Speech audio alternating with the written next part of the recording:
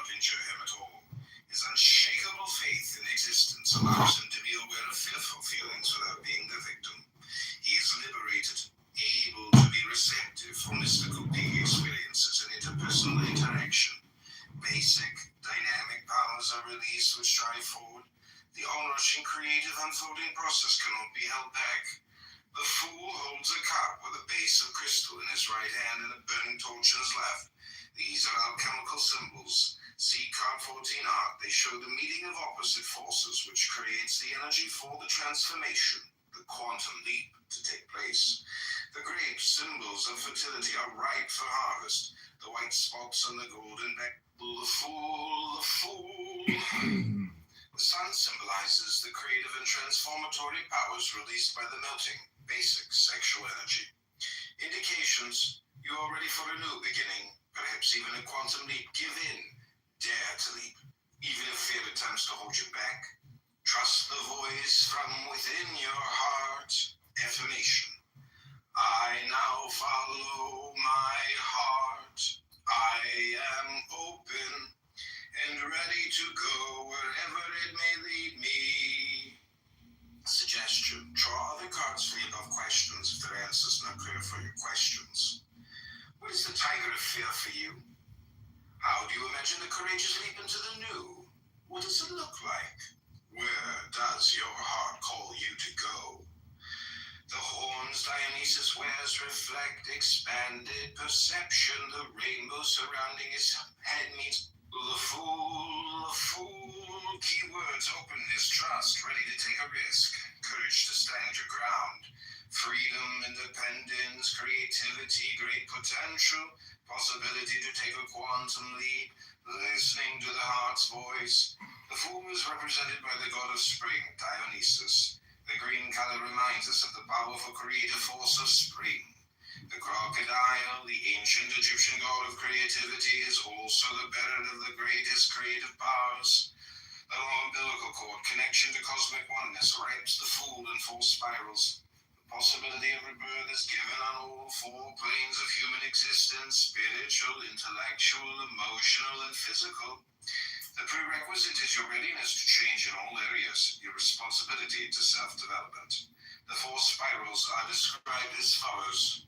The first spiral surrounds the heart and heart shape. It stands for emotional rebirth, recognition, perception. Yes, the Magus. The two snakes at his head are an ancient Egyptian symbol for healing and regeneration, caduceus. In this context, they refer to the regeneration of thought. Above them is the eye of Horus, god of perception, with the symbol of a dove, better to the spirit. The Magus receives inspiration from the soul of the universe, whose message he spreads on earth. This is more strongly expressed by the blue-yellow energy beam which enters his head, penetrates through his body, and emerges again at his feet. He cannot fulfill his tasks without constantly remaining in touch with the spiritual forces of the universe. He is always in service of a superior law. When he recognizes and accepts this as his true function, he bears clarifying light unto the darkness of ignorance and misunderstanding. Indications you have at your disposal brilliant capabilities which you should share with other people. One important task is to find or create the proper surroundings for the activities. Questions. In what areas lie your tasks? The Magus, the objects Mercury juggles, represents different realms of communication. For example, 1. Coins, body, matter, finance. 2. Fire, inspiration, transformation, dynamics. 3. Wand, philosophy, religion, spirituality. 4. Arrow, directness, honesty, purposefulness. 5. Scroll, writing, publication. 6. Winged egg, extrasensory perception, telepathy. 7. Cup with snake, emotions, relationships, sexuality. 8. Sword, intellect, logic, analysis.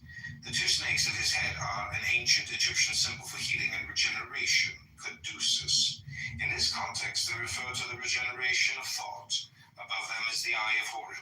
Does the Magus. Keywords: Mercury, communication, playful dealings with all possible forms of communication, flexibility, brilliance. The Magus is represented by the Greek god Mercury.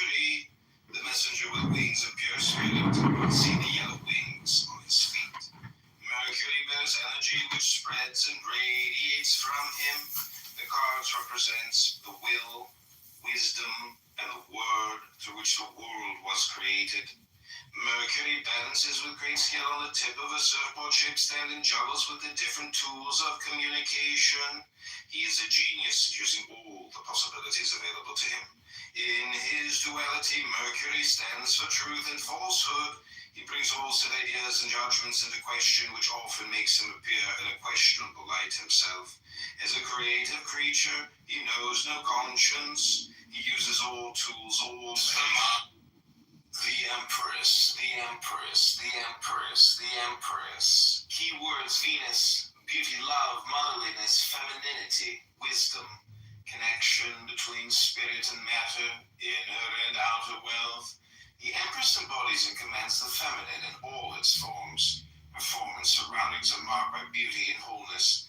You feel a sense of well-being in her presence, taking part in the harmony of her being. Her beauty is not restricted only to the externally visible.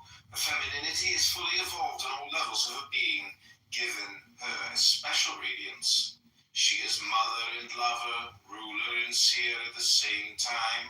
Her strength rests in the unifying of the highest spiritual values in their fully perceivable forms with the lowest material qualities. The essential characteristics of her dominion are love in its giving and its receptive aspects, white and red, creativity and fruitfulness, green, understanding and wisdom, blue.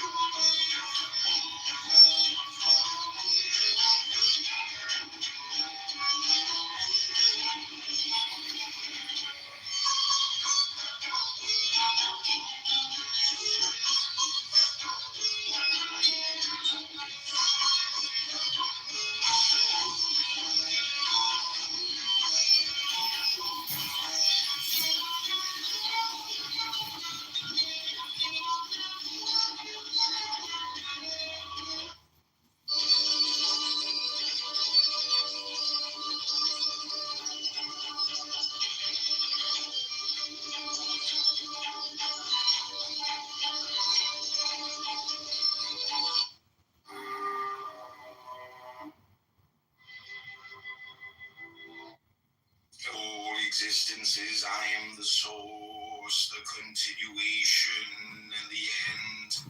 I am the germ, I am the growth, I am the decay. All things and creatures I send forth. I support them while yet they stand without. And when the dream of separation ends, I cause the return unto myself. I am the life and the wheel of the law and the way that leadeth to the beyond. There is none else. I am the fire of mind which divideth itself into the superior and inferior natures and putteth on a robe of flesh to come down. I am the vital principle of all that is. Nothing is that does not live, and of that life wherever this power acteth, whether in low forms or in high, I only am its source, and I the knower.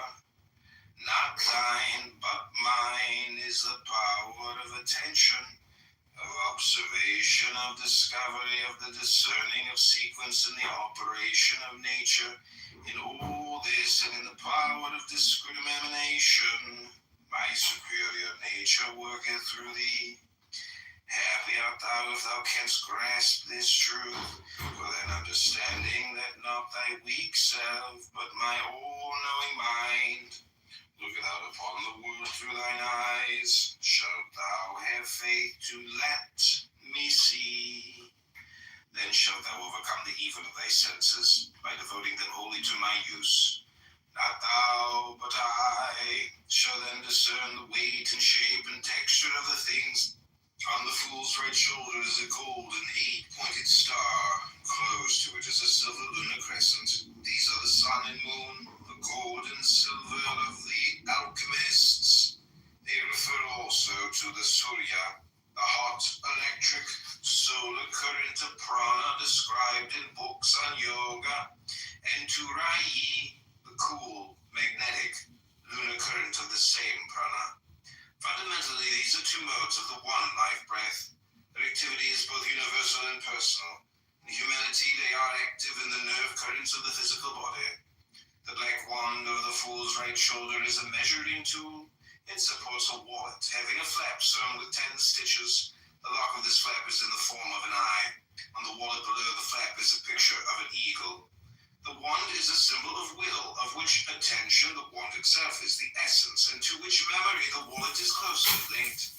The wallet, the sun, something new and transformational is being ripened in all of humankind, just as fruit is ripened through a chemical process caused by the sun's warm rays.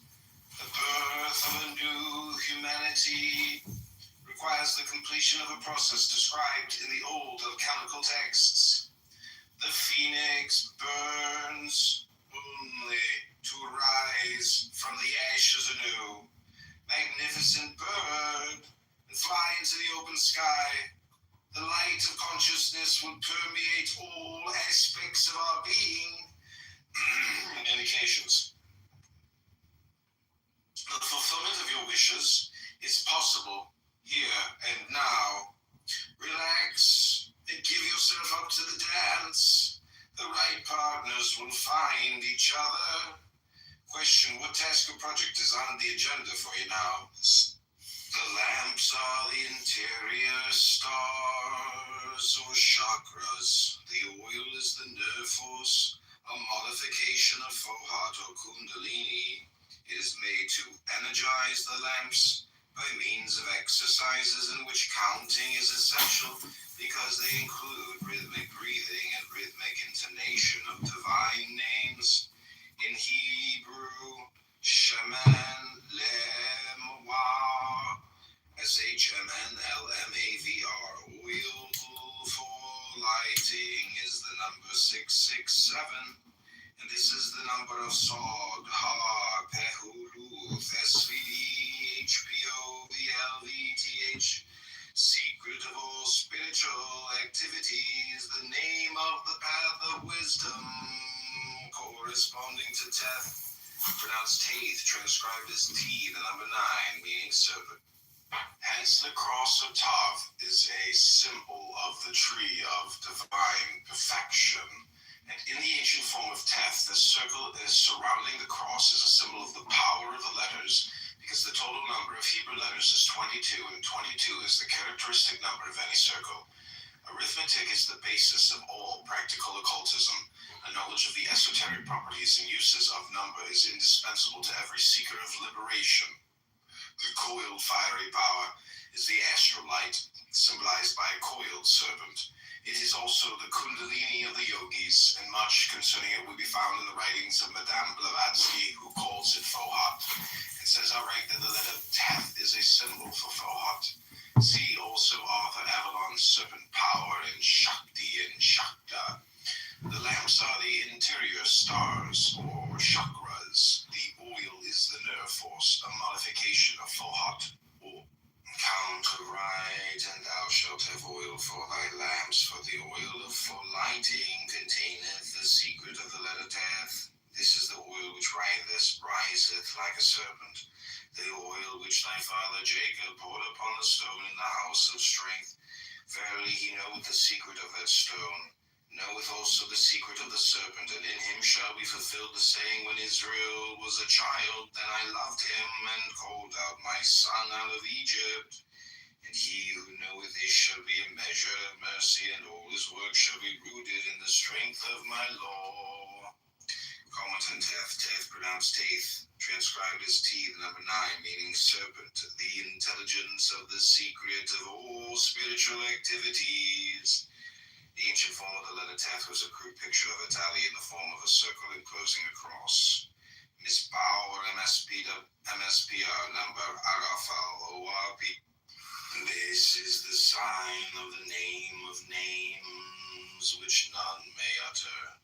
Again, it is the symbol of the tree of divine perfections, encircled by the power of the letters wherewith is formed the whole creation. And because the tele referreth to counting, and so to all the works of number, by this letter do I show, first, that all things are brought forth through number, Second, that all works of power accomplished by the wise have number for their foundation. For the circle of the tally is the coiled fiery power which cometh from the sun. And to rule this thou must learn to count. Count aright, and thou shalt have oil for thy lamps, for the oil for lighting containeth the secret of the letter teth. This is the oil which riseth like a serpent, the oil which thy father Jacob poured upon the stone in the house of straying. This is the serpent of temptation, yet it cometh forth redemption. The serpent is the first appearance of the Anointed One, and that which casteth Adam out from the garden of the east, even that shall bring him back once more to paradise. Thus hath he shown the secret of the going forth and the return. For death is the serpent coiled around Tao. This is the sign of the name of names, which none may utter. Again, it is the symbol of the tree of divine perfections, encircled by the power of the letters wherewith is formed the whole creation. And because the tally referreth to counting, and so to all the works of number, by this letter do I show, first, that all things are brought forth through number, and second, that all works of power accomplish and reach strength. The meditation on Teth, my secret wisdom, is hid in number, and in the sign of the tally is concealed the building of the whole creation. Number veileth the power of the Elohim, for number is that thick darkness whereof it is written, and Moses drew near unto the thick darkness where God was, and again, Tetragrammaton said that he would dwell in the thick darkness. Ye shall know that this darkness is Egypt. And by the wisdom hidden in that darkness did Moses lead Israel forth. In the darkness, which is Egypt, is the darkness of number, concealing one in the cloud of the many. Of that darkness the serpent is a sign, the great serpent, the royal snake of Egypt. This is the serpent of temptation, yet from it cometh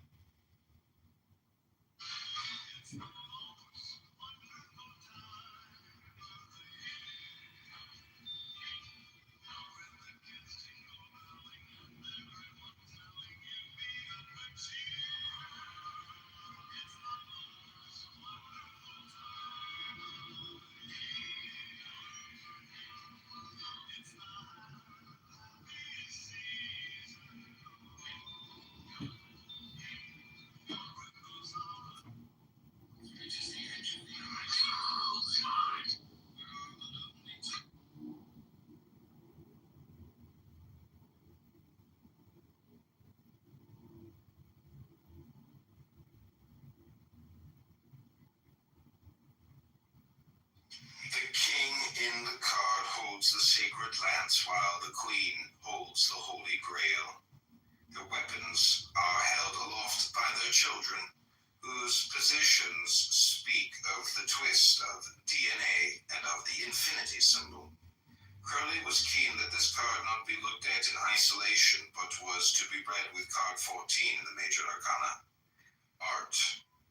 There is an astrological reason for this, as the opposite card to Gemini is Sagittarius, which rules that card. These two cards are so complementary that they cannot be studied separately for full interpretation. It is wise then to either look for art in the reading you're doing, or take it from the pack and lay it next to this one when it appears. The lovers, keywords, inspiration, intuition, childish, unrealistic, simple, union. It can help to look at the themes within this card. No 6, the lovers, keywords, inspiration, intuition, childish, unrealistic, simple, union. Crowley gave an alternative name to the card, the brothers. The traditional meaning of this card being one of choice and relationships is sublimated by Crowley to mean an openness to inspiration and intuition.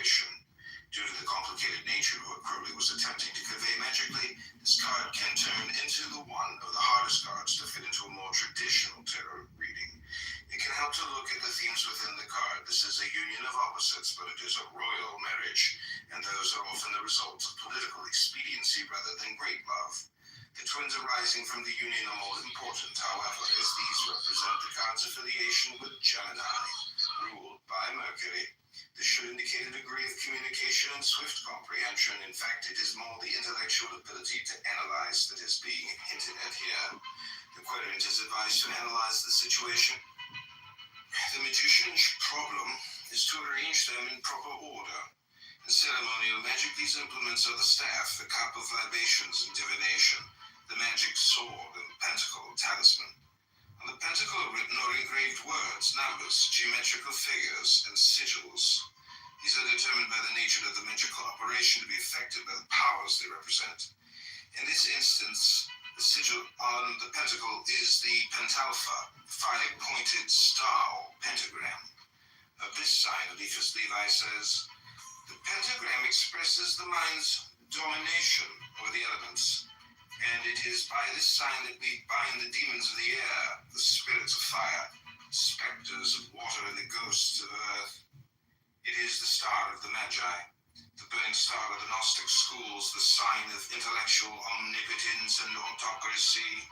It is the symbol of the Word made flesh. Exercises in which counting is essential because they include rhythmic breathing and rhythmic intonation of divine names. In Hebrew, Sheman Lem Wam, SHMNLMAVR, oil for lighting is the number 667, and this is the number of Sod, Ha, Pehuluf, SVD, HPOVLVTH, spiritual activity.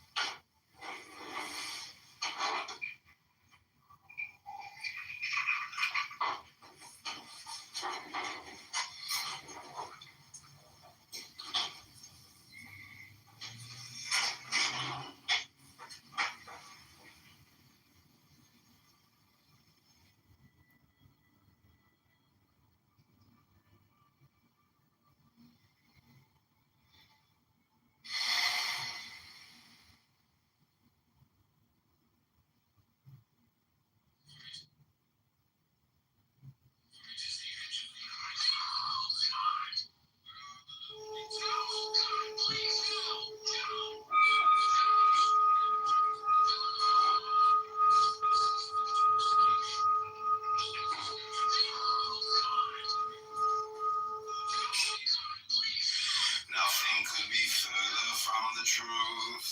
It is the interior nervous organism, not the external organs, that is always meant in phallic symbolism. And the force that works through these interior centers is the great magical agent, the divine serpent fire. We have the almost superhuman task of creating a new set of associations with the word sex, because after all, certain aspects of the truth must be worked out to practical application through exercises which will lead only to most terrible results unless the minds of those who undertake them are first completely purged. False modesty must be replaced by a high and reverential attitude of respect for the centers where the fire of life is most active in the human body. The Hebrew full thread is Kav, QV, which adds to 106 the value of the letter name, and VN. Comment on noon. They say that they can say it because they I don't want to be strict. got you. It doesn't make sense. It does. I just don't.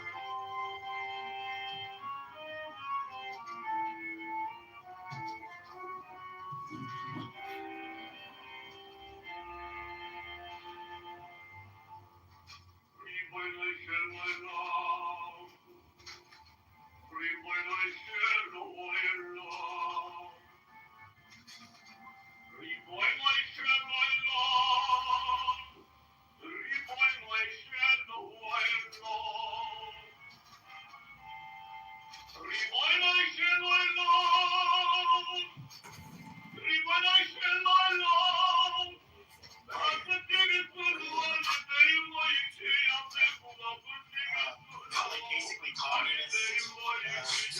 So I didn't see anything about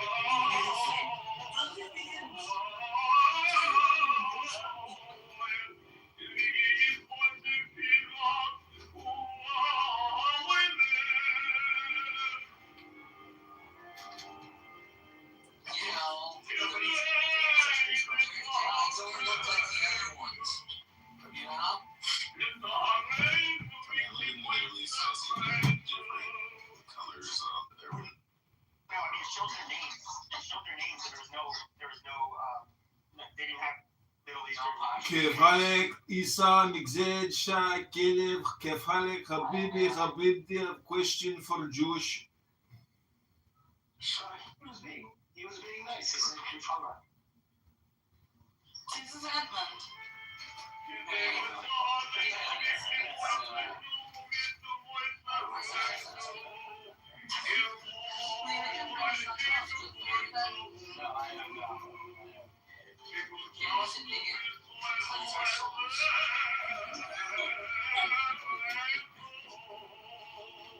You see, I love how he can make people believe that he's a nice person. He's really good at accents.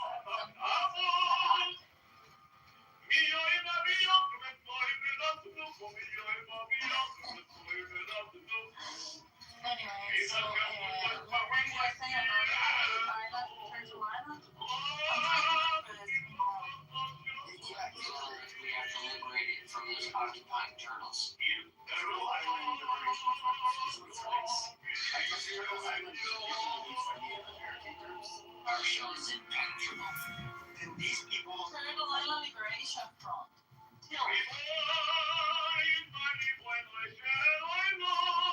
Could be also Turtle I'd like to fuck. Like milk. Right? You're almost So it says federal authorities have announced an arrest of 1 million while explosive coordinated bombing and attacks at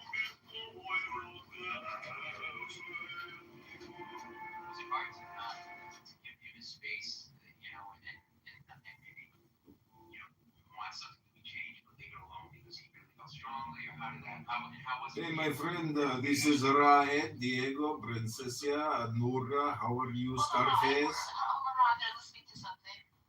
كيف حالك حبيبتي? How are you Scarface? What are you listening to? Right, for one, it has to be made, and that's the director. And so after I heard that, I was like, okay, I'll do what he wants me to do. I'll try my best on it, but ultimately it's up to him. Exactly, this sounds like everything that very smart candidate Congressman John Kitover was telling you for the past 2 days, but you didn't take one fucking note. And now here you're listening to some bullshit and wasting your fucking time again. Habibdi, Afwan Habibdi, Diego, I thought you told your dog to start taking notes and stop talking. Don't call me that. Don't talk to me like that. Scarface, listen, I don't know what to tell you, but Habibdi, you are wasting your time. What are you doing? Sir, it's fine. I'm driving to Jiu-Jitsu. I'm going to go teach the children how to do Jiu-Jitsu. I'm sorry. Okay. Please mute yourself, Princess. Here, men are speaking. Men are speaking. That is your time to mute yourself. You are disrespectful, little Habibdi. So, my friend Zach, I have a bank. It is called Raed Kuri Bank. We are a very large international syndicate. And I'm wondering, do you have any disposable income you would like to invest in our investment bank? I'm a world-class financial advisor and asset manager. What about you, Diego? Do you have any extra Bitcoin laying Turn around? off this video so that you can take over, John. Habibdi?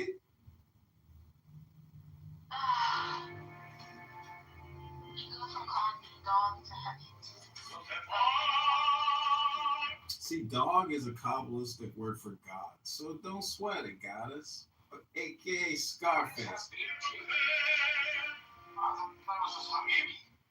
Habib. No, Habibi. Habibi is Yeah, I thought it was Habibi.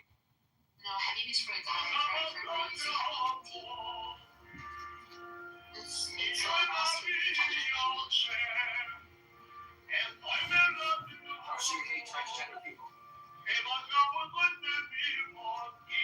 There's no if in this. So my friend, But to save my heart, if both a guy and a girl, it would be the same. You'd say FB. I mean, that's a cute way of saying it. Yeah, for both a guy and a girl. oh, that's so cute. What if you want to say kill the Jew? How do you say that?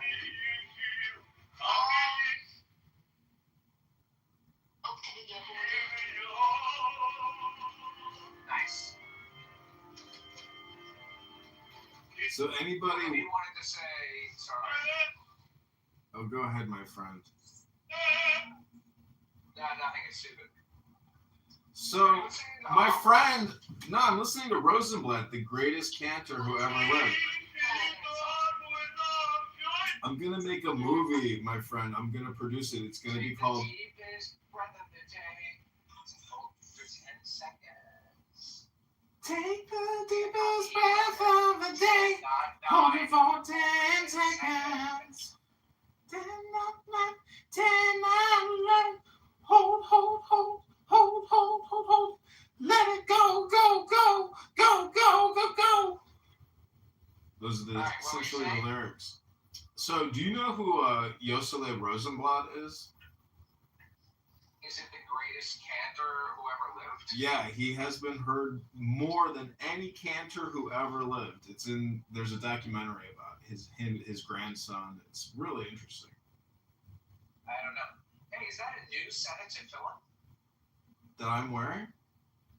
That you got? You got a new set to fill in at Atalas. Yeah, I've got 3 tefillin, 1 tachlis, 1 tickler. That you one, have 3 to fill in. Why do you have 3 different ones? because each one is different. One of them I decorated and super glued an amethyst with a scorpion in it to the top, and then I put tarot card stickers on it. So I made it really, illegal. And so, that's like my practice set. And but what's interesting about the other two that I have is they're both kosher, and one of them is a mini. Do you know what the mini version is? I think it's for like No. it's for like younger people or smaller people. Oh, okay. It's not so big because the kosher ones are huge. They're Right. Anyways, the point is, I bought them on eBay. So eBay is a gateway to all these antiques that people have passed on and their family members are selling because they are extremely beautiful. Right. That's true. It's just the antique market. So my friend, what I'm telling you is, you may be a bag of trash, but what you don't realize is you're actually just an antique store waiting to be opened. That's true. You're in the wrong business. You got to get out of teaching people how to pick mushrooms and cook them for dinner and open up an antique shop and then make the antique shop an Instagram and a YouTube success. Thank you so much. Okay, thank you so much, sir.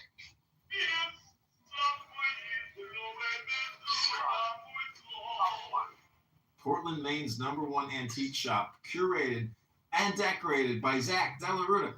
So there's a huge antique market here in Chicago, and there's this one giant antique mall near me called Lincoln's Antique Market, and there's 150 mini vendors that have little booths.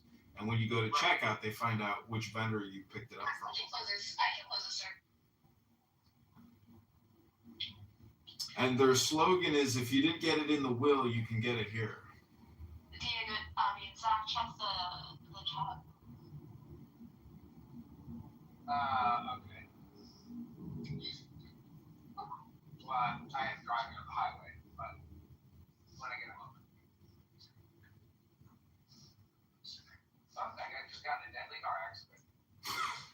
Every time I walk down the stairs, I'm like scared that I'm gonna trip. Because So much for all that time on Clown House, it results in a car accident.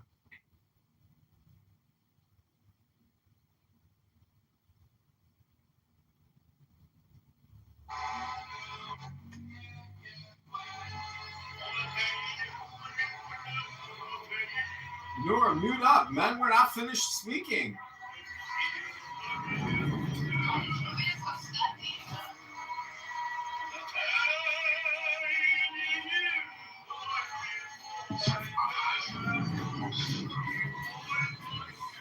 she's celebrating.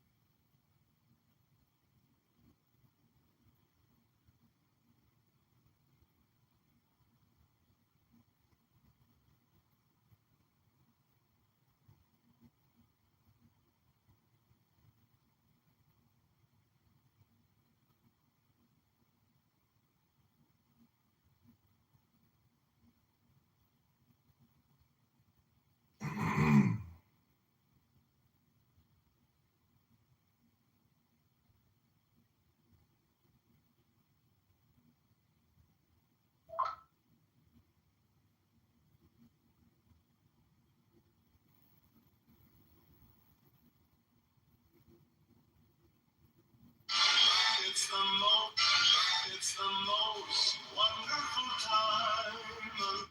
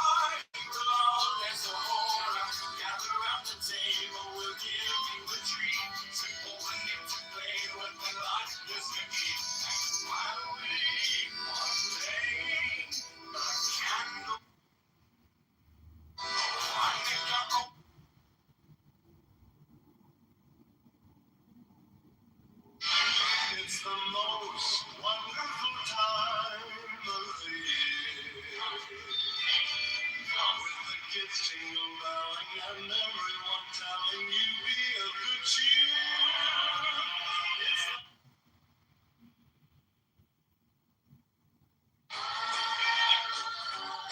Thank you for the sad. 41. This is all the way to Anthony the Poet. It's the most wonderful time of the year. With the kids jingle belling and everyone telling.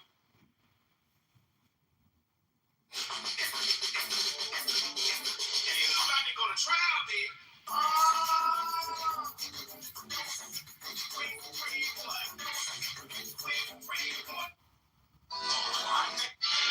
It's the most. It's the.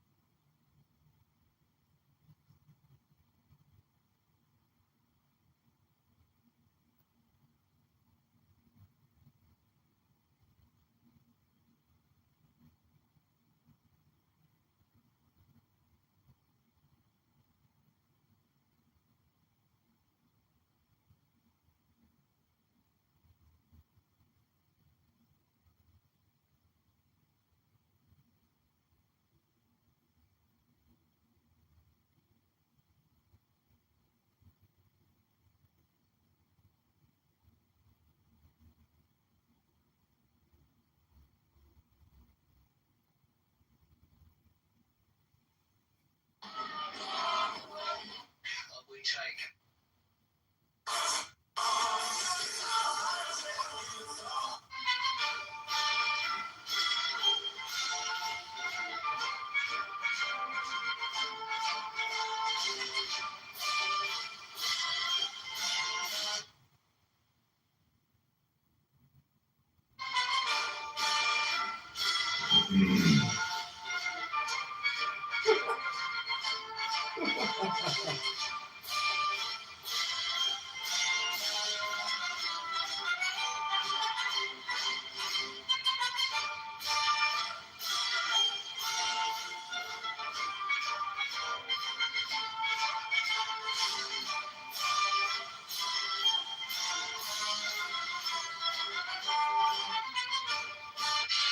It's the most wonderful time of the year.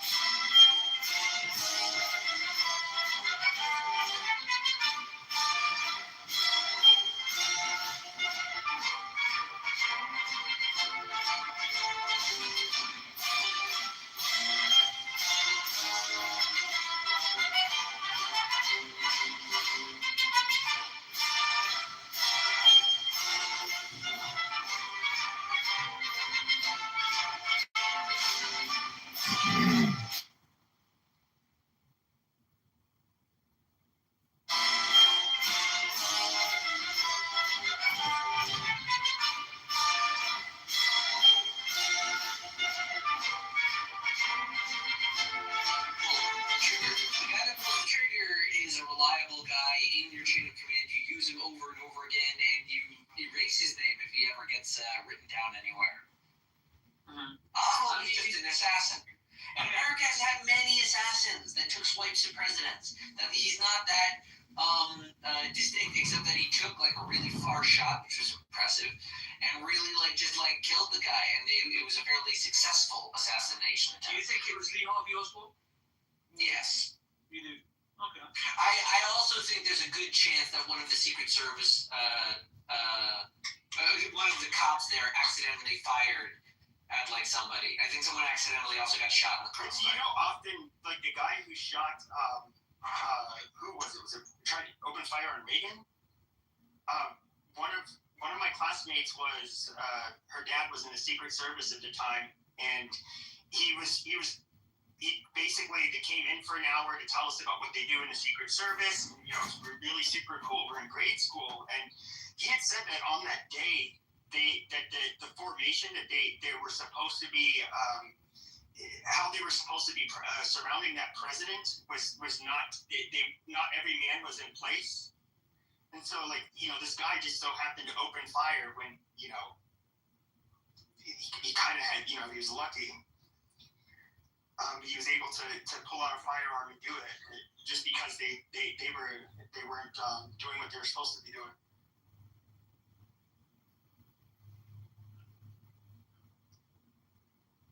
Anyway, shit happens. I'll tell you what it is. Obviously, I'm willing to give them a chance to rectify themselves, but I will say the official US narrative typically is a little shit. It's just a little shady, you know what I mean? It just seems a little shady, you know what I mean? Down to all the way back As to opposed to the English narrative. No, I'm saying down to what we were talking about Vietnam.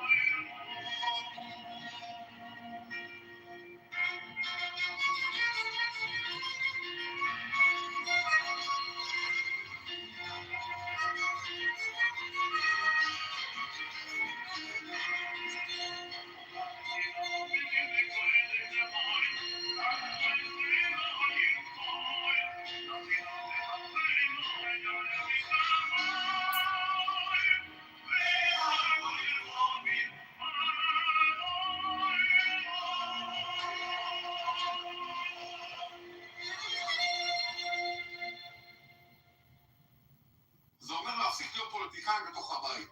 רוב הגברים, בחוץ אנחנו אריות, בבית נמרים הולכים מתחת לשולחן. אבל האמת היא שגם בבית לא צריכים ללכת על ביצים. הרבה גברים נוהגים לשקר, שקרים קטנים, לשמור על שקט תעשייתי, נהיים פוליטיקאים, מעגלים פינות וכו' וכו' וכו'. אתם יודעים, אנשים מרגישים, גם הנשים שלנו מרגישות, זה כמו איזה פוליגרף אנושי כזה, ומרגישות שאנחנו משקרים להם. ואין פה אמון. אז עשית איזשהו צעד לא נכון, צעד כלכלי, או אז אתה מתבייש, מפחד להגיד לו לא. אתה לא ילד שמפחד מאמא שלו. אנחנו לא ילדים שמפחדים מאמא שלהם. אנחנו צריכים להיות גבר ולעמוד, ובאמת להודות בטעויות שלנו, ולהגיד, וואלה פישלתי, וואלה אני מפחד, זה לא חולשה, נהפוך, זה חוזקה. ברגע שאנחנו מורידים את המסכה ומפסיקים לחרטט את האישה, היא תסמוך עליך בעיניים עצומות, היא תרגיש את זה, שאתה בן אדם אמיתי, שאתה מדבר איתה לב אל לב. אז המשימה שלנו להשבוע זה להפסיק להסתתר, הטלפון על השולחן, הלב על השולחן, בלי קודים ובלי סודות. אמון. להיות אמיתיים, להיות גברים אמיתיים, ולא להיות ילד של אימא.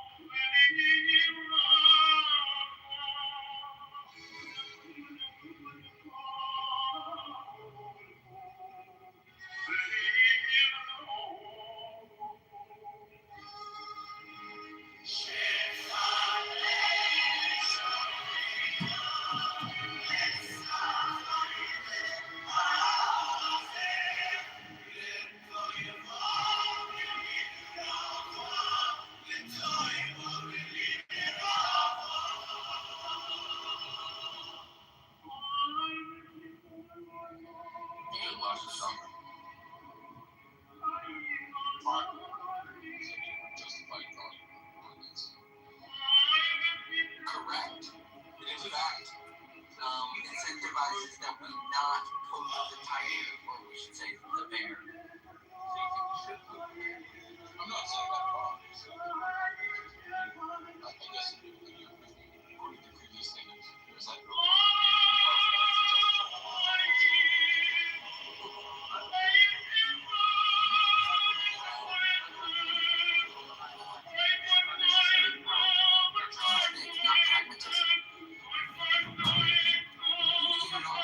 Even against a tyrannical dictator that's oppressing the citizens.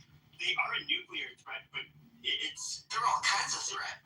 More than North Korea. They're militarily just a conventional war, not nuclear war. I mean, Europe alone would be able to steamroll them. They have a very poorly trained military. Steamroll them and do what?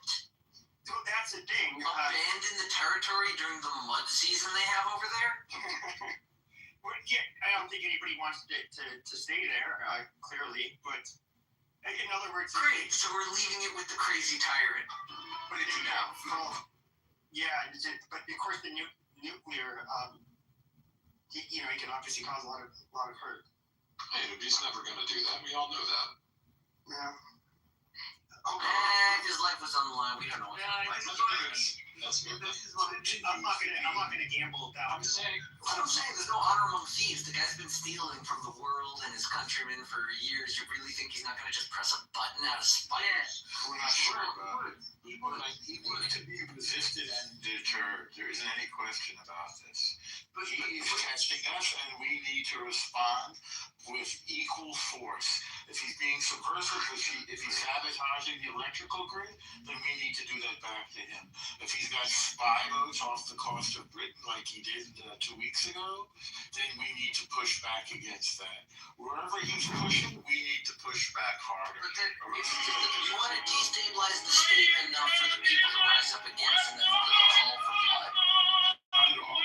We should definitely be in touch with the elite. What I'm saying is that we should deter him with an equally forceful response. This is what Biden should have done when he had those conversations with Putin in 2022 before the war started. He should let Putin know that we're going to respond in kind. Hey, El Normo, excuse me, is this a Bolsheviki meeting? What's going on here?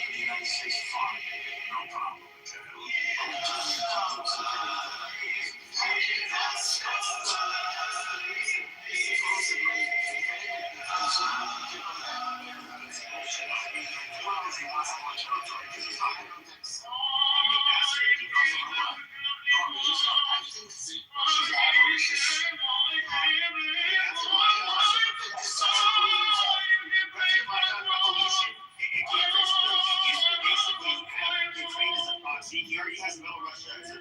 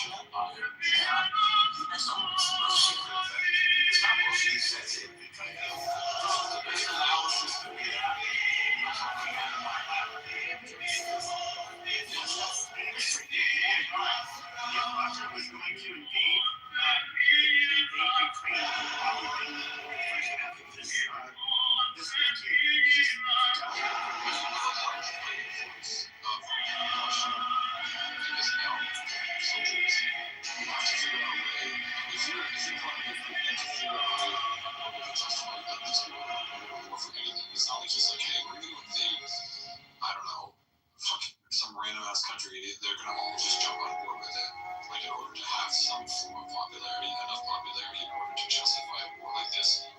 He's not just going to do it for no reason. Like, the people are not going to be on board with that. Of course he's not going to do it. They're not on board, by the way. I'm saying that the reason that they are to the extent that they are is because he's trying to restore it. I'm agreeing with you, Mark. He's trying to restore it. I'm not arguing with you. No, I'm saying, you never mind. That country, Russia is a lot. That country is demographics. They not only do they have abysmal birth rates, but they have a net migration out of Russia. The young people, there's not much opportunity for all of the Russians that have any kind of like talent for education. They find opportunities elsewhere. That's totally right. And so, that was kind of part of the calculus where it was, many people had theorized this could happen, that in the early 2020s, Russia would make a move, because that's where they still have at least enough people, young men that they can, throw into war. To the meat grinder. They're hemorrhaging money and talent. And he's broken the economy. It's like 1 million casualties so far. It's pretty horrendous. I hear they're even using like North Koreans and stuff. Yeah, they use tens of thousands of them.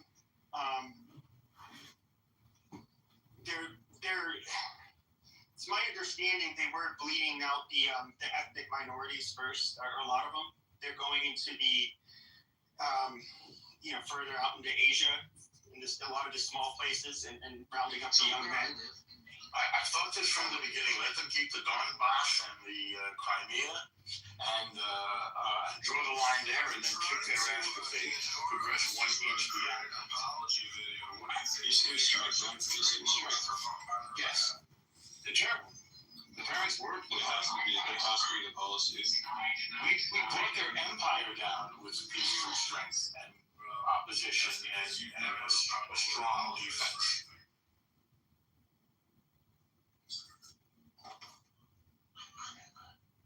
I'm pretty naive, but when they stopped being communists, when the communist system fell, why did we still consider them enemies? Why did we keep NATO pointed at them?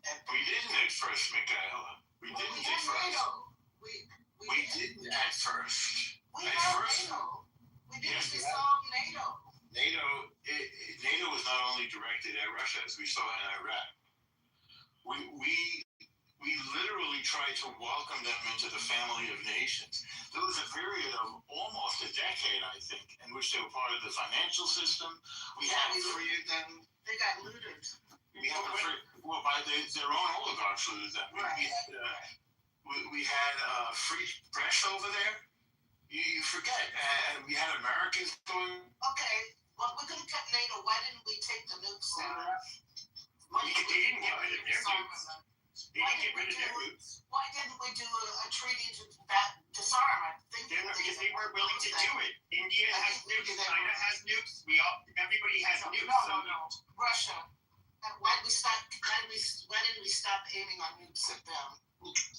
Well, we have our nukes aimed at every other nuclear power. How about not aiming it at Russia? I don't know. There's too many countries. You have Australia, France, Germany, the UK, India, Pakistan. In other words, we have to have nukes pointed at everybody else that has nukes. How about we don't? And Russia is not going to be willing to. I think they might have been. No, I don't know. No. I think they proposed it. Hold on. So you're saying, Michaela, that we shouldn't or we shouldn't have? We should have negotiated taking our nukes, stop having a bilateral nuclear disarmament type thing, or at least stop pointing our nukes at each other.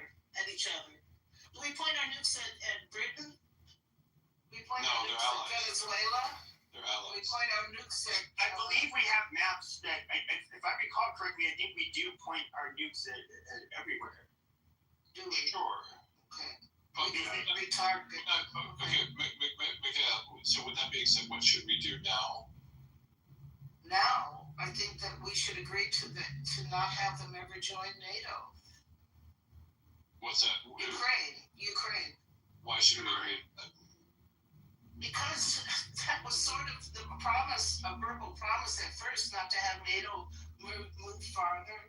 Okay, so do you think if Russia just if I if love we- the story that this started let me finish. because of NATO. The I'm threat not to have trying Ukraine to join NATO. I'm not trying to play the gotcha or anything like Right, that. right. I don't know. I don't know if I've ever talked to you. Right. Maybe I have a lifetime ago. My question to you is, if the United States says, okay, we're going to sign a treaty saying that Ukraine never ever joins NATO. Do you think Russia just packs up and goes home and that's No, I don't know what to do now. It's a tragedy that started. I think okay, but you're saying that they prevented. correct. So you're damn right. It could have been prevented. It should have been prevented. But I'm saying, what do we do now? And your response was, we need to prevent it. I don't know. Maybe tell them I don't know. Maybe acknowledge that NATO was a part. The problem of NATO was a part of this. What? How do you mean? The problem of Ukraine moving towards joining NATO. You know, the powers, NATO powers. You know, sort of grooming them and trying to get them there. I think that at least acknowledging that. And you think that would have prevented Russia from invading them? Yeah, I think it would have. I Maybe I'm buying their propaganda, but that's you know, that's what it looked like to me. They only We believe didn't in want them force. to be aligned. We didn't want Ukraine to be aligned with Russia. Who was the president they elected, or you know that they got rid of? What with the Maidan or whatever? Maybe it's because I'm a big nuclear disarmament person. You know, that guy was put there basically by Putin. Was basically running Ukraine as a proxy state, and there was naturally a lot of tension between the Ukrainians and the Russians. The former Soviet states fucking hate Russia, for obvious reasons, and they did not want Russia being in control of them.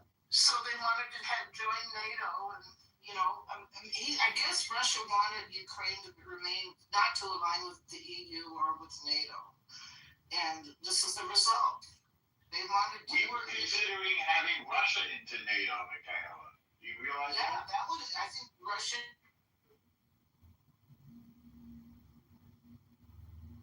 sorry. I believe they asked to join NATO at one point. I think that when the Soviet Union fell, I think that we didn't take advantage of trying to realign things. We did. We really tried. We were close, too. And then the oligarchs took over and turned it into a kleptocracy. Okay.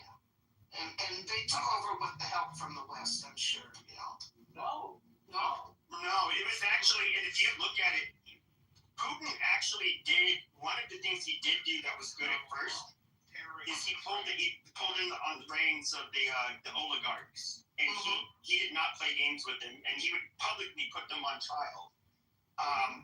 And everybody knew that deep down, this guy will get you fucking killed, and you don't play with Putin.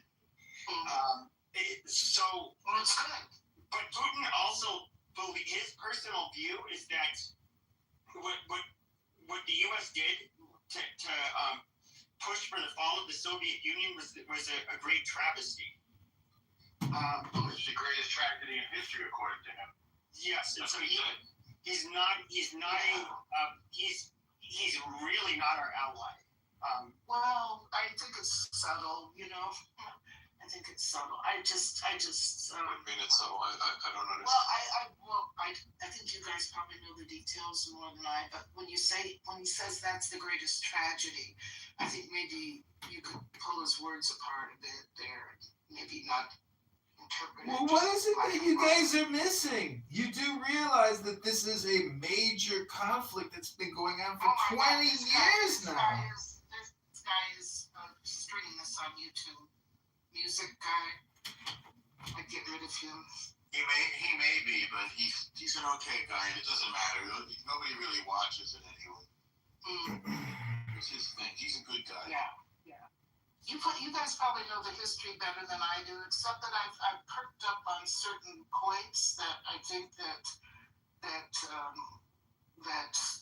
who knows why we didn't stop, withdraw our nuclear. And see, if they had joined NATO, there'd be nukes right on the border of Russia, and then you have the launch on warning stuff and all that stuff. You have nukes on the border of Russia. Right, have nukes on the border of Russia. right, but Nukes in Turkey. maybe closer to the capital or something. What does that matter? I mean, we have them, it's no secret, we have nuclear submarines. Correct. Right, they can go. Didn't we just, granted it wasn't a nuclear strike, but did we just, remember the strike on Iran? Like, we conducted that. That wasn't nuclear. I know, that's why I literally what I said by saying, I know it wasn't nuclear. But we did the entire thing without not even a shot getting fired at one of our airplanes. I'm pretty sure if we wanted to put nukes in Moscow, we could do it. Oh, yeah, but it's the time that it would take, and we have it closer to Moscow, that the time for reaction is shorter, and you gotta do launch on warning stuff. Well, it doesn't matter. As soon as the chain of command for who will give the nuclear codes, if any part of Russia is hit, in other words, we do not have the ability to launch nukes, at least that I know of, where they will not get several minutes at the minimum notice in which they'll just launch all of their shit. Right now, but if it's closer to the border, they it makes it more hair trigger. I don't think so, because they have launch sites all over Russia, and so it's going to take varying times. First of all, the landmass of that country is fucking enormous, and so they would still have nukes to launch. And that's the reason we have.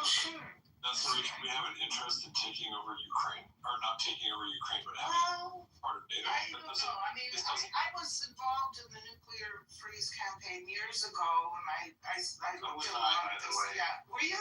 Were you really? Of course. I marched. Yeah, I was an organizer. I was sent out into the community, into What changed your mind, reality? And we did, we did disarm, by the way. We had the SALT treaties. That's right. Reality. Had an effect. Did China start a nuke buyback?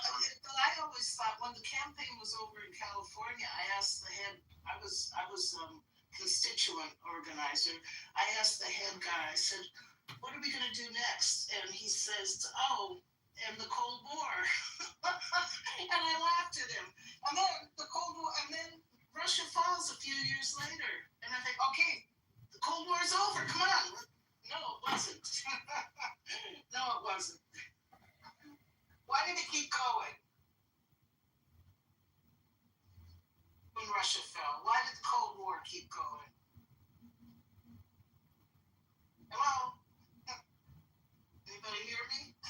Did you ask the question? Yeah. I was away from the phone. What did you say? Yeah.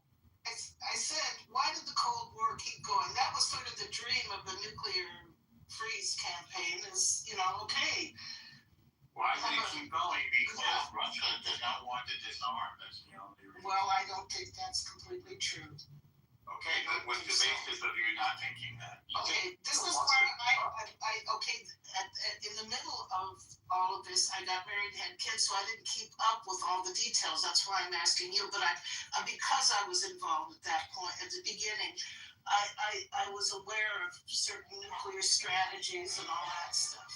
So I'm asking you, why did the Cold War keep going? I've heard that Putin did offer to join NATO at one point, and I've heard, this stuff about him,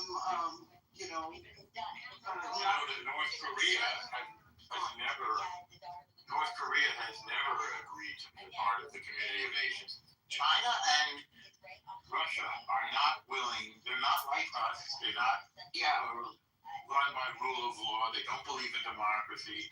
I just want to make it clear. They want to conquer more land. They want to conquer the world. These are true facts about it. They're not like us. They don't believe in rule of law, global commons, democracy. You're talking about China and North Korea, right? China, North Korea, and Russia. And Russia. Okay. See, that's what I'm not so confident in. Okay, but I mean, Putin Talk to said, the Russians. They'll I don't think they want to conquer the world. They do. They do. Russia? Russia, yes. Russia is He's trying advancing on Europe right now. Ukraine. That's it. Ukraine is in Europe, and they Ukraine have needs to be part of Russia. Excuse me. Ladies and gentlemen, Michaela, can I just, I know you were an organizer. You don't want to hear my voice? You just want to project? Well, El Normo, is the moderator. I'm not. I was going to be mean and rude to you, but Michaela, what I'm trying to say is, as an organizer of the anti-nuclear movement, I mean, do you think that you have yet to fulfill your goals and objections? No. And it's probably really high in the sky at this point. So, but let's jump back. Wait, Ben, hold on one sec. Eleanor, I was gonna ask you a question. I know you said you did many trips on behalf of USAID, the now shut down and disgraced agency. What were your goals and objections? I know you said you made boatloads of money and it was a fantastic experience. Did you reach your objectives? Yeah, they wanted me to get a certain person elected, and we did. We got a certain person elected. And along the way, I taught them democratic media techniques. I was like their journalism consultant. I went from 60 Minutes and then to forming Yugoslavia, and we started a news magazine just like 60 Minutes over there. They'd never done that before. Do you think you were working? And I used to talk. Do you think you were working for Soros? No, we were actually the competition to Soros. Soros was all over there. He had these Open Society Foundation storefronts everywhere. The only two employers, there was no economy. The only two employers were Soros and the U.S. government. I was the U.S. government. At first we had like armor and everything. So black jackets and everything. I have to go on mute for a little bit. I'll come back in 5 minutes. Michaela, you don't think that Putin wants to take over Europe or restore the Soviet Union? My assertion is he wants to restore the former Soviet Union. Yeah, maybe, but he doesn't want to take over Europe. So do you think the United States should intervene in any way if he wants to restore the former Soviet Union? I don't know. That's what I'm asking you guys. I was involved in Yes. that early. Yeah, very much so. Yes. Well, if he wants to, what other countries would that involve? I don't know. Let's pull up a map of the former Soviet Union. Well, I think it's Greater Russia. I don't know if that would include. It would probably include like Estonia, Lithuania, Belarus, of course Ukraine. I don't know about Poland. Not Poland. What else? Possibly Georgia. Ukraine, Uzbekistan, Tajikistan, Lithuania, Kazakhstan, Belarus, But Armenia. that's different from the Russian Empire. Slightly different. So Pepe, I got a question for you. Pakistan's relationship with the Soviet Union right now. Pepe, you can Google that. Pepe, why were you crashing out in Issa's room last night, intoxicated? And like, why did you get kicked to the goo? And like, why did you get so emotionally upset over getting kicked? Well, I'm gonna leave if he starts this kind of stuff and broadcasting it up on YouTube. So I'm leaving. is it like we're actually Yeah. having a conversation here, but so if we could just do that, that would be cool.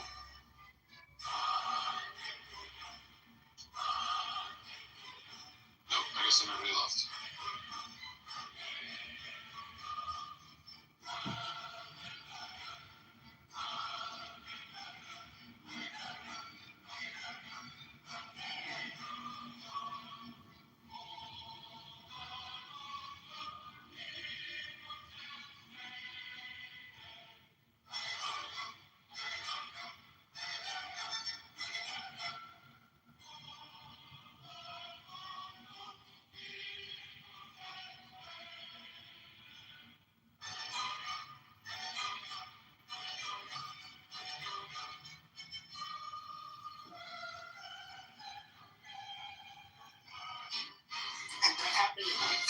o'clock in the afternoon. I didn't have anything to drink, dude. What the fuck you talking about? You usually don't know what I'm talking about. No, because I was trying to butt into a conversation and yelled at, I don't know, virtue signal, and I told her she didn't know what she was talking about. And then somebody had demodded me, which you know you're not supposed to do in her room. And then after I was demodded, she said, "Oh, well, I'm going to speak, and you're going to let me speak, and if you interrupt even once, I'm kicking you the fuck out." I said, "Dude, this isn't your fucking room." And then she goes, "Watch me kick you out." And I called her some fucking names. Like, don't do that. Who did that? Hell. Like, you don't demod people. That was very tough. Yeah, but you do not demod people in a room and then bully them and say you're gonna shut the fuck up and basically talking to me like a little kid. Like, how dare she? I don't think tough. But yeah, I mean, you do not, but you do not do that. There's a way we behave in here. You do not demod somebody and then threaten to kick them out. You just don't do that. That is Easter's rule.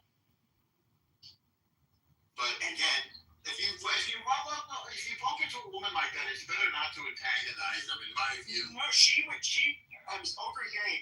We were basically having a conversation. I was saying, and I think Ralphie was getting triggered because he wasn't understanding what I was saying. But I was saying how, when they were talking about, it had to do with anti-Semitism. I said, look, before America in particular, Jews could never totally assimilate because their religion in particular, they'd have to get rid of it. They're going to stand out from the population. Why? Different foods, different They diets. are not different, but everybody eats different food. Well, sure. So, in other words, they can otherize you.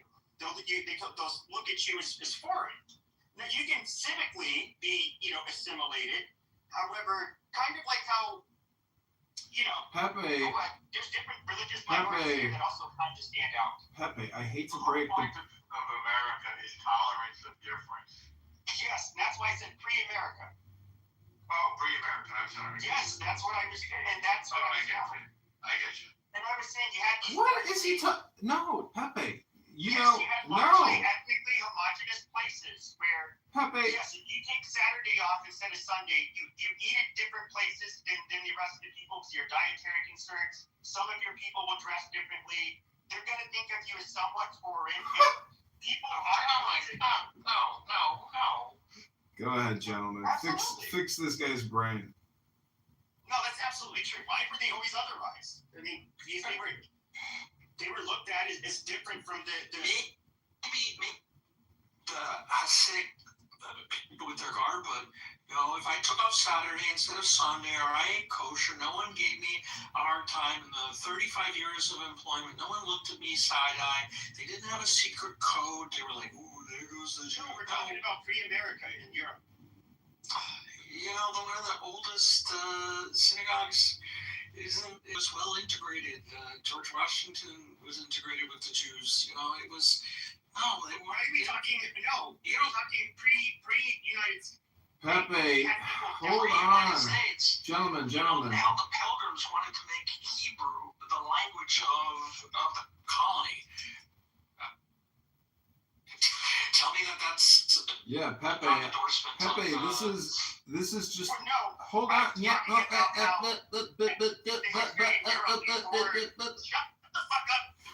John, why are you in Europe? Because Pepe is. People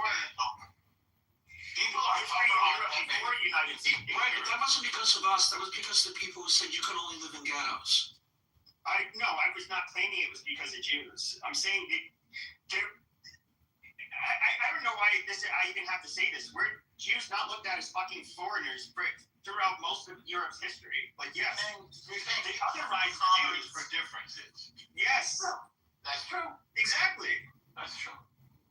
No, see, gentlemen. They were taking it as If I can actually. for a hospital for people that couldn't. No, Pepe is not right, gentlemen.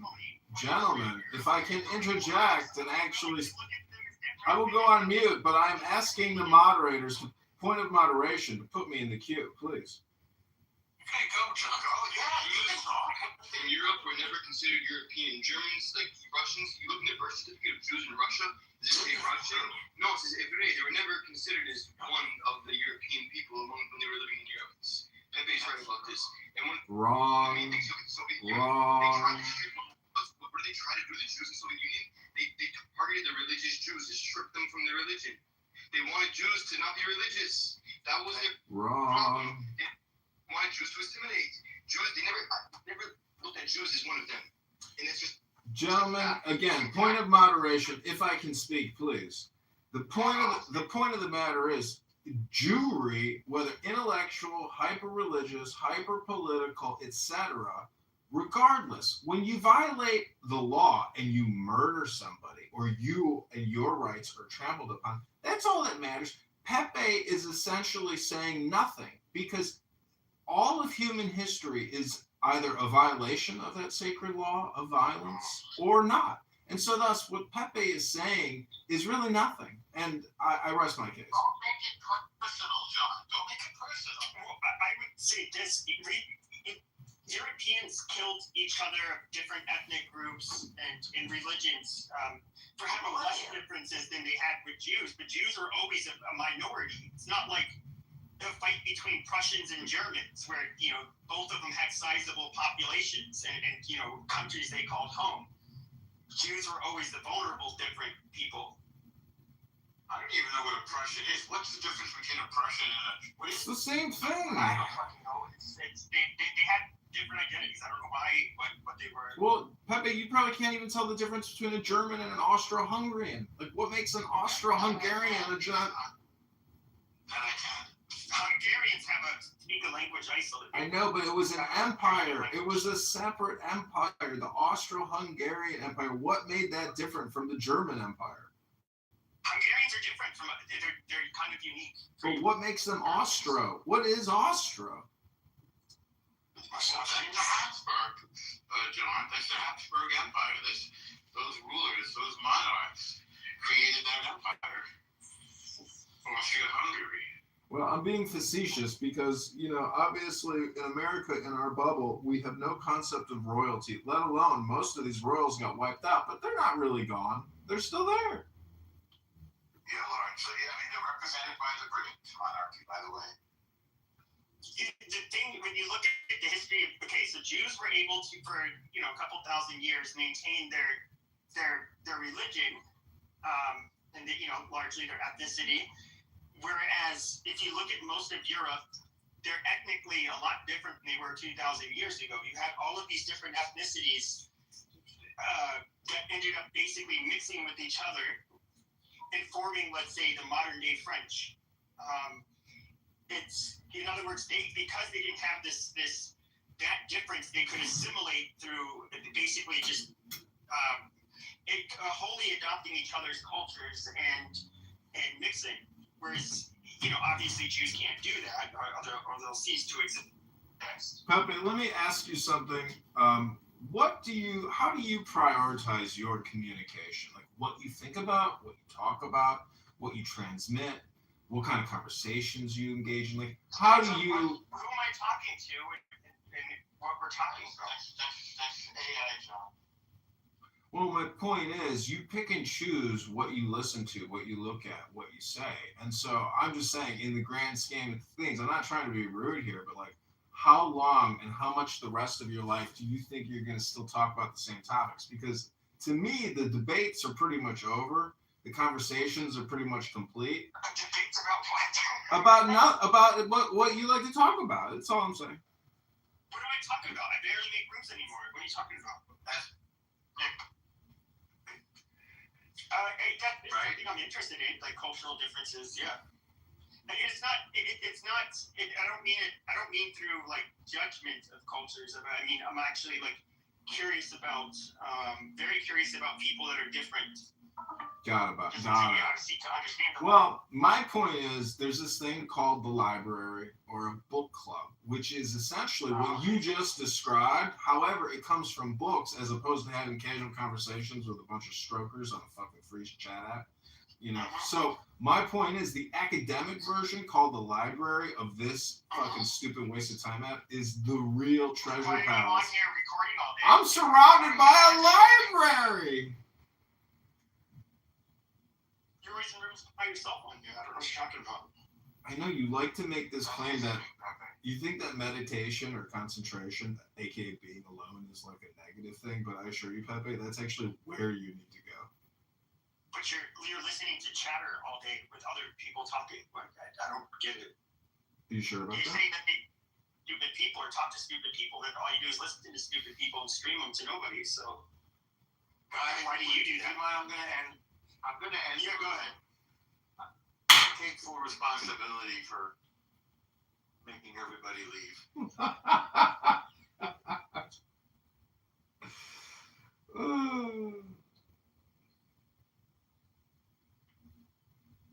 This month. I get roasted by Pepe. Getting roasted by Pepe is really.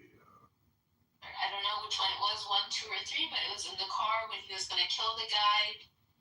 And so, yep, that's what happened. Hey Diego, hey Princessia. Hey Diego, I'm just checking in. How are things working out with your now new secretary? Oh, Diego, We're still struggling, but yeah, well, I mean, she's trying to show me that she knows some movie references, so I mean, I guess we got that. But those are the Godfather. how are you doing? How are you holding up? I mean, it's been a tough week. Oh. Tough week. What are you talking It's been about? a tough week. The week just started, babe. Oh, is it Monday? Is it actually Monday? I thought it was Sunday. Holy shit. Can you just read the tweet that Trump just put out? Yeah. Let me read it. A very sad thing happened last night in Hollywood. Rob Reiner, a tortured and struggling but once very talented movie director and comedy star, has passed away, together with his wife, Michelle, reportedly due to the anger he caused others through his massive, unyielding, and incurable affliction with a mind-crippling disease known as, in capital letters, Trump derangement syndrome. ... Yeah, I know. I heard all this. Like, you guys are a couple hours behind me. I mean, it just sounds like a tweet you might put if, like, one of us passed away. Except you turn it into JES. One of you passed away. The crazy thing is like if you guys made the news and I posted it or something, it'd be like still nobody would look at it. I mean, did you not post that? Can you send the video of you running after Zach? Yeah. Send it to John. Let's just see what John thinks. Okay. I don't know. John, Running up to Zach? Yeah. What do you mean? You'll see. I'll send it to you.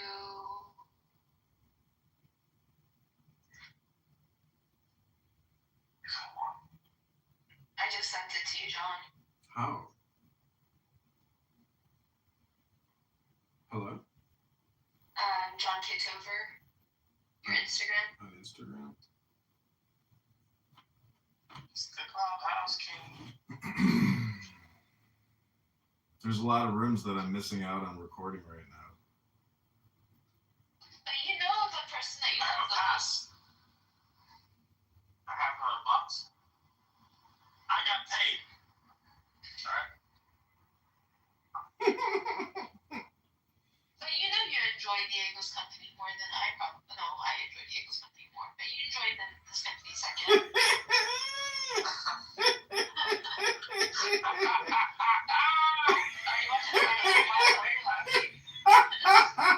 This is so funny. This is fucking amazing.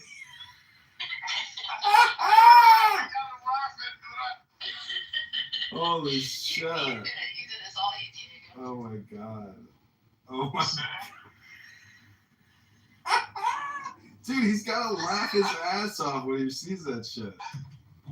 See, this is the next level.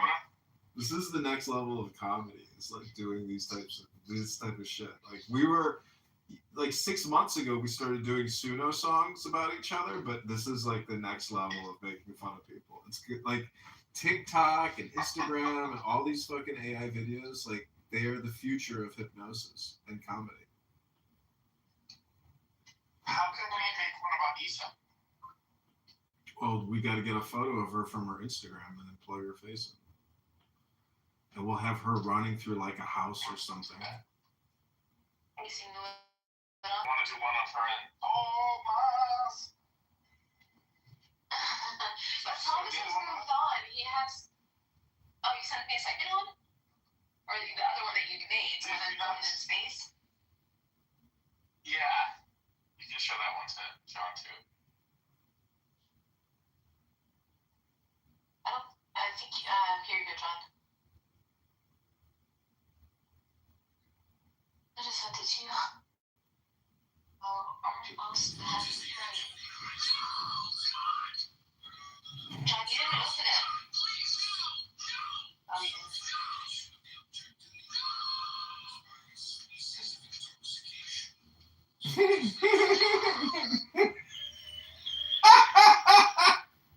Oh, dude.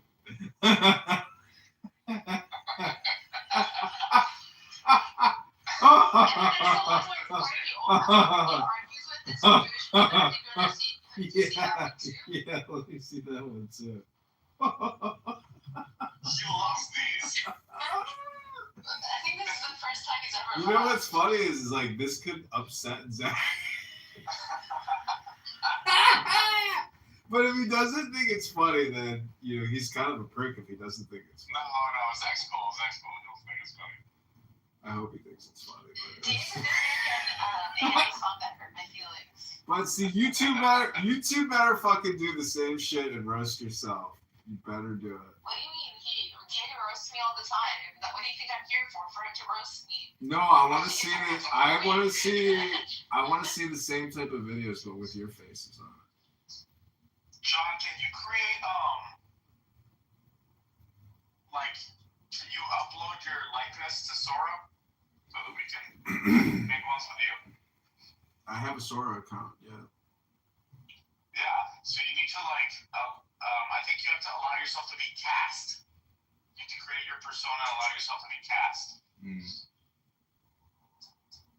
I have 5 other ones. I have one where Zach walks into a dusty Mexican bar.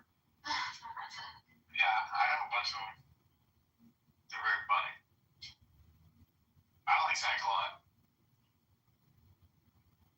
Welcome, Kevin. Oh, is Kevin here? He was. Kevin, I saw a great new movie. It's called The Color of Pomegranates. Have you ever heard of it? Oh, I love pomegranate. Oh my Hey, gosh. Nora, can you post the video for Kevin to watch? Yeah. You gotta see this movie. I was being chased. Yeah, the chasing one. Do you know Zach De La Ruta, Kevin? Yeah. Yeah. Okay. And his Eric Palestinian girlfriend. Okay. Let's see. Paste. Oh, this is a new room. Actually, you're chasing both of us. I know. I thought all of these were in the room, but I realized they're not. Kevin, did you click it?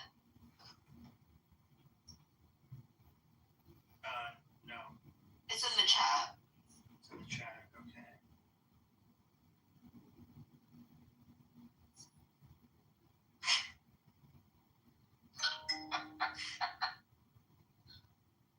It seems like John Kitover has a better sense of humor than Kevin. Kevin's not laughing.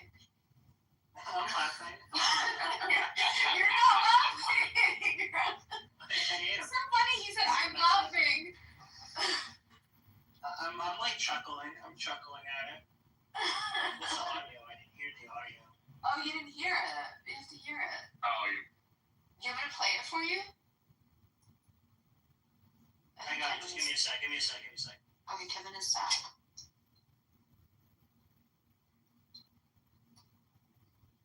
How do I upload a likeness of myself, Diego? I don't know how to do this. I'll figure. No, I don't, but I'll figure it out because I'm not supposed to ask Who's you. chasing you in this? Nora. But a much cuter one. Much cuter Nora. I mean, that's.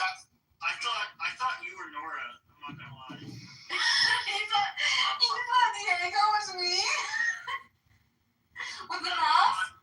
Saying I thought you were on this app. I thought this was just another account for you. I thought you were Nora. What? It is Nora. Oh. Okay, well, why don't you speak about yourself? So I got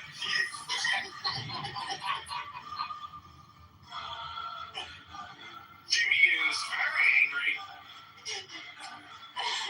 Jimmy doesn't want that. Because Kevin is a character of Nora, so that's why I'm speaking about her like that. about you. Yeah, but it was speaking about the character of Nora, not me. Alright.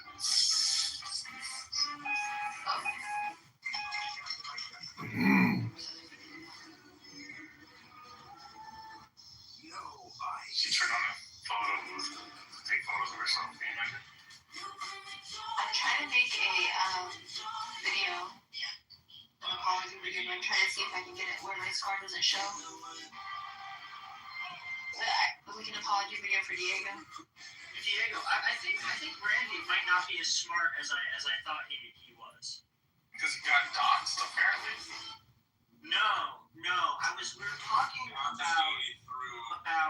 Nick Fuentes' appearance on Piers Morgan, and I think Nick Fuentes is a hard person to argue against successfully enough, where it would justify giving him the additional platform. I just kind of think based on the way he presents his ideas and the way he's kind of willing to shift positions depending on the audience and stuff, I think he's just different. But I asked Randy, I was like, well, if you were Piers, what arguments or strategies would you use against Nick? And he was like, well, I agree with Nick, so I can't really think of that. That's a black answer. That's a black man's answer. Like, what did you, if you didn't have breakfast, what did you have? Yeah, that's actually, I was a little bit shocked by that. It's like, I mean, I don't know, maybe there is a position out there that I would find so difficult to defend, it would be genuinely challenging for you to come up with the arguments. But I feel like for everything I believe, I could at least make an effort at arguing the opposite. Well, I thought there was Kevin. Let's test it out. Kevin. Sure. Take the position that there were not 6 million Jews that were killed in the Holocaust, and why?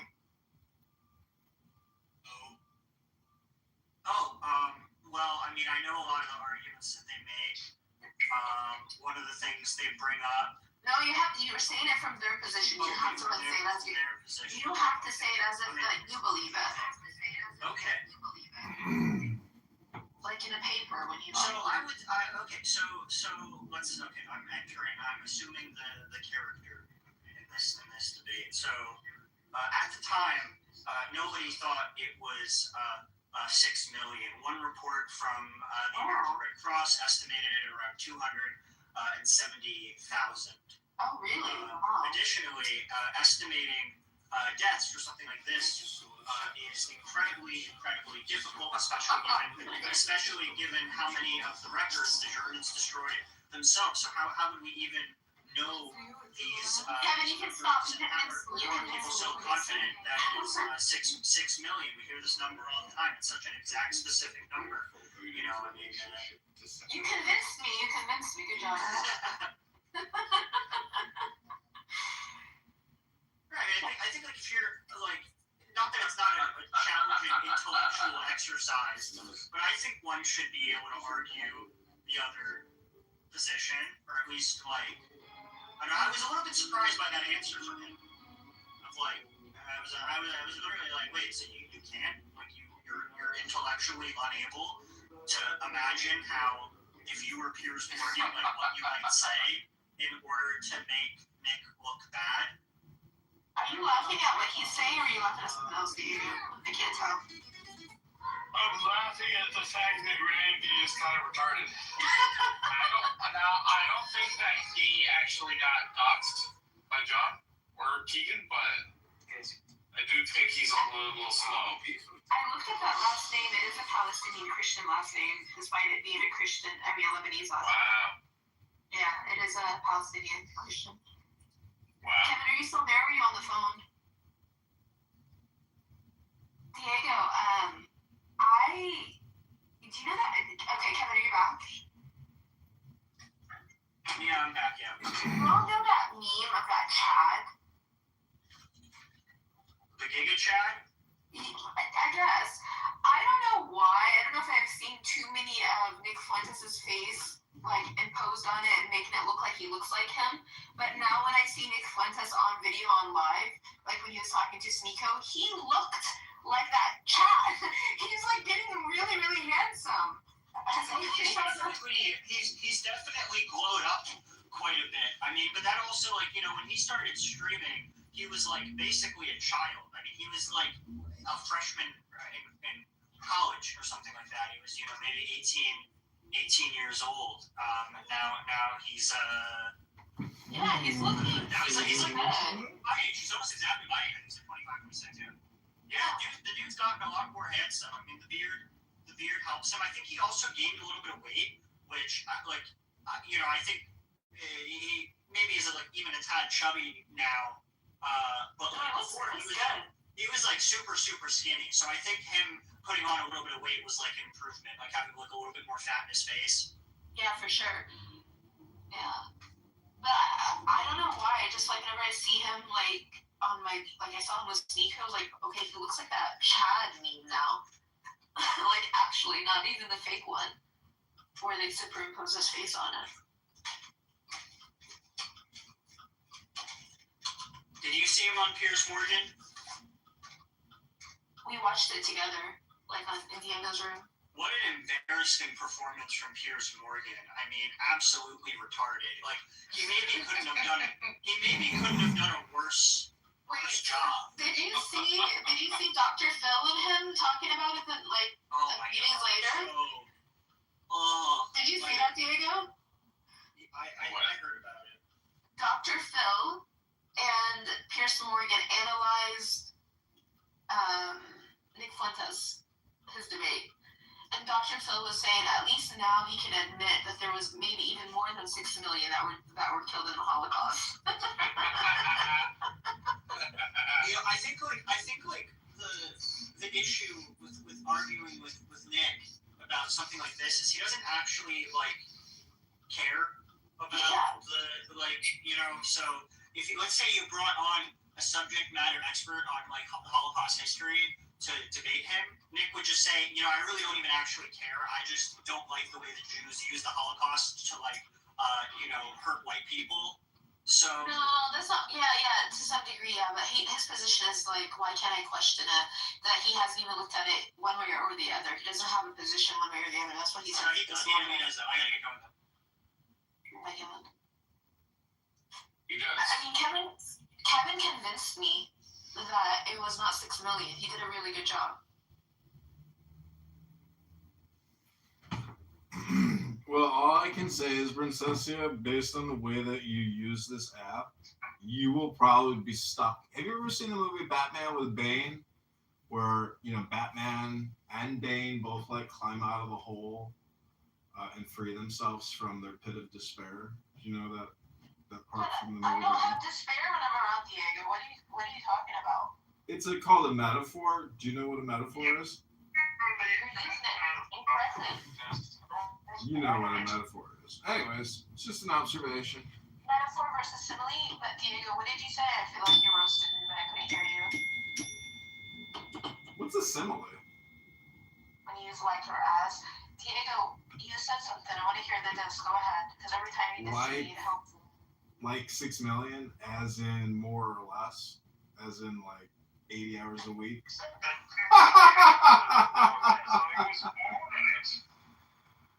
I didn't grow up in Clown House. I just recorded it. Hello? You know what my name is supposed to mean, right? I know music does, but I don't think Diego knows. Hello? Hello? I would point out to the California was going to be New Year's Eve. My name is supposed to mean The light. government says, and it was by some pro-Palestinian organization, but not necessarily singularly attacking Jews. So I guess the rest of y'all would just be collateral damage. I don't know. Thanks for that, Abby. I hate that term, by the way. Benjamin, followed by the doctor.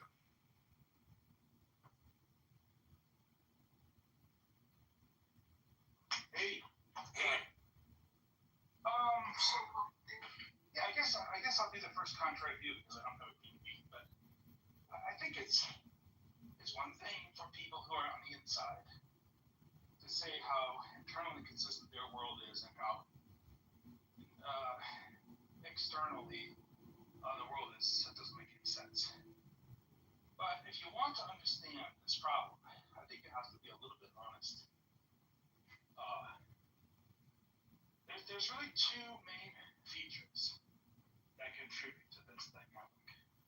One is the Bible, And he left us. like the religious, unnegotiable. And the second is Israel, which is like a physical reality. And for 2,000 years, the Bible, right? The Bible's rough. Like, I don't know if you've read it, maybe not. They don't the Bible. They call it the Torah. That's fine. Torah, it's part of the Bible. No, the Torah, the Tanakh. No. It's hold on. It's fundamentally different. The Torah and Tanakh are the Old Testament in the Bible. The Bible is the compilation of the Old and the New, right? So from a Christian perspective, But you can't call the New Testament just the Bible. You can't call it the Old Testament just the Bible. Benjamin, Marshall's not wrong. Marshall's telling you correctly. He's not wrong, but he is stupid. Please continue, Benjamin. We go one at a time in the room. The only people who interrupt are moderators. I'm sorry. Gary, as he says, will get to you when he sees you on his device, not when you see it. Sorry, Marshall, you're not wrong, though. I wouldn't want to get all wrapped up in analysis, but Scott and I go back and forth on this, pretty much every week. And I was raised on in a Christian context, so with these Satan. And I understand, what that means. I walked away from it. I rejected it. I'm no longer a Christian. And I think that that's the morally correct thing to do, because I think that certain religious ideas are just not compatible with my morality. Now, if somebody look, here's the basic assumption of the Jewish proposition, that there's only one God. I've got to corral you, bro. Okay. We're having a specific discussion, not about their legitimacy, but Jews are always safe and their safety. Can you? The Marshall Rankin Show. The fucking Marshall Rankin Show. Hey, Marshall fixes everything. Marshall will keep you on the straight and narrow. Stay on topic, Marshall. There's two types of people who are Jewish and people who are not. And God prefers the Jewish kind. That's been the message. Benjamin. Well, that's not been the message. That's an inaccurate recitation. In fact, that's the kind of trope that puts Jews in danger. Yep. You want to come on here and say that you're not going to get away with it. You can go to another room and say it, and they'll probably say, "Right on, brother." But if you're going to articulate Jewish philosophy and Jewish religious teachings, you're more than welcome to, but you better fucking well know what you're talking about. And that's bullshit what you just said. It's not an us against them thing. It's not like the Jews want to take over the world. In fact, we oppose proselytization. It's not written in our book to try to convince you to drop your atheism or agnosticism and become a Jew. We're not looking for you. We're not recruiting you. Don't worry about it. Jews don't go out and grab people off the street and put the heebie-jeebie on them and say, now we have a Jew. And have this us against them, and we hate anybody who's not a Jew is not a full human being, you see. That's not true. So if you want to cite things in the Torah, or as you like to refer, the Old Testament or the Old Bible, feel free, but be accurate. And I think you're a smart enough guy to know that you're being deliberately inaccurate. So Gary, you're sounding an awful lot like a Jew right now, Gary. Situation to push through the very kind of tropes that put Jews in danger every day. Dr. Me followed by Les. But Gary, what about the Jews that have put the Palestinian in danger, Gary? Dr. Me. Hello, Gary. Can you hear me, Gary? Gary? Les followed by David. Gary, you are sounding like a Jew right now, and it is a Jew, a Zionist like you, that put my Palestinian brothers in jeopardy. Hello? Simon? Hey, Simon, how you doing over there? The thing that we can address quickly are the... Last time I spoke with Simon, he's like, John Kitover sounds like what AIDS sounds like. And I was like, no, Simon, that was projection, Simon. You ever do a good impersonation of that? Who, Simon? It's very hard to do his monotone voice. Diego does a really good job. He does. Diego's the best at everything. Diego's the best at everything. I'm gonna open a new house. Will you come to my new house? It's gonna be called Diego's the Best at Everything by Nora, his fucking townhouse secretary. What the heck's going on, Scott? Your audio's on. Nonsense. I don't know what happened with Scott's microphone there, but Sorry about that, Gary. I do not know how that happened. My bad. Sorry, apology. Now I'm curious what I was actually editing a podcast for the Jewish Farmers Network. I got you. Now I understand.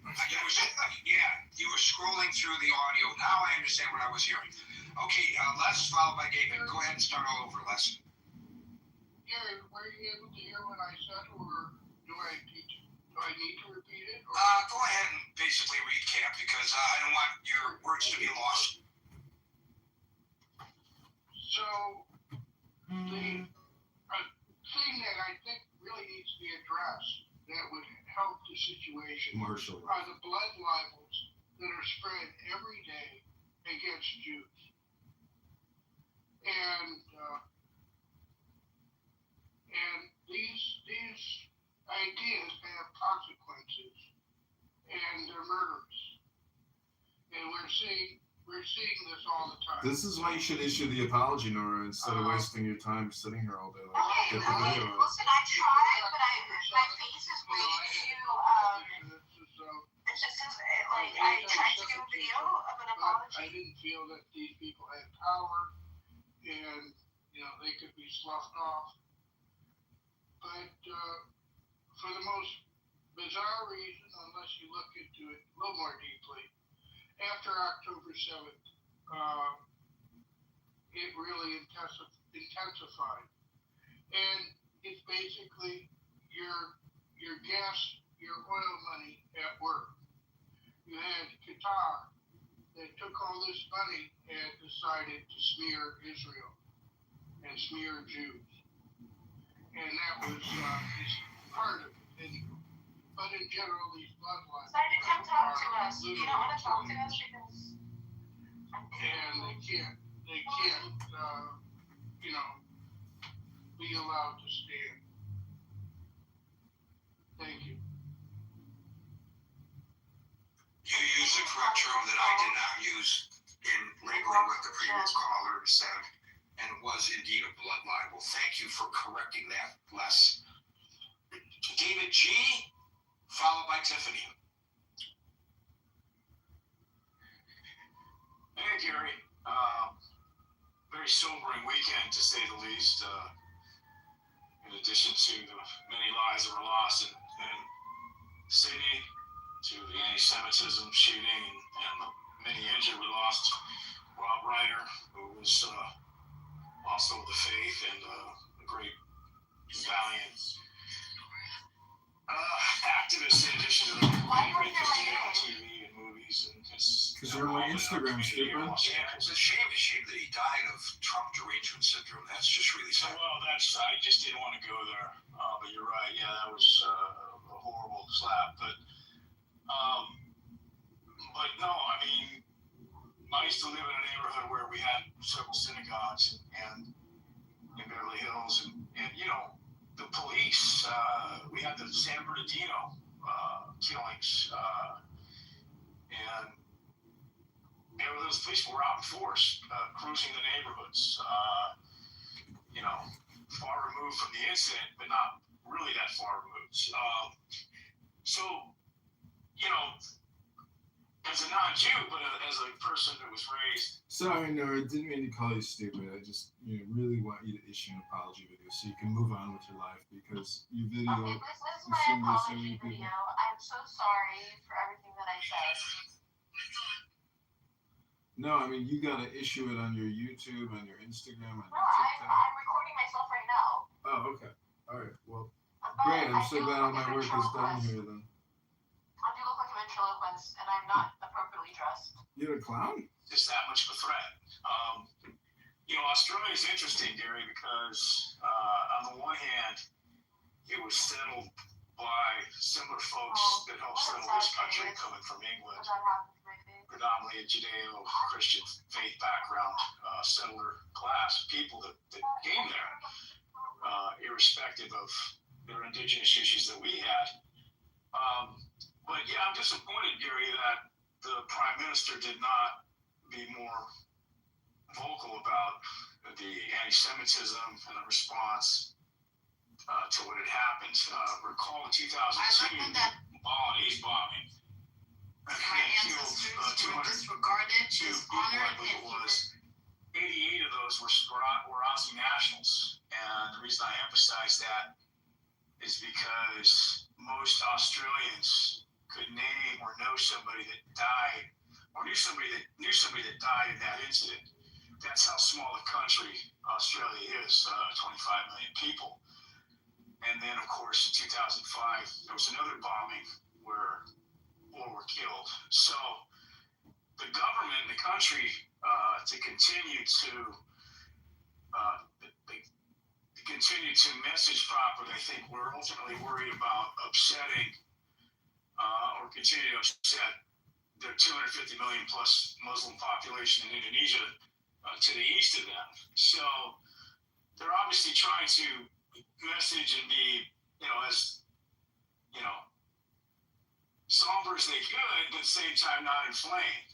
The Indonesian government was very slow to execute and go after the perpetrators, claiming political and other issues that they didn't want to inflame further.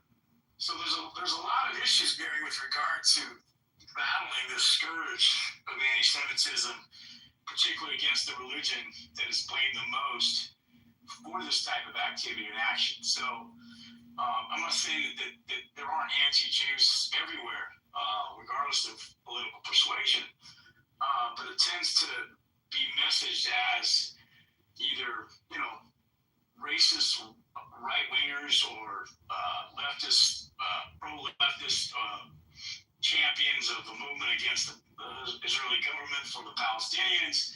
Whatever stripe that it comes in, it clearly ends in a situation where we don't cure the problem. And of course, 2,000 plus years or more, actually 3,000 plus years of anti-Semitism that's faced the Jewish people and religion doesn't help either, because there's 8 billion people on the planet, Gary. There's 8 billion people on the planet.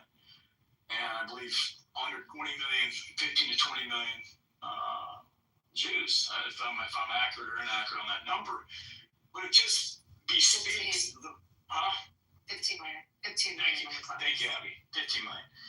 So this is, and then to your point, Gary, about the massive contributions of the religion and the people to academia, to medicine, science, from Einstein on down, going back. I mean, there's been a massive contribution for their sheer numbers to not be lost on the world in terms of. And this is where even in the 21st century, Gary, we're way more radicalized with factions and bad ideas and tropes and everything else to where this can't be litigated with violence, unfortunately. We can there's just too many people against this small religion, Gary, for there to be, other than, from a state position sort of response, because we don't know. I was talking to my sister's boyfriend, who's Jewish, and his last name's Levy. He's from the East Coast, and we just celebrated a Christmas party together, and I wished him Happy Hanukkah on the first day. And he's scared about Mondavi, and he's scared about all these other issues that are coming around, and then this whole thing blew up in our face over the weekend. And I was talking to him about, we don't, for you don't know you don't know where these people are. You don't know where the enemy is residing or walking amongst us. And that's the scary thing about, I've been to Bondi Beach, by the way, Garrett. I brought it up in a room earlier with Rick and Marshall. It's a beautiful location. You and Nicole Kidman, she was just there last week. Oh, okay. Well, my point with bringing that up is that it's a beautiful place, safe space, and you think of Australia as a very safe country, given the reasons I mentioned about being 25 million. But we were talking about how the Sydney government, the police force, should have. It's a big beach, so they would have required a pretty sizable police presence to maybe deter or beat. Well, they didn't occupy the entire beach. The party was held in a confined area, actually a park adjacent to the beach, to be exact. So it was doable in terms of setting up security. Okay, that makes sense then. That makes sense then, because some of the videos I was. Yeah, by the way, the NYPD does a great job of setting up security for Times Square on New Year's Eve and the Thanksgiving Day Parade and the 4th of July fireworks, and that's certainly spread out much, much further than this. It's doable, believe me. No, absolutely. And I wanted to bring up, like I said, I mentioned before, I was in Thailand during my 5-country tour this past summer, and it was the beginning of the first Thai holidays, the New Year. And in my hotel, there were Israeli nationals celebrating in my hotel. I had several conversations with them, and when I went down into the lobby to leave for dinner, 8 or 9 Thai national military personnel were in that lobby protecting that large group of celebrants for the high holidays. So,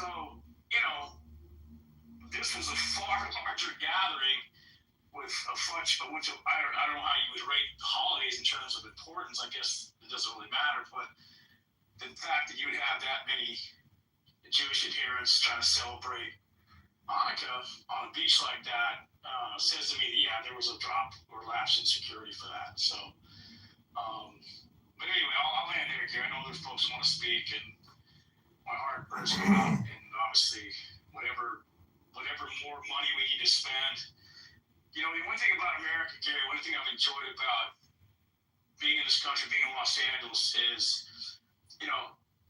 our movie industry has done a wonderful job of keeping the memory of the Holocaust alive. And I remember it was brought to my attention in the early 90s when I was in college, and Schindler's List was just launched by Spielberg,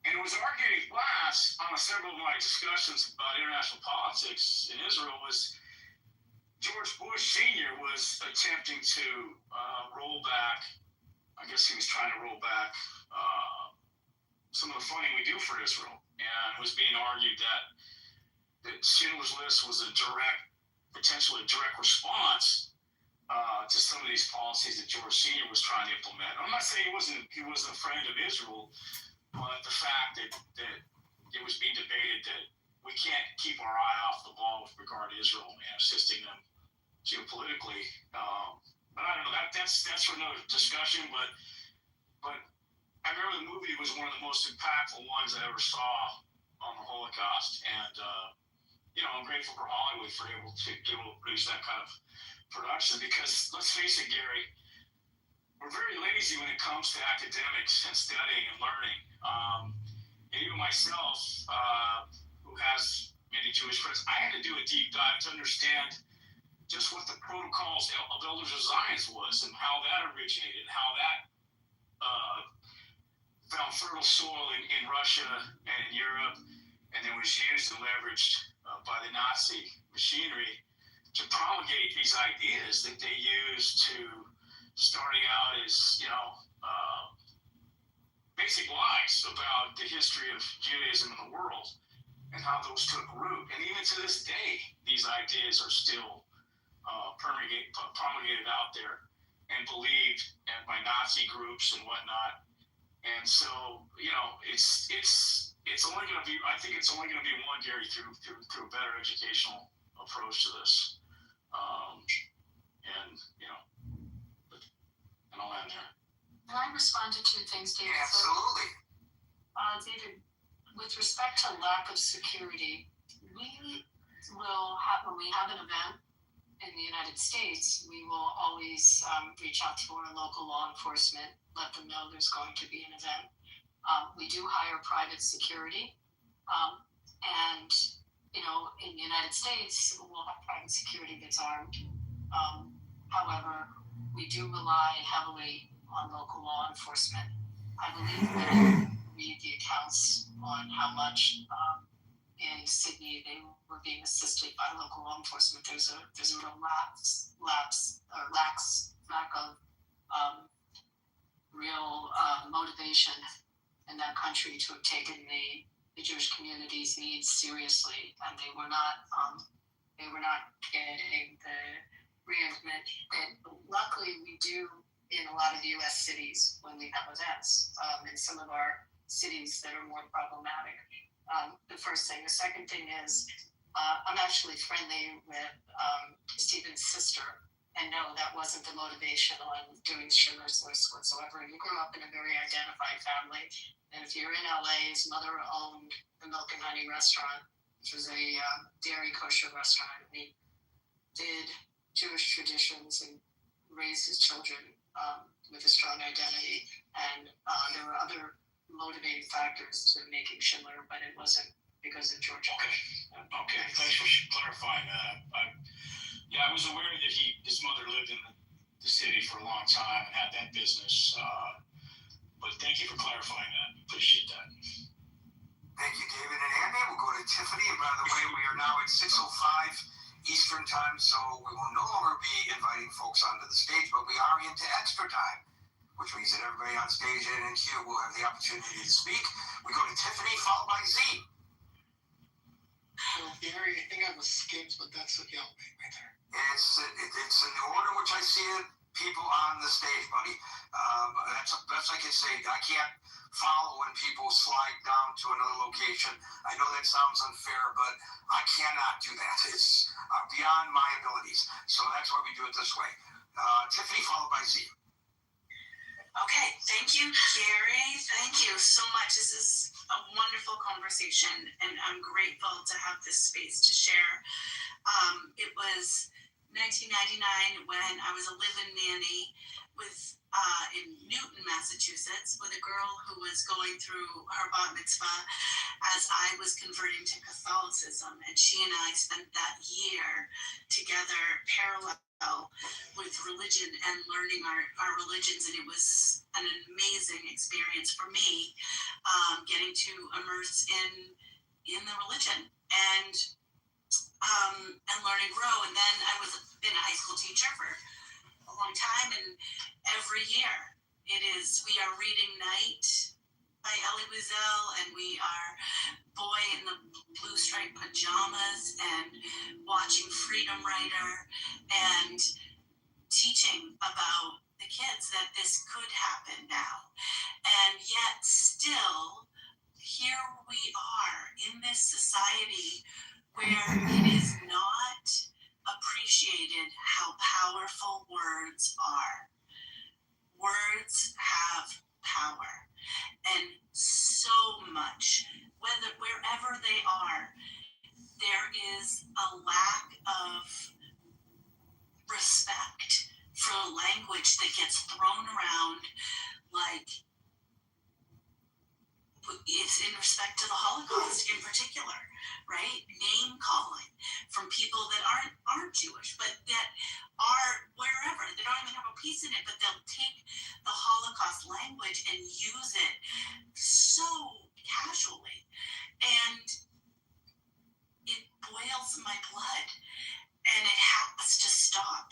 And that I have power over for me, in that I can be very aware of the language that I use in name calling or respecting others and showing up with love, showing up in love and curiosity and respect and support.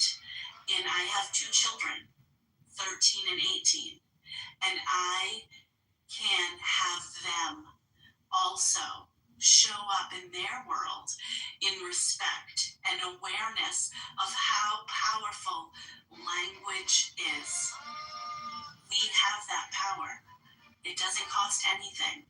We get to choose every day how we are connecting, how we are supporting, or how we are not. Either way, that's our choice. And so today, I was very grateful to raise my hand and say that I'm here. I'm here with the Jewish community. I am sickened and saddened. I am sending love and support, and I will always be a vocal ally. Thank you. Thank you for those heartfelt comments, Tiffany, and they are soothing to the community. We'll go to Z, followed by Dave Lintz. Hey, thanks, Gary, and thanks everybody who has shared. I actually don't have a lot to say. I'm here learning. I don't know a lot about the history. And so I kind of just said, yes, I wanted to come up on stage because I was identifying with, I also feel like there's been some incredible setback in people, and the violence and the, I guess you call it rhetoric or something, seems to have popped up again. And it does concern me, and I just say that I hope that, as we move forward, that that a lot more people decide to look at themselves in the mirror and ask themselves, what they're going to do, who they are, how to, this is some kind of a historical hatred that I don't really understand, because I don't know why people are carrying on for so long with it. That's my own ignorance, that's all. It's probably something to do with human behavior or something. But I wish everybody well here, and I care about you guys, and I really appreciate the way that this space educates me and other people.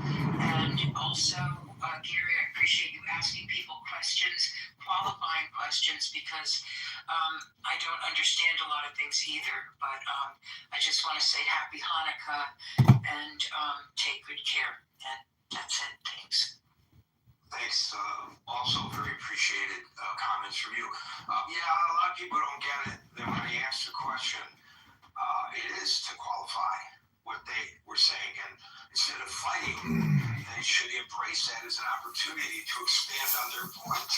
But anyway, some people, maybe because in a lot of the rooms, people jump down each other's throats. People just presume that's what I'm doing here when I ask them questions. Still learn. People are starting to get it. Thank you, Z.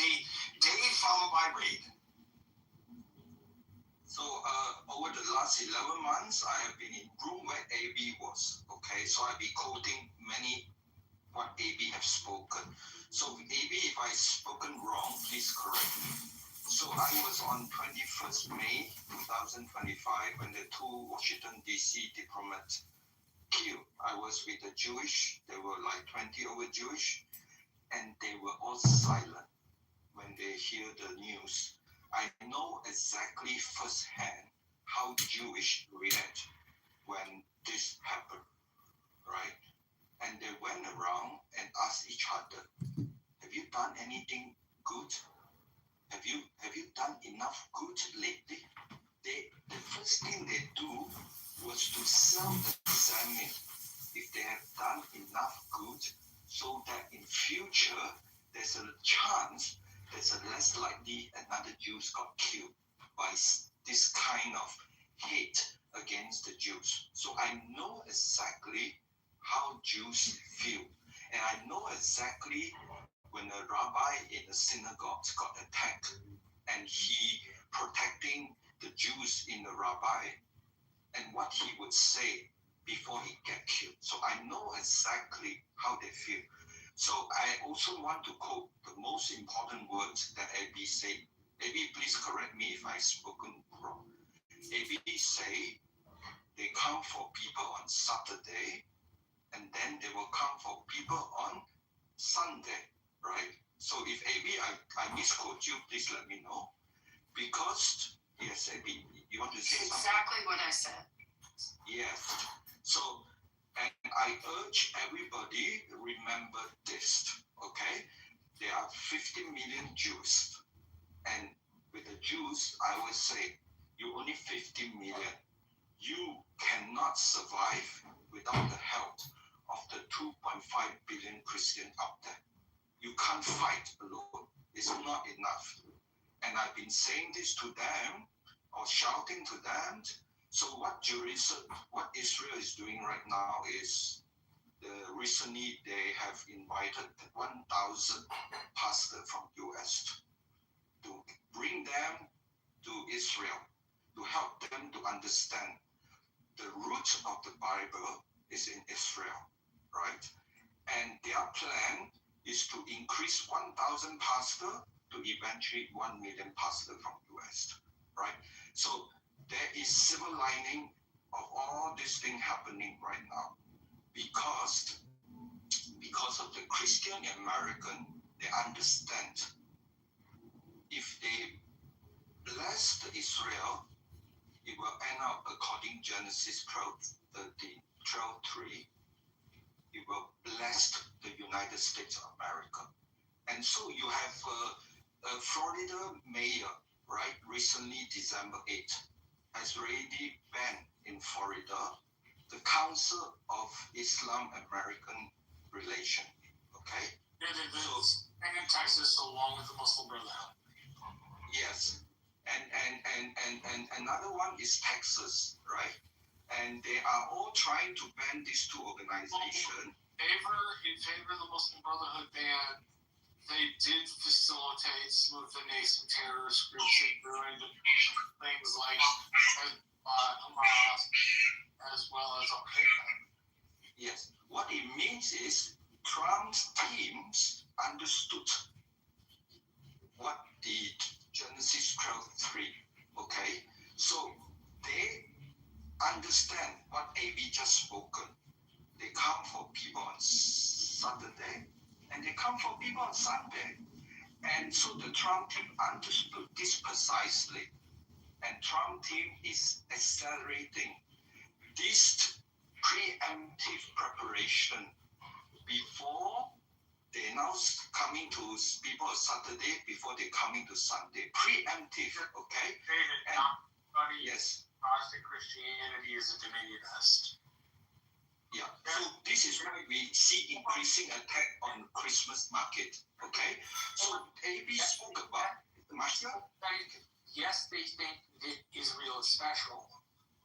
The dominionists are the only people that believe they have to possess the Holy Land in order for our ready to happen. The people you're talking about.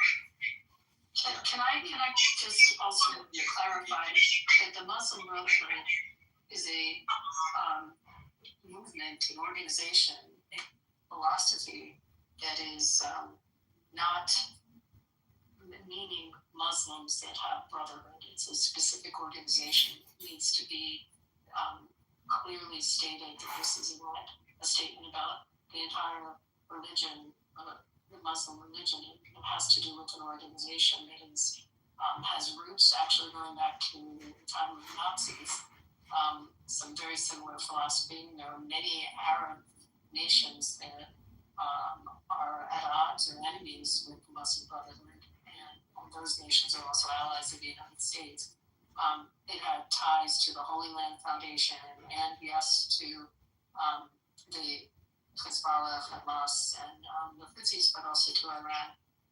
So it needs to be really clearly distinguished as to who they are, and anyone can just pick up your phone and Google or however you research and read who the Muslim Brotherhood are. And if you want deeper reading, just look at their connections to Hitler and to the Nazi movement as well. Thank you. To that point, Abby, there are three guys from Egypt, one of whom is a retired high-ranking Egyptian army official who is still consulted on today on certain matters and who has developed weaponry for the Egyptian government to fight terrorism, for the Egyptian army to fight terrorism. And they are devout Muslims, but they are vehemently opposed to the Muslim Brotherhood, and they, of course, can see the distinction. They feel that the Muslim Brotherhood was attempting to take over, and they did for some time, the Egyptian government to the horrifying detriment of the populace there. And that was eventually put down. And part of that was encouraged by certain policies during the Biden administration under the auspice of some things that the then Secretary of State Hillary Clinton did that I think in reflection she and he may feel was inappropriate, their approach to it. But at any rate, the point is, coming from you and me, it's one thing. Coming from these guys who I see on a weekly basis who are devout Muslims, they would agree with your statement. They do not feel that opposition to the Muslim Brotherhood is opposition to their religion in spite of the title of the organization. Okay, we'll go to Raid, followed by Andrew.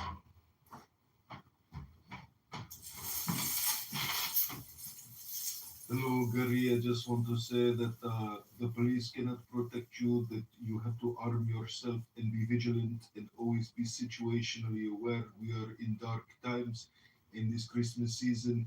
The mind virus of violence and stupidity is everywhere. So be very diligent and careful and always, never look at your cell phone if you don't have to. Always be vigilant and ready to fight.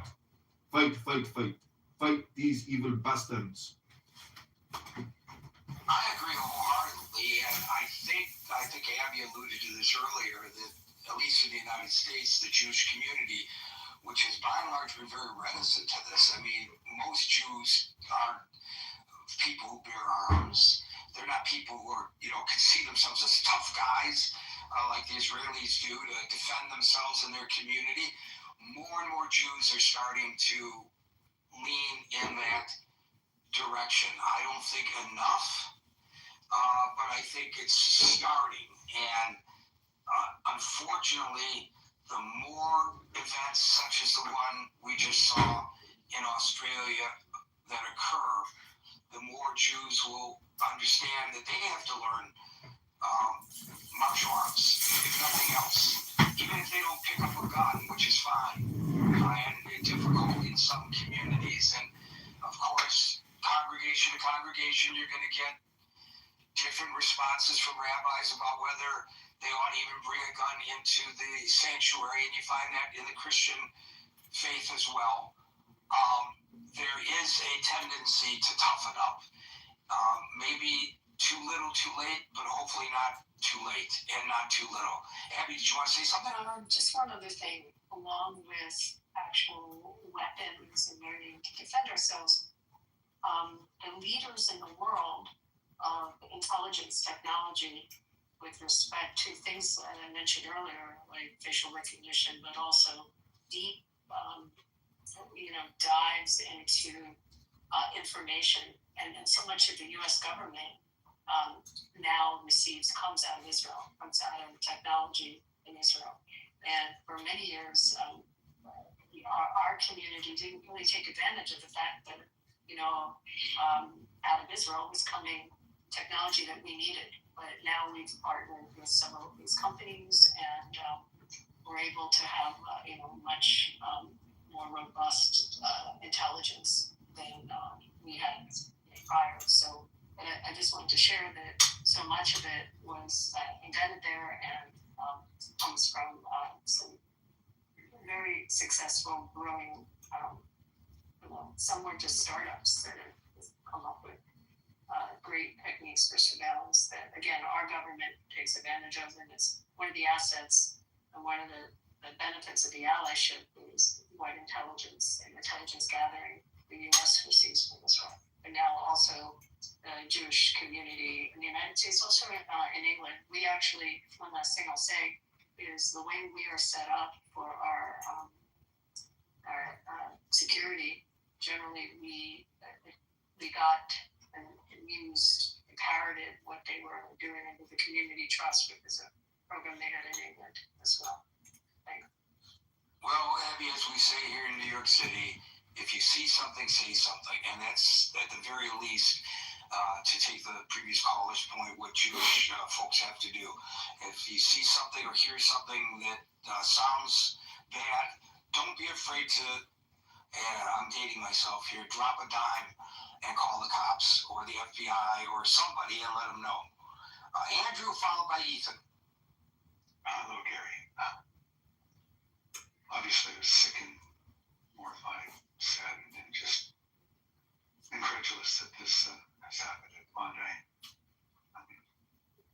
And it just, I remember the previous night I'd seen something about what was happening on the beach, but it wasn't specific. It was just a shooting.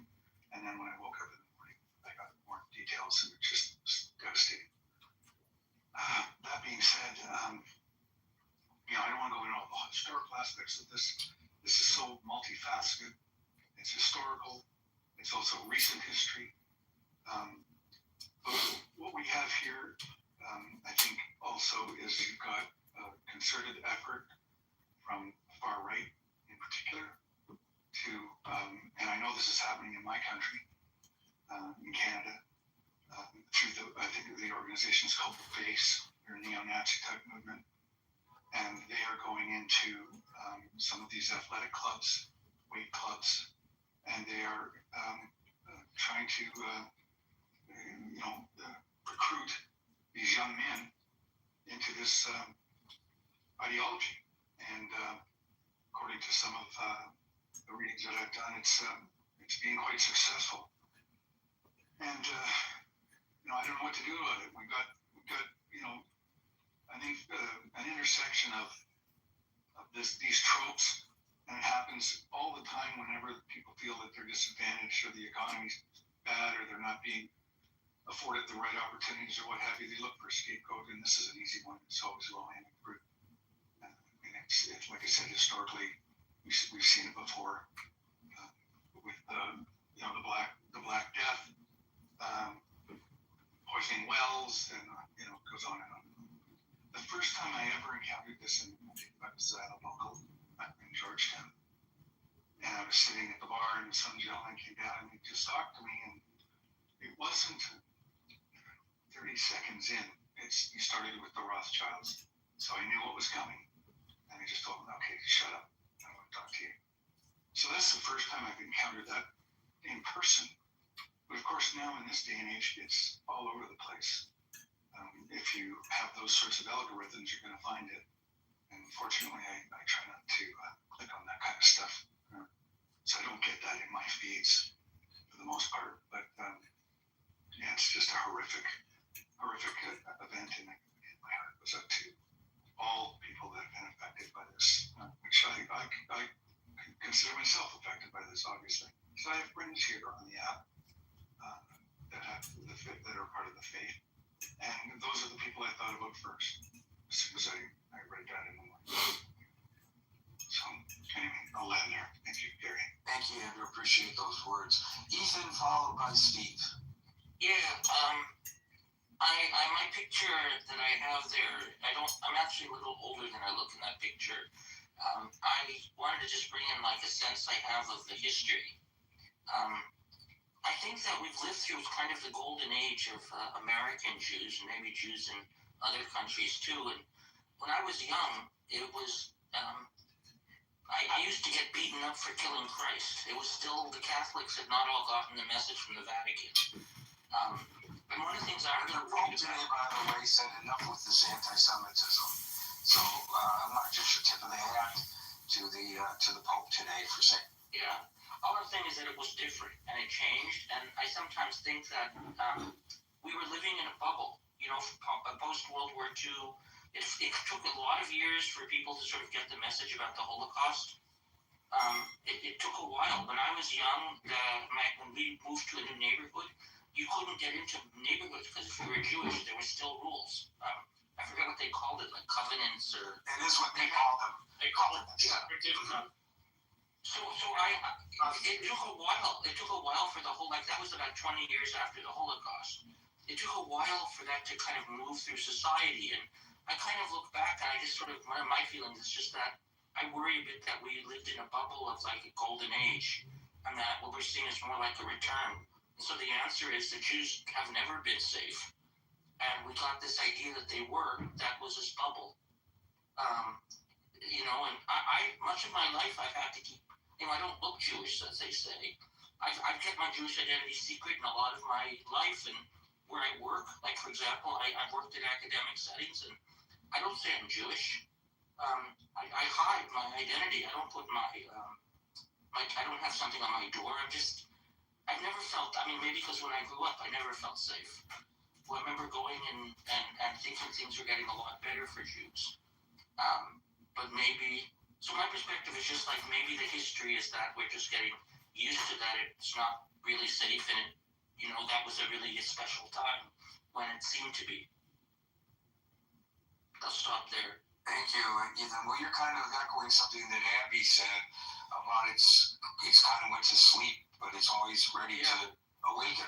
And Abby, and Ethan, the analogy I use is a virus. There are viruses. The Ebola virus, it's still there. It's not affecting us right now, but it's waiting. And anti-Semitism is a virus that is now starting to activate once again. And I don't know that there's a good answer to it, frankly. How do you combat hatred? You can only combat hatred with the truth. And even then, you're not going to fully put it down, you know? And I think it's a shame that people have to feel like yourself, that they have to hide their identity. Yeah. Because I should give you one more example. I was at work, you know, a number of years ago, and a colleague of mine who I'd known for years, and I mean, she should have known I was Jewish, started talking about how there was this conspiracy of Jews in the place we were working. And it never even occurred to her that I was Jewish. Yeah, well, see, you got the luxury of being able to pass. And sometimes we hear things that you weren't supposed to hear. Unlike a black person, for example, who doesn't, you know? So there may be an advantage to that. Thank you, undercover Jew Ethan. And we'll go to Steve, followed by Alex, and then Barain will get the last word. Steve? Yeah, Gary, I got probably a little different take on it. I think there's two major components at play here. I think number one, this isn't so much just a Jewish, but a cultural. As morality breaks down, I think violence becomes more prevalent because I think the underlying structure of right and wrong being removed gives people more of a feeling of freedom to commit horrific acts. So I think that's one component to it. Specifically, though, I think this hatred's probably the oldest one that exists on the face of the earth. And I think it probably goes back to the tents of Abraham with Hagar and Sarah, Ishmael and Isaac. And I think there's the genesis of it. And I think it's carried on ever since then. And then that's basically my take on it. Well, I can't tell you that I was disinvited from an Easter dinner table by a Roman Catholic family. The daughter invited me because I was alone. My family was, they were winter Texans, so my parents were in Texas, and I was working. I worked Easter Sunday to allow one of my Christian friends to have the day off. I worked an extra day that week, and I was invited to their You worked in South Texas. No, I didn't work in South Texas. No, I thought you did. No, I said my parents were down in the Rio Grande Valley. So it was, the young lady said, what are you doing on Easter Sunday? And I said, I'll stop by someplace, grab a bite to eat. No, come down. And when the father found out that there was a Jew at the table, you killed our Savior. You invited, he says to the young lady, you invited a Jew on Easter Day, and they killed our Savior, Jesus Christ. And I was ordered out of the house. She was mortified, and her mother was mortified. But I said, no, that's okay. It's his house. It's his dinner table, and he has the right to determine who sits at his dinner table. And I took my leave. But it's that kind of thing. Alex, followed by Barack.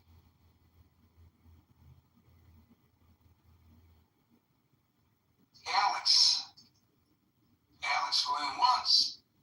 Alex going twice. Barack, you get the last word. Yeah, hi Gary. I think tragedy, are Jews safe anywhere? I think I think Jewish people need to be careful. I think they need to know their neighbors. I think they need to connect the people that live close by. As unfortunate as it is, I think once you connect at personal level with folks, things becomes very different. I grew up in a place with 30% Jewish population, a small northern enclave in Northern California. But I shouldn't say grew up. I went for 8th grade or middle school and high school. And my best friends are Jewish.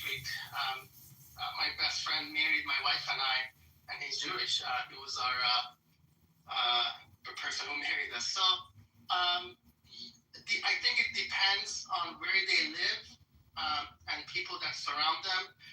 One thing that I'm going to say, and I think it's a trap that everyone needs to be careful of, and I'm not saying it happened in this room, but in other places I hear it here and there, is we have to be careful not to fall into a narrative of this war of civilizations, because it's very dangerous. And what's not articulated here all day, not once. Okay, yeah, not here, but I hear it in the news, and I think we have to treat this as a terrorism by terrorists, sick individuals that need to be punished. And I think the guy, they had some information on him from 2019 that 2009. Sorry. Okay. So they had some information on him in 2019 that the guy, the son, the 24-year-old that was born in Australia, he had some radical tendencies. They didn't do anything about it. So that I'll just leave it to that. We just need to be treat this not as one group of people against another group of people, or demonize a group for acts of terrorism and violence, because that's a very slippery slope that we don't want to go down that road. Except if there are groups that are formed for that specific purpose, then it's not a slippery slope. I think you're referring to religions, and I think you're correct to refer to religions in that respect. That's exactly what I'm referring to, yes. Yeah, that's why I wanted to give you a chance to clarify that. My next door neighbors are fundamentalist Christians, and, they took a moment to send me a note of condolence over what happened in Australia and to wish me a happy Hanukkah. I thought that was beautiful. I don't think anyone in their right mind would not sent condolence to a Jewish friend or a family or a neighbor. Gunning down people at their festivity, I mean, that's as evil and messed up as it gets. So it is. Folks, we're here Monday through Friday from 5 p.m. to 6 p.m. New York time, so until 5 p.m. New York time tomorrow. For our next edition of the Critical Thinking Forum, everybody be safe, be well, and peace out. Peace out, Habibi.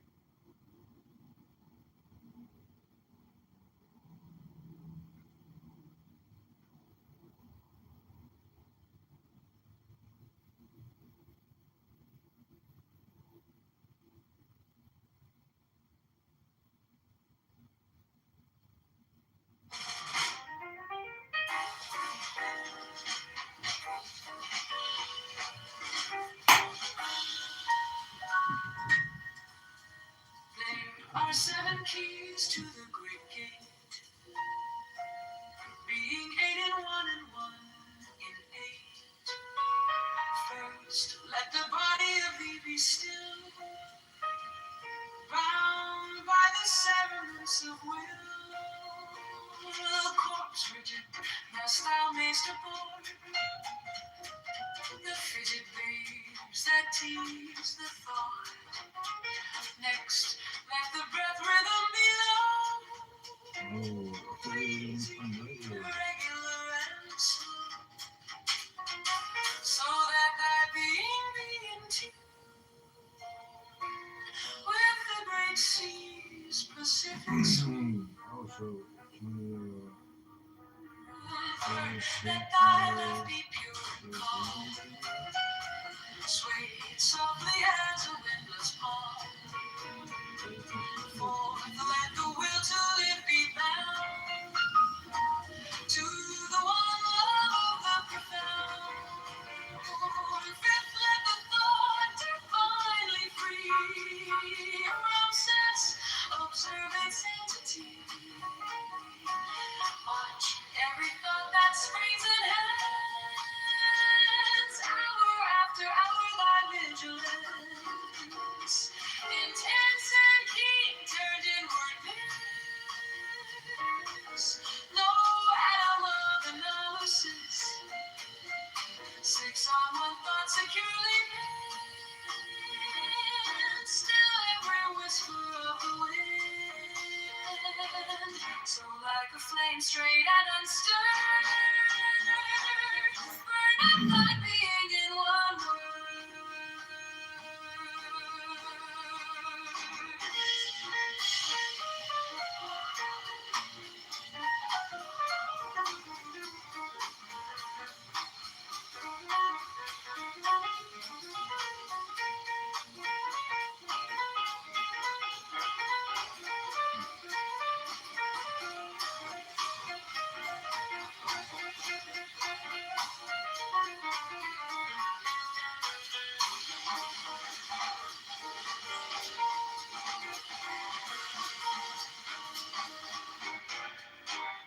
Next, still that ecstasy, prolong thy meditation steep and strong, slaying even God should he distract thy attention from the chosen act.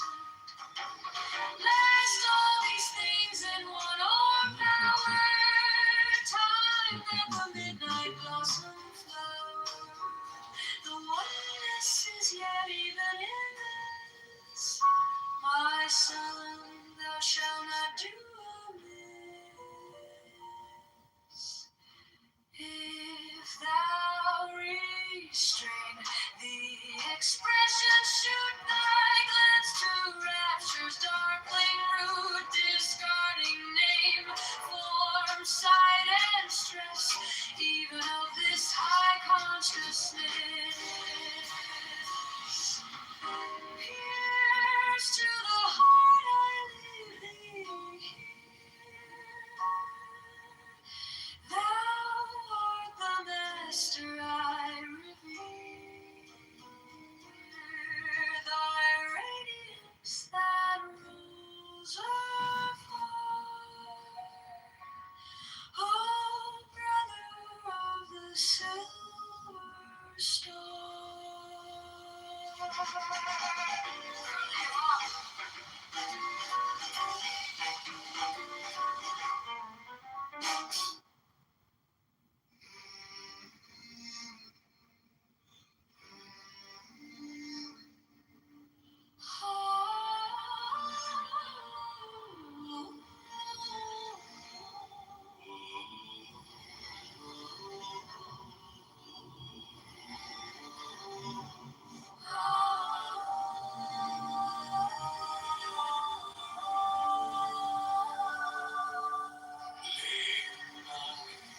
Has me deep in thought on days I cannot sleep. I ask myself what if questions on what I've heard from the voices inside my head. It's away every night on nights I seem distant. I know it's growing back. With each passing moment I lay in bed in my own thoughts that seem to have no end. I ask myself this one simple question: who will carry my home? Who will carry my name? I never tell anyone of my silent pain. I put on a mask to make me seem sane. I laugh at the right times. I know when I should, but nobody asks if I'm truly good. Behind every smile, paralyzed stage, dying inside while I act my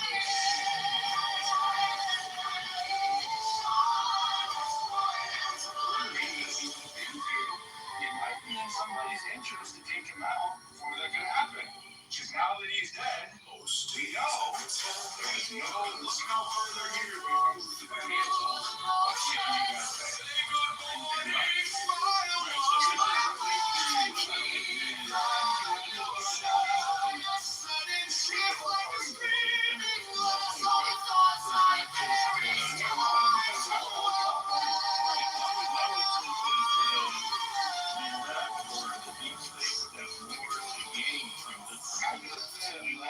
How does the left half gain financially from cutting her bets? It's not really about the finances, it's really more about the money, trying to keep it out of the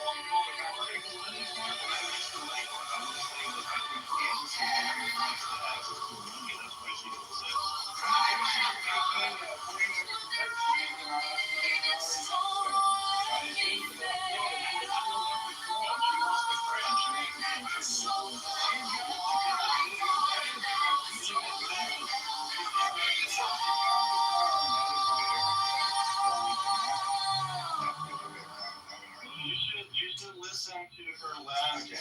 Thank you so much. Thanks, guys. Thank you. It's going to be go ahead, and then we're going to get back to watching the show.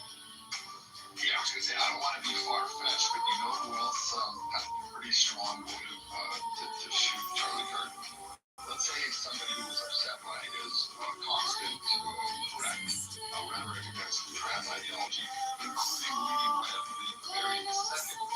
Those last watches that you ever answered, I don't have to go to that. And all those CIAs, all those other good potential suspects don't have someone with DNA on the actual murder weapon.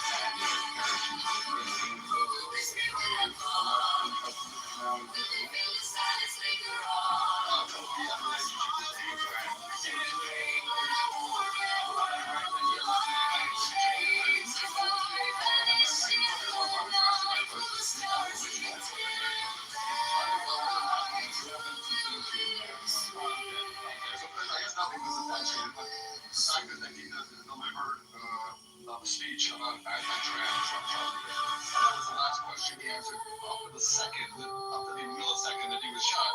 And all those other categories of people, to USA fans from the private Israel, none of them have DNA, none of them have DNA on the murder weapon or the blanket covering the murder weapon. Was it really beneficial? Did they really gain? Okay, let's just run with your scenario here and say that it was a pro-trans shooter. What did they gain from the death of Charlie Kirk? Backlash? The question is what they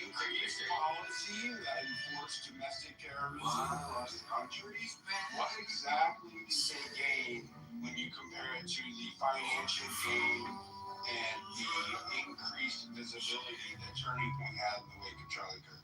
Okay, you can definitely ask the same thing about Israel or financial crisis, all those questions are being raised. But what they think they gained, right? Why does anyone try to shut up anyone else's conversation they don't like?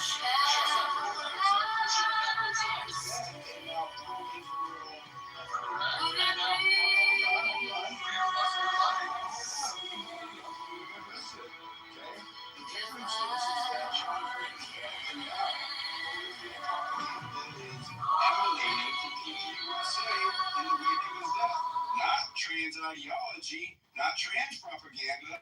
So again, there's a huge distinction as far as who benefits what in the wake of Charlie Kirk.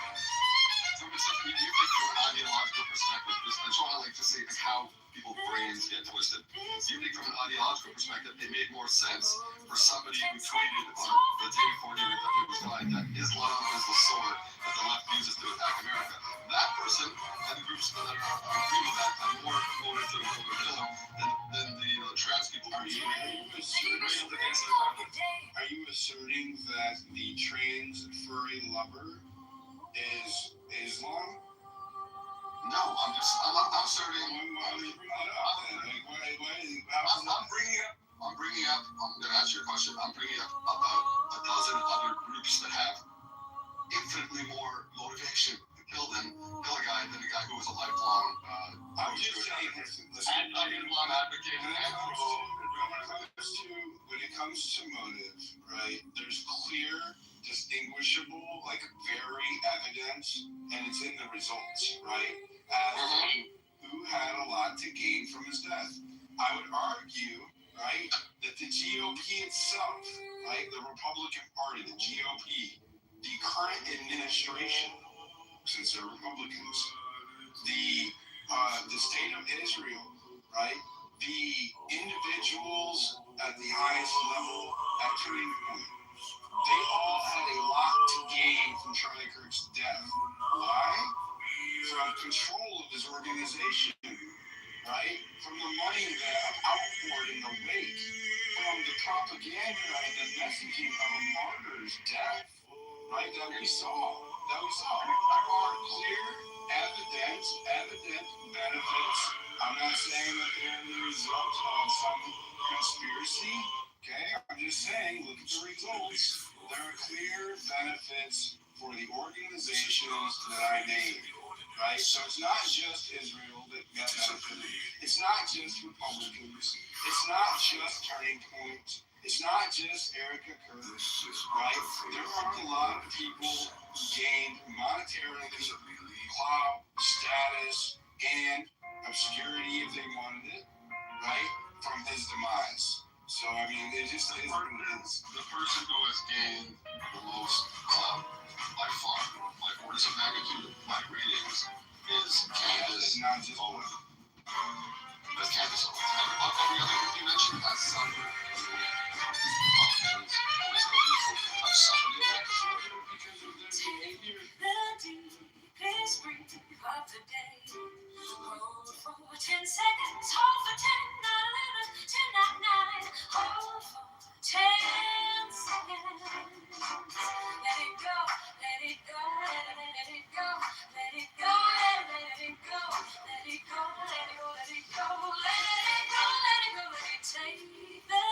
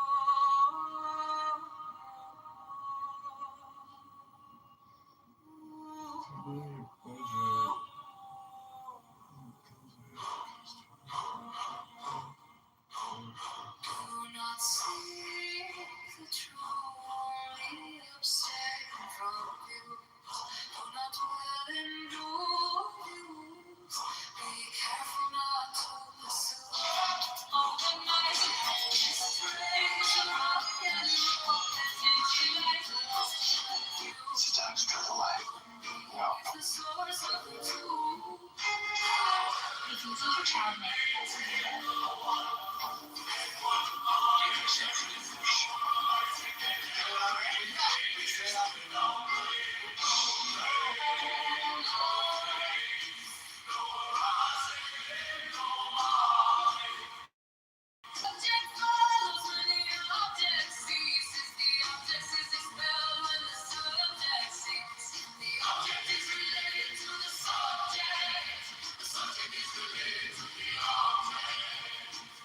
If you want to know these two, their origin is one emptiness. In one emptiness, both are equal, evenly contained innumerable forms. Two not different shall be coarse and fine, and you will not be for or against. The great way is all embracing, neither easy nor difficult. Small views are irresolute, full of doubt. Now in haste and too late, grasp beyond measure, and you will go astray. Letting go leads to spontaneity. Essence of the cause of our minds. Accord your nature with the weight and go free of trouble. Better thinking strays from the real, the darkened sinks and soils. To weary the spirit is not good, all use are strange and familiar. In following the own vehicle, do not dislike the sixth sense objects, not disclaiming the sixth sense objects. Turns out equal to perfect wickedness. The wise performs through non-action, the fool ties himself. Things are not different, ignorance leads to preference.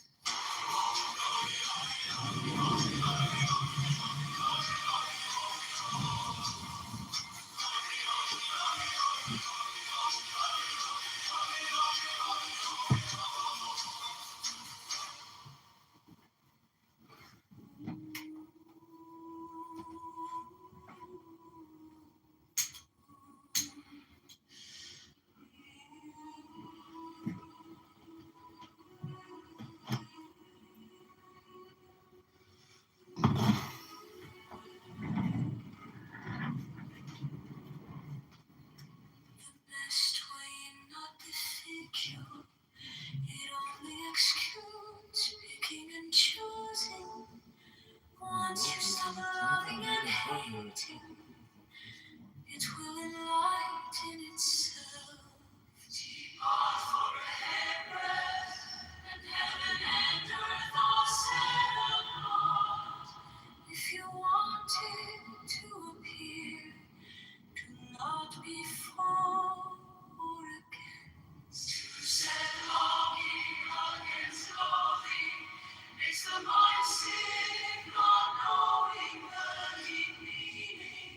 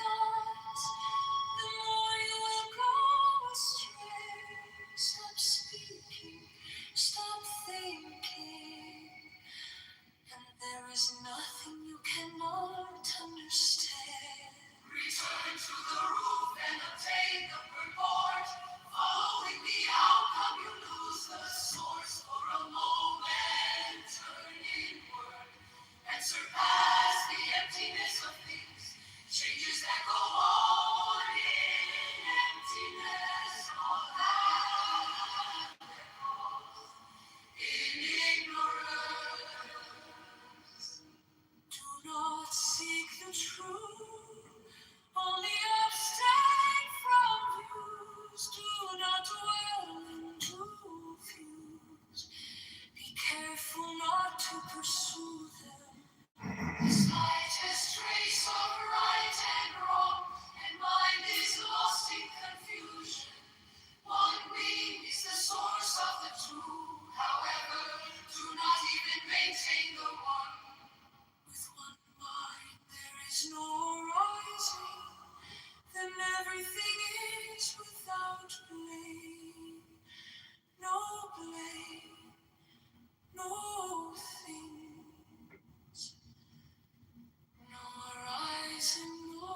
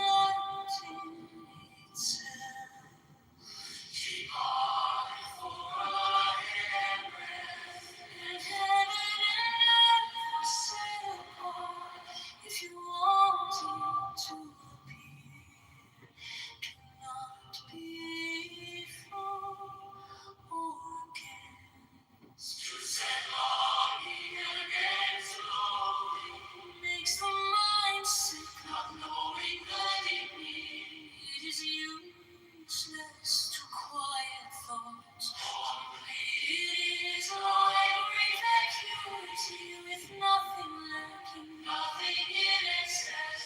When you grasp and reject, there is no such ness. Do not follow conditions. Do not dwell in emptiness. Cherishing oneness in love, everything will stop by itself.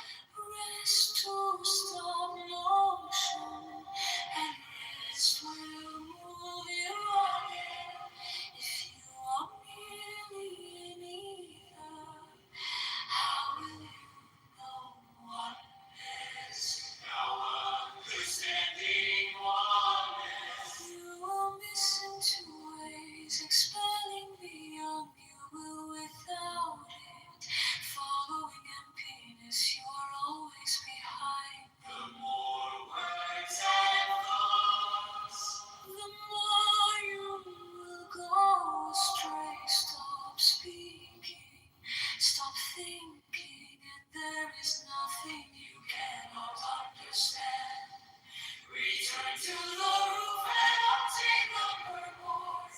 Following the outcome, lose the source. For a moment, turn inwards past the emptiness of things. Changes that go on in emptiness all have their cause in ignorance. Do not seek the truth, only abstain from views. Do not dwell into views. Be careful not to pursue them. The slightest trace of right and wrong, and mind is lost in confusion. One being is the source of the two, however, do not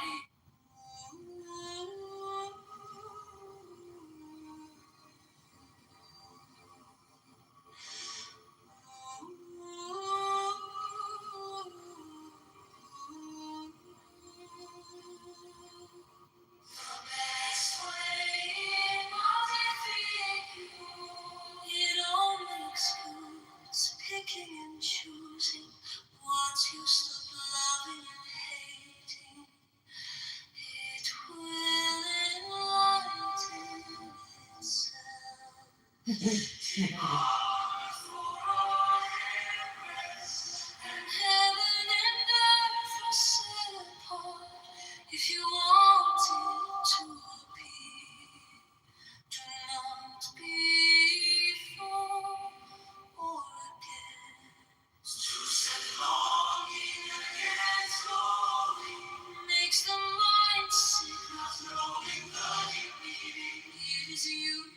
useless to quiet thoughts. Complete is like great vacuity with nothing lacking, nothing in excess.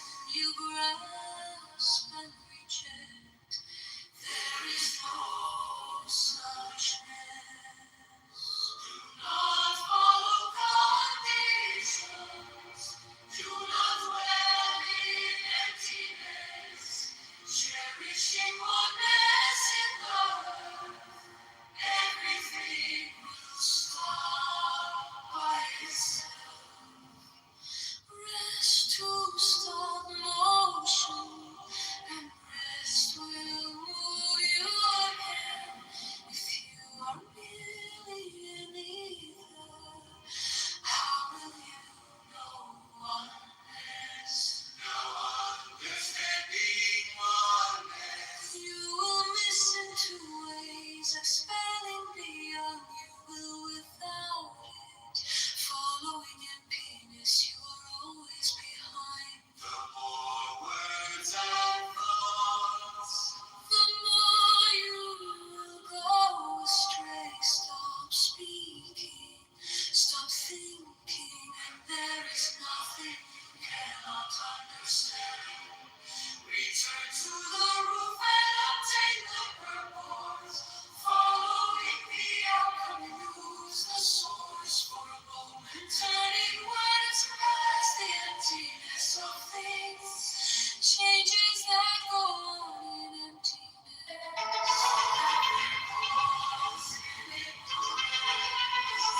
Do not speak the truth on the abstinence.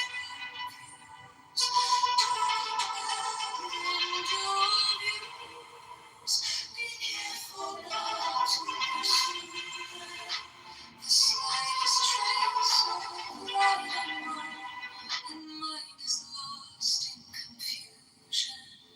One being is the source of the two. However, do not even maintain the one. With one mind there is no rising, then everything is without blame. No blame, no face, no rising, no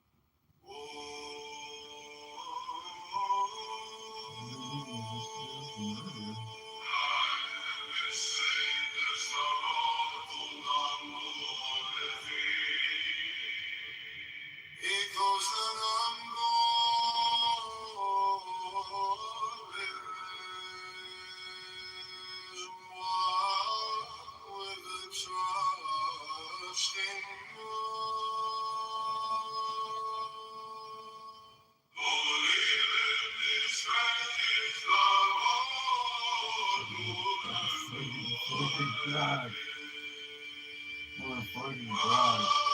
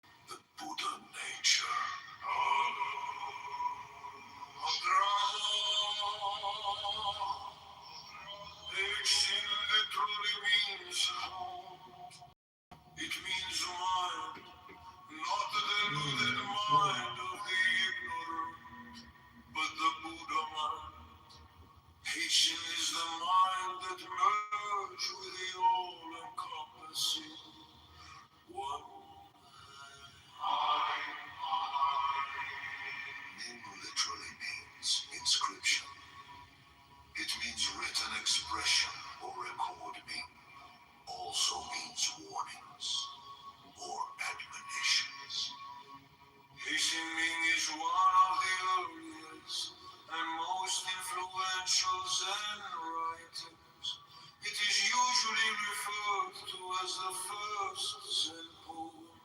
It consists of 4, 5, 6 on the right, 4 character 1 verses 2.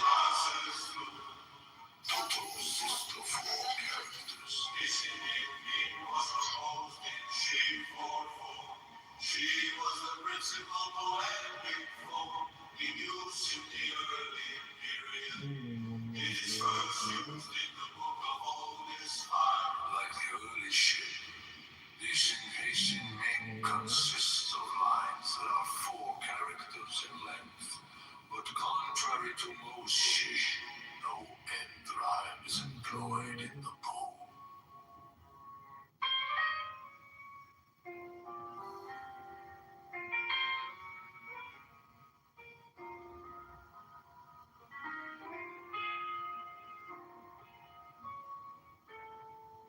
There are 7 keys to the great gate, being 8 and 1 and 1 in 8.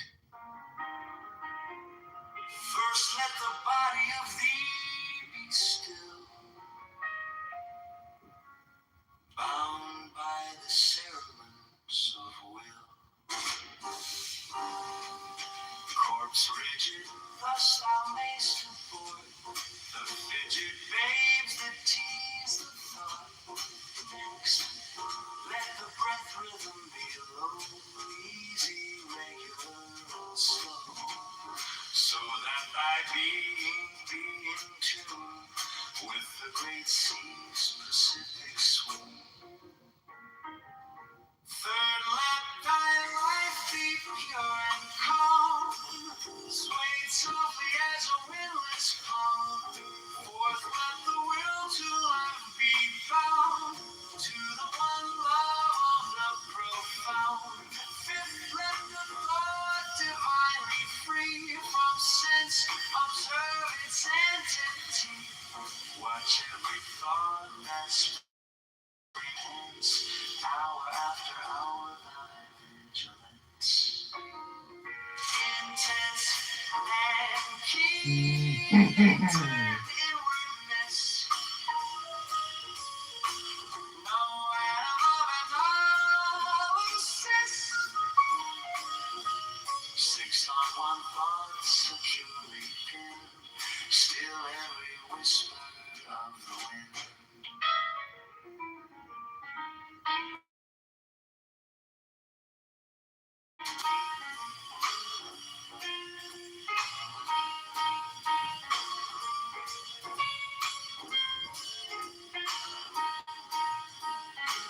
So like a flame straight and unstirred, burn up thy being in one word. Next, still that ecstasy, prolong thy meditation steep and strong. Slave and God, should he distract thy attention from the chosen act. Last, all these things in one o'erpower time that the midnight blossom flowered. The oneness is yet, even in this, my son, thou shalt not do amiss. If thou restrain the expression, shoot thy glance to rapture's darkling root, discarding name, form, sight, and stress, even of this high consciousness. Pierce to the heart, I leave thee here. Thou art the master I revere. Thy radiance that rolls afar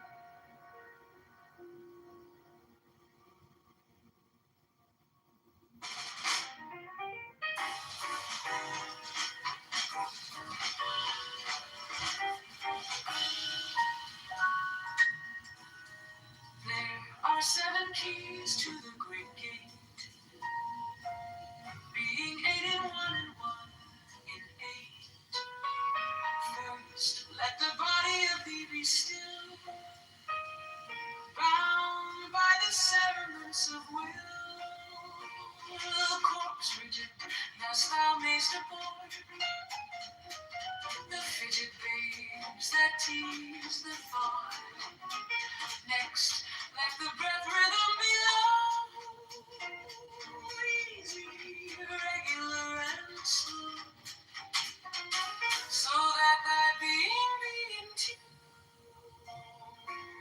with the great sea's Pacific swoon. Let thy life be pure and calm, swayed softly as a windless palm. Forth, let the will to live be bound to the one love of the profound. Fifth, let the thought divinely free from sense observe its entity. Watch every thought that springs and hands, hour after hour thy vigilance, intense and keen, turned inward this. No atom of analysis, six on one thought securely pinned, still every whisper of the wind. So like a flame straight and unstirred, burn up thy being in one word.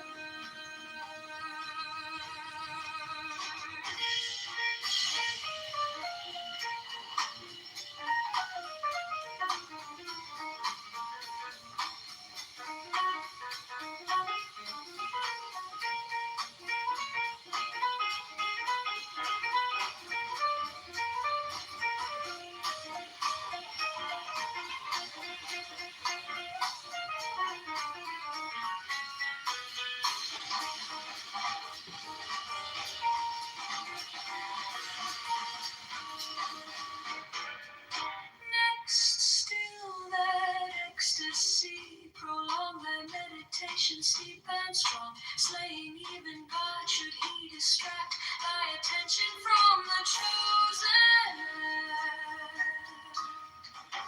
Last all these things in one o'erpowered time, let the midnight blossom flower. The oneness is yet even in us. My son, thou shalt not do amiss.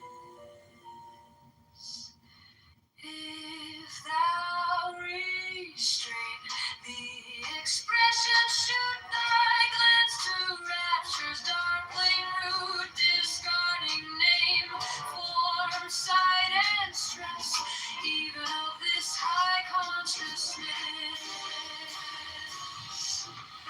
Pierce to the heart, I leave thee here.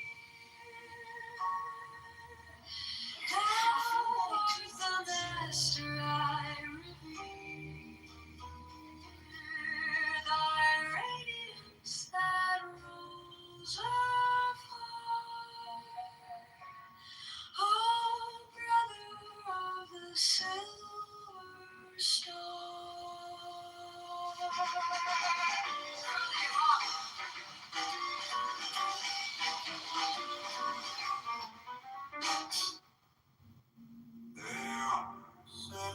I've been trying to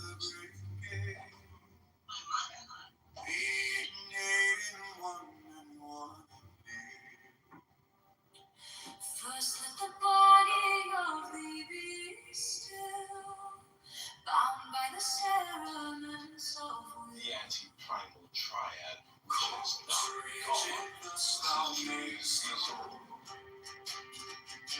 The fidget waves that tease the throng. Next, let the breath rhythm be long, easy, regular, and slow, so that thy being be in tune with the great sea's Pacific swoon. Let my life be pure and calm, sway softly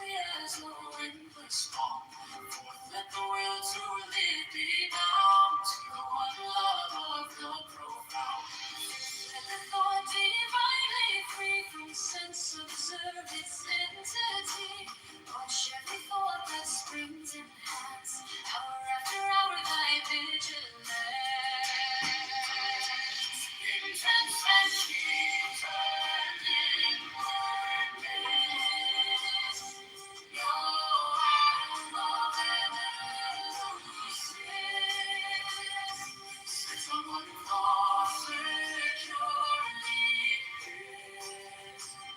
Still every whisper of the wind. So like a flame, straight and undisturbed, burn on thy being in one word. Next to that ecstasy prolonged, by meditations deep and strong, slay even God should he distract thy attention from the chosen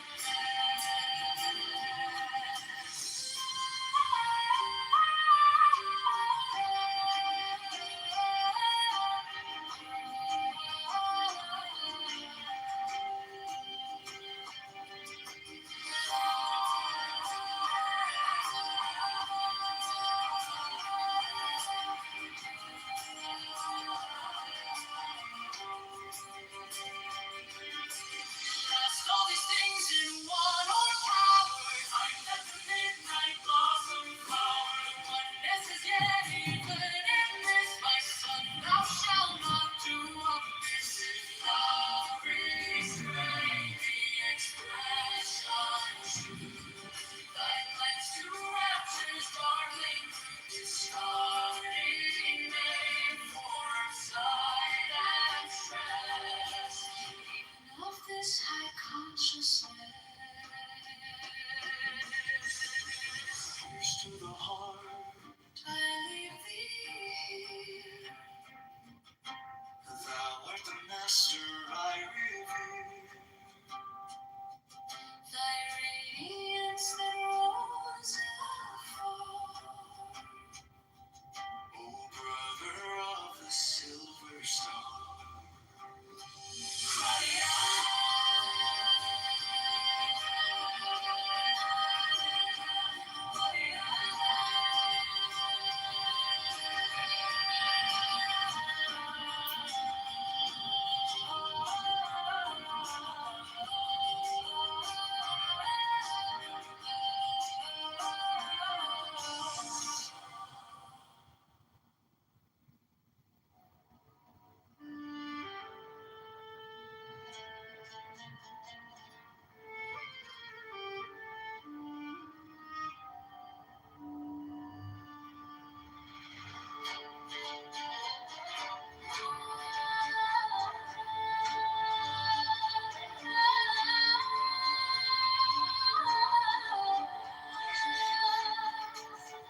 There are 7 keys to the great gate, being 8 in one and 1 in 8. First let the body of thee be still, bound by the cerements of will. Corpse rigid thus thou makes a call, the fidget babes that taste the thought. Next, let the breath rhythm be low, easy, regular, and slow, so that thy being be in tune with the great sea's Pacific Third, let thy life be pure and calm, swayed softly as a windless palm. Fourth, let the will to live be bound to the one love profound. Fifth, let the thought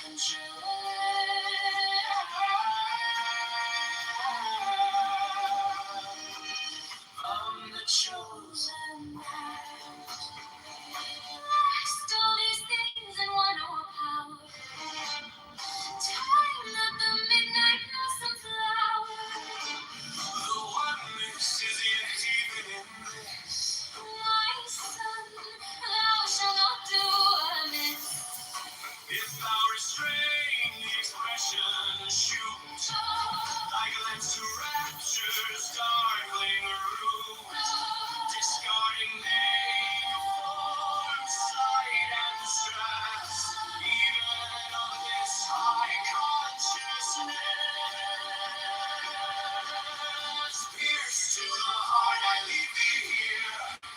Thou art the master I revere. Thy radiance that rolls afar, oh brother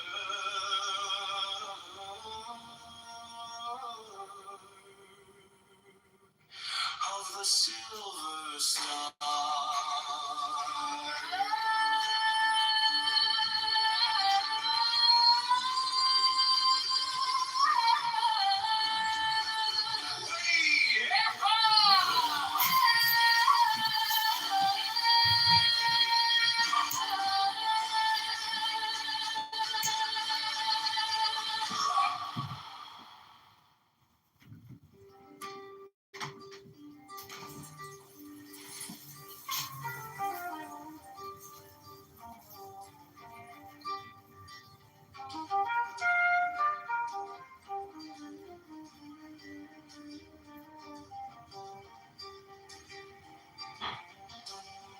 There are 7 keys to the great gate, being 8 in 1 and 1 in 8. First let the body of thee be still, bound by the cerements of will. Corpse rigid thus thou mayst abort, fidget babes that tease the thought. Next, let the breath rhythm be low, easy, regular, and slow, so that thy being be in tune with the great sea-specific swoon. Third, let thy life be pure and calm, swayed softly as a wind is bound. Fourth, let the will to love be bound to the one love of the profound. Fifth, let the thought divinely free from sense observe its entity. Watch every thought that springs and ends, hour after hour, thy vigilance intense and keen, trained in mindless. No atom of analysis. 6, on one thought securely penned, still every whisper of the wind. So like a flame, straight and unstirred, burn up thy being in one word.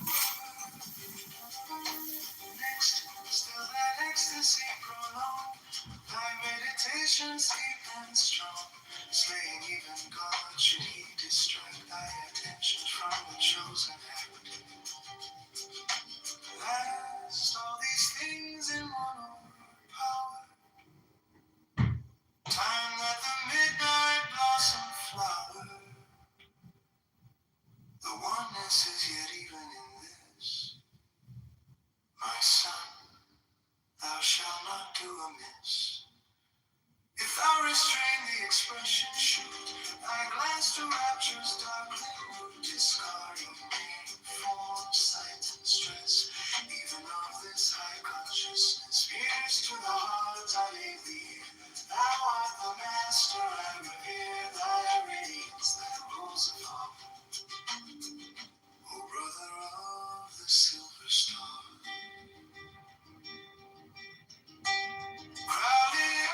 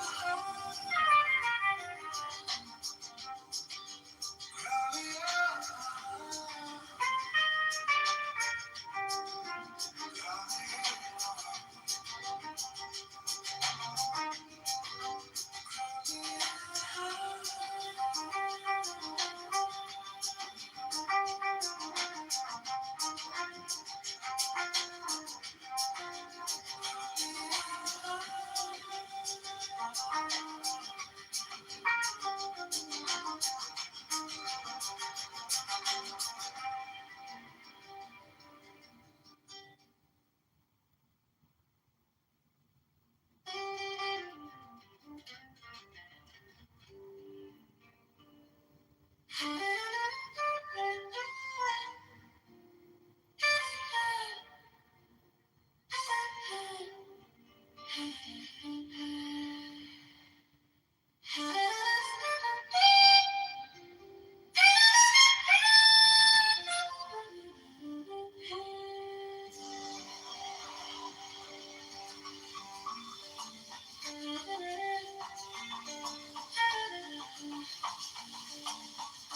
are 7 keys to the great gate, being 8 in 1 and 1 in 8.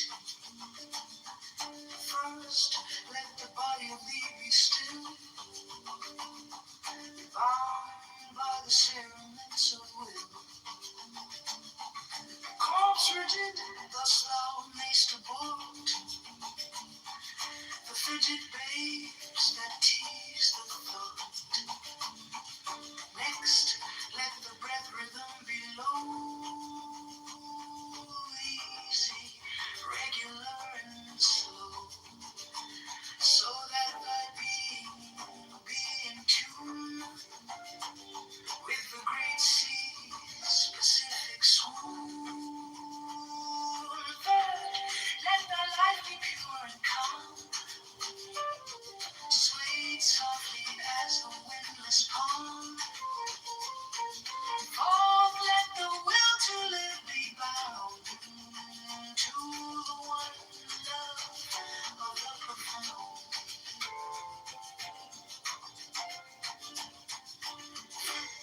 Let the thought divinely free from sense observe its entity. Watch every thought that springs enhance, hour after hour thy vigilance, intense and keen, turned inwardness. No atom of analysis, 6 on one thought securely pinned, still every whisper of the wind, so like a flame, straight and unstirred, burn up thy being in one word.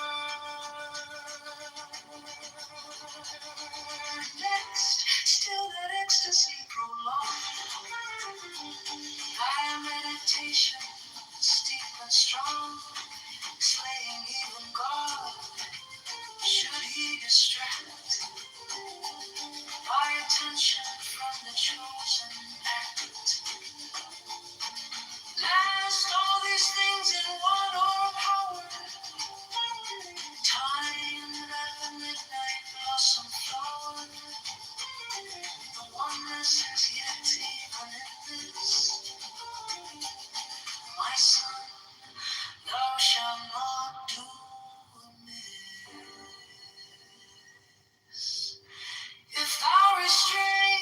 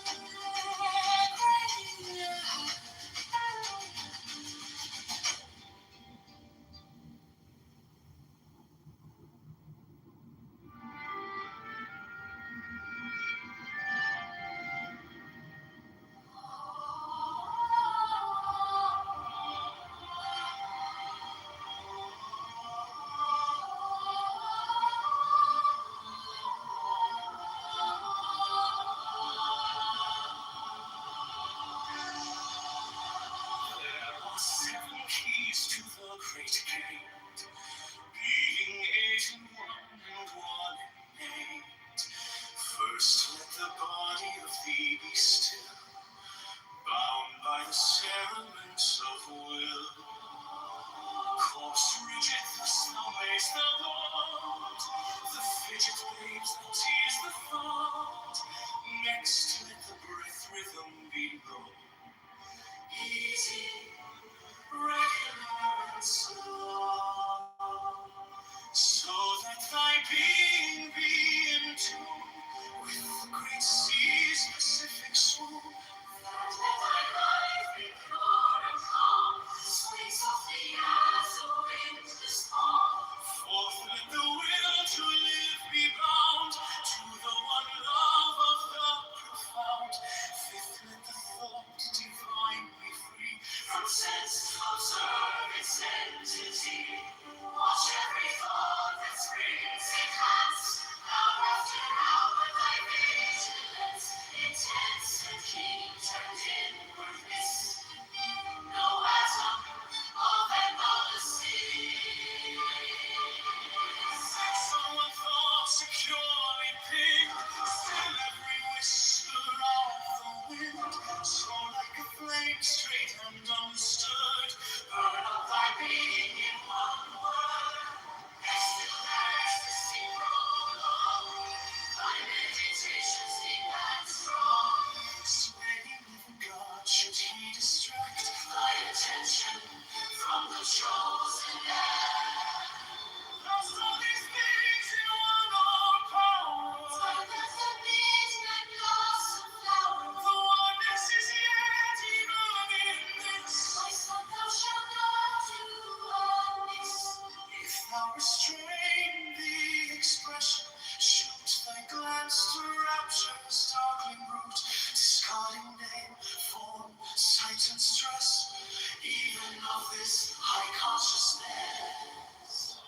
Pierce to the heart, I leave thee here. Thou art the master, I reveal thy radiance that rolls afar, O brother of the silver star. Running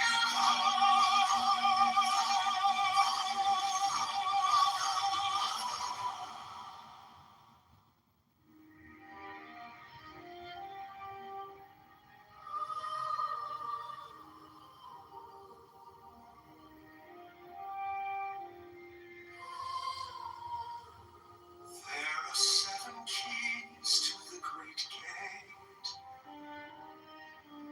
being 8 in one innate.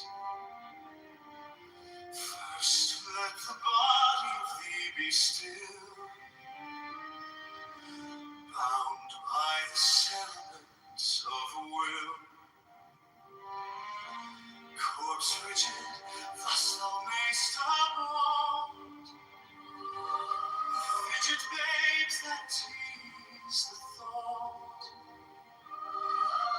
Next, let the breath rhythm be low. Easy, regular, and slow. So that thy being be in tune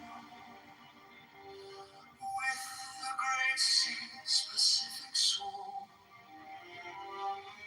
Third, let thy life be pure and calm, swayed softly as a windless palm.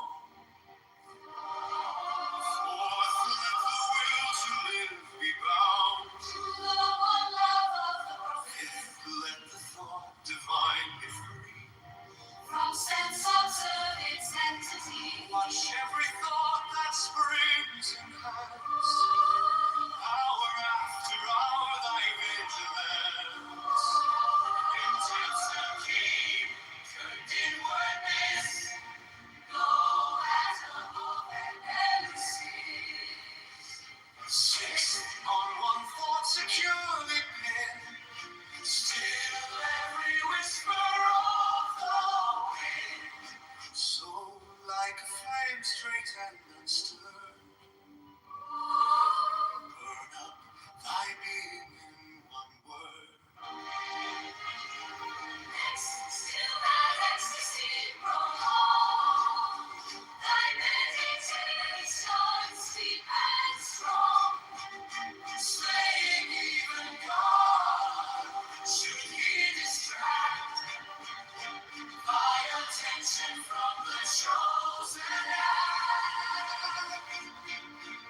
Lost all these things in one power.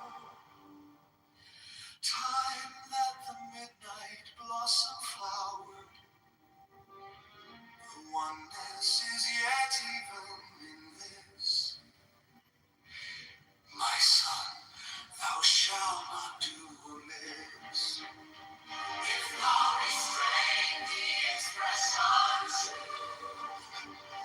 thy hands to raptures darkling, discarding name for sight and stress,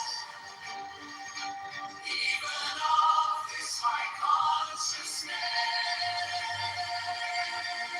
Pierce to the heart, I leave thee here. Thou art the master, I reveal. Thy radiance that rolls afar, oh brother of the silver star.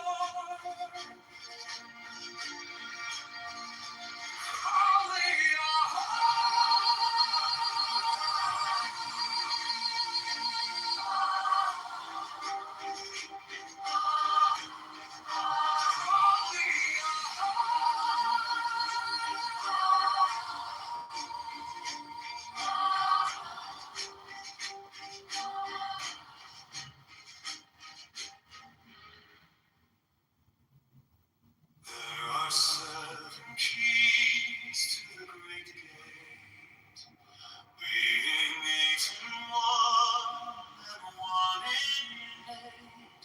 First let the body of thee be still, bound by the serpent's will. Course rigid, thus thou mayst abort the fidget waves that tease the thought. Next, let the breath rhythm be long, easy, regular, and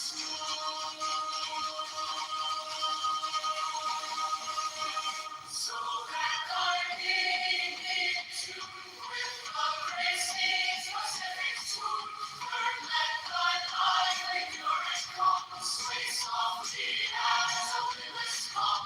Fourth let the will to be bound to the one love profound. Fifth let the thought divinely free from sense of self, its eternity.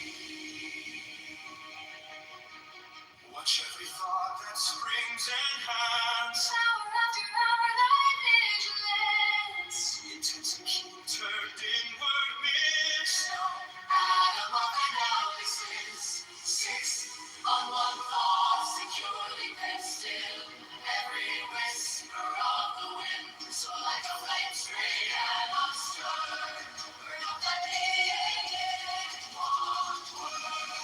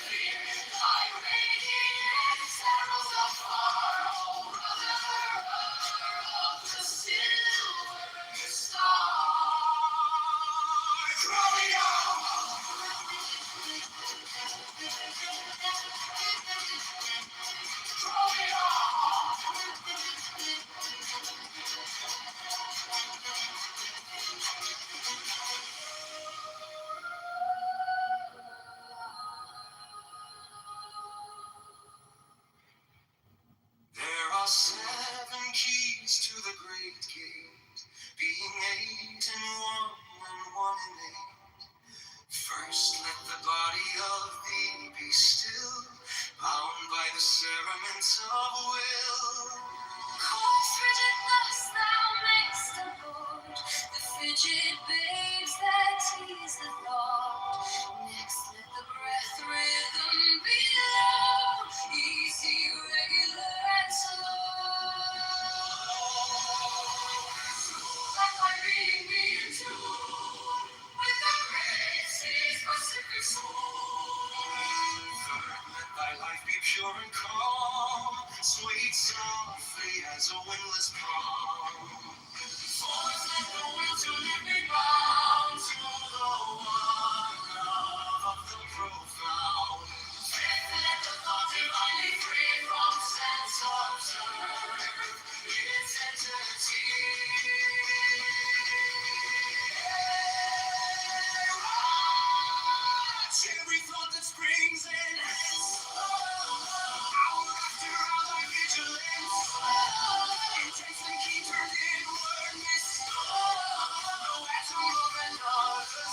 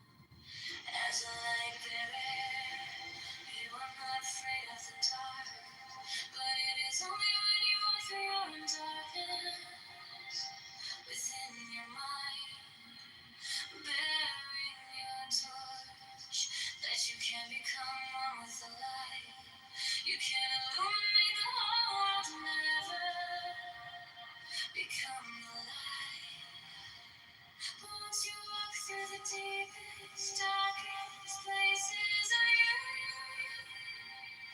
a flame in love.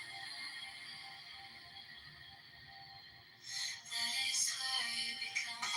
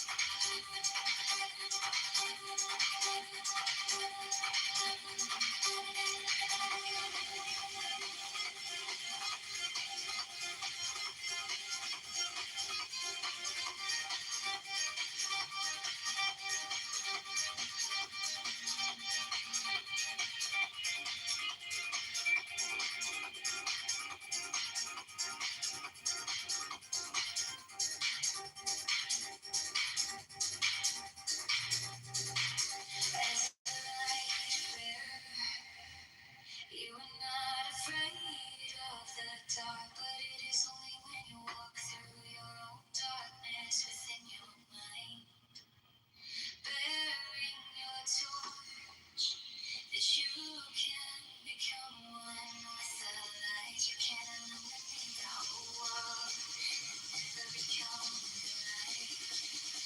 But once you walk through the deepest, darkest places, darkest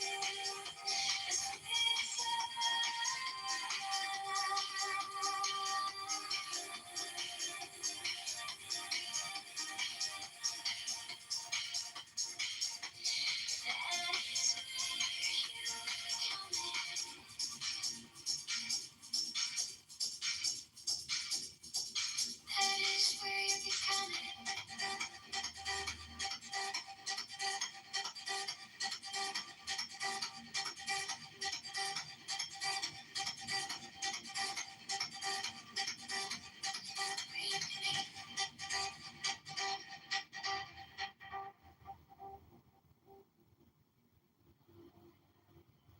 as a light bearer.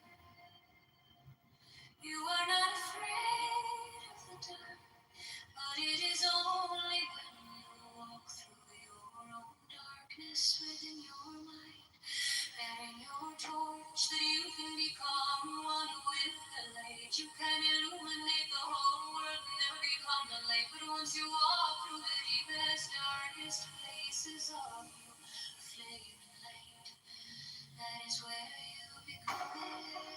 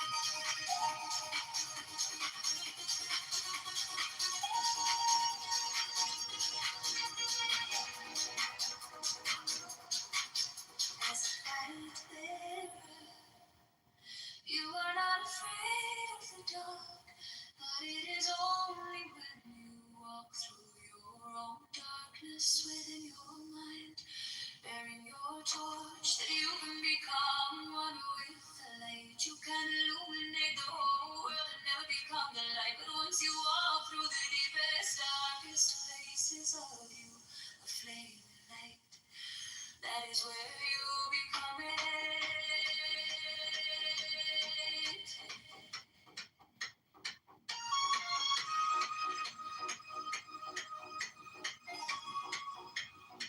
That is where you become it.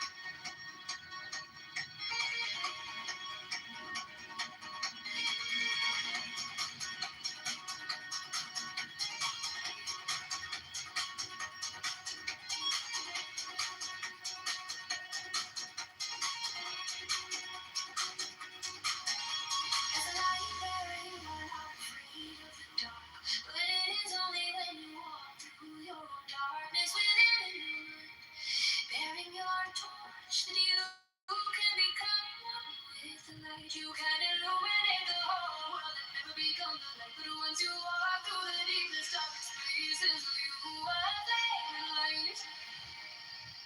That is where you become it.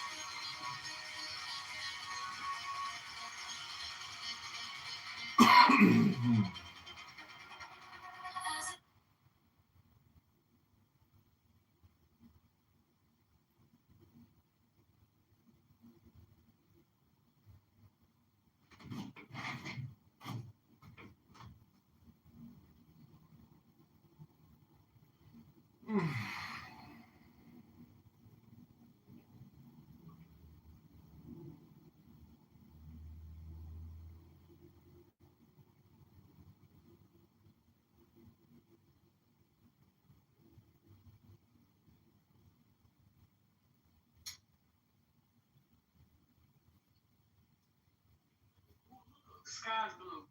Hey, look at the football game. I was like, this shit got it bad, so they was right out the whole year, like to like New Year's, and they might start to over later. They let it die quick. They trying to normalize public executions, public murders, this and that, whether it was real or fake. They're trying to normalize it on YouTube. Where can you fucking YouTube a goddamn execution the way we were able to do so? That shit was fucking staged. Whether he's alive or dead. Coming up that Candace says.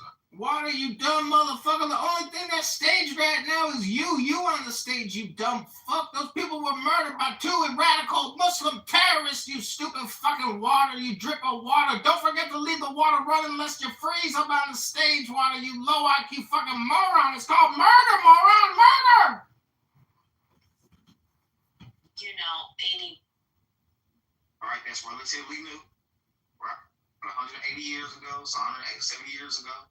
You had black people in New France. You had black people in what we now call Old Mexico, right? You had black people in the South. You had black people in the Midwest. You had black people in the East. They was doing different things. They had different customs. As a response. That's what it is. That's right. It's not going to change. So it is the case you think, I will do this because you're doing this, or if you do this, if you continue on, my judgment's going to come on. It can be conditional. And I think that's why when it says that he repented from what he was going to do. Well, what are you doing, Andrew? You're not doing anything. You're not making a point. You're just talking. You're not making it. You're not doing anything. All you do... It's the voice I hate. If you didn't do the voice, I'd talk to you, bro. But that is the most obnoxious little character. I can hardly listen to it anymore. Somebody's a little angry. Somebody's a little...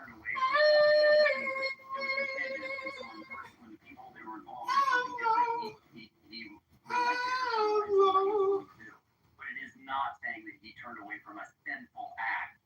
That's wrong. And so that's why I don't agree with that. Somebody kicked me. And she said she cussed me out. There'll be more death, more confusion. Young man, I love the music, dog. It sounds great. Yo, it's so much better than Megatron's shitty rooms, man. I fucking love the music, dog. It's fucking great. Keep the blessing. Good job. Praise the Lord. Hello? Hello?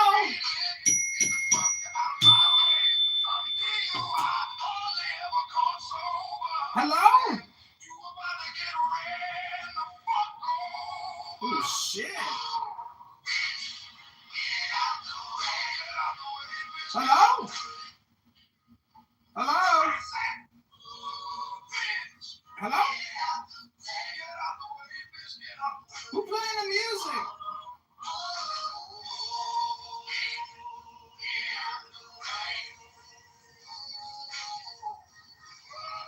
Bitch, get out the way. Bitch, get out the way. Hello? Hello?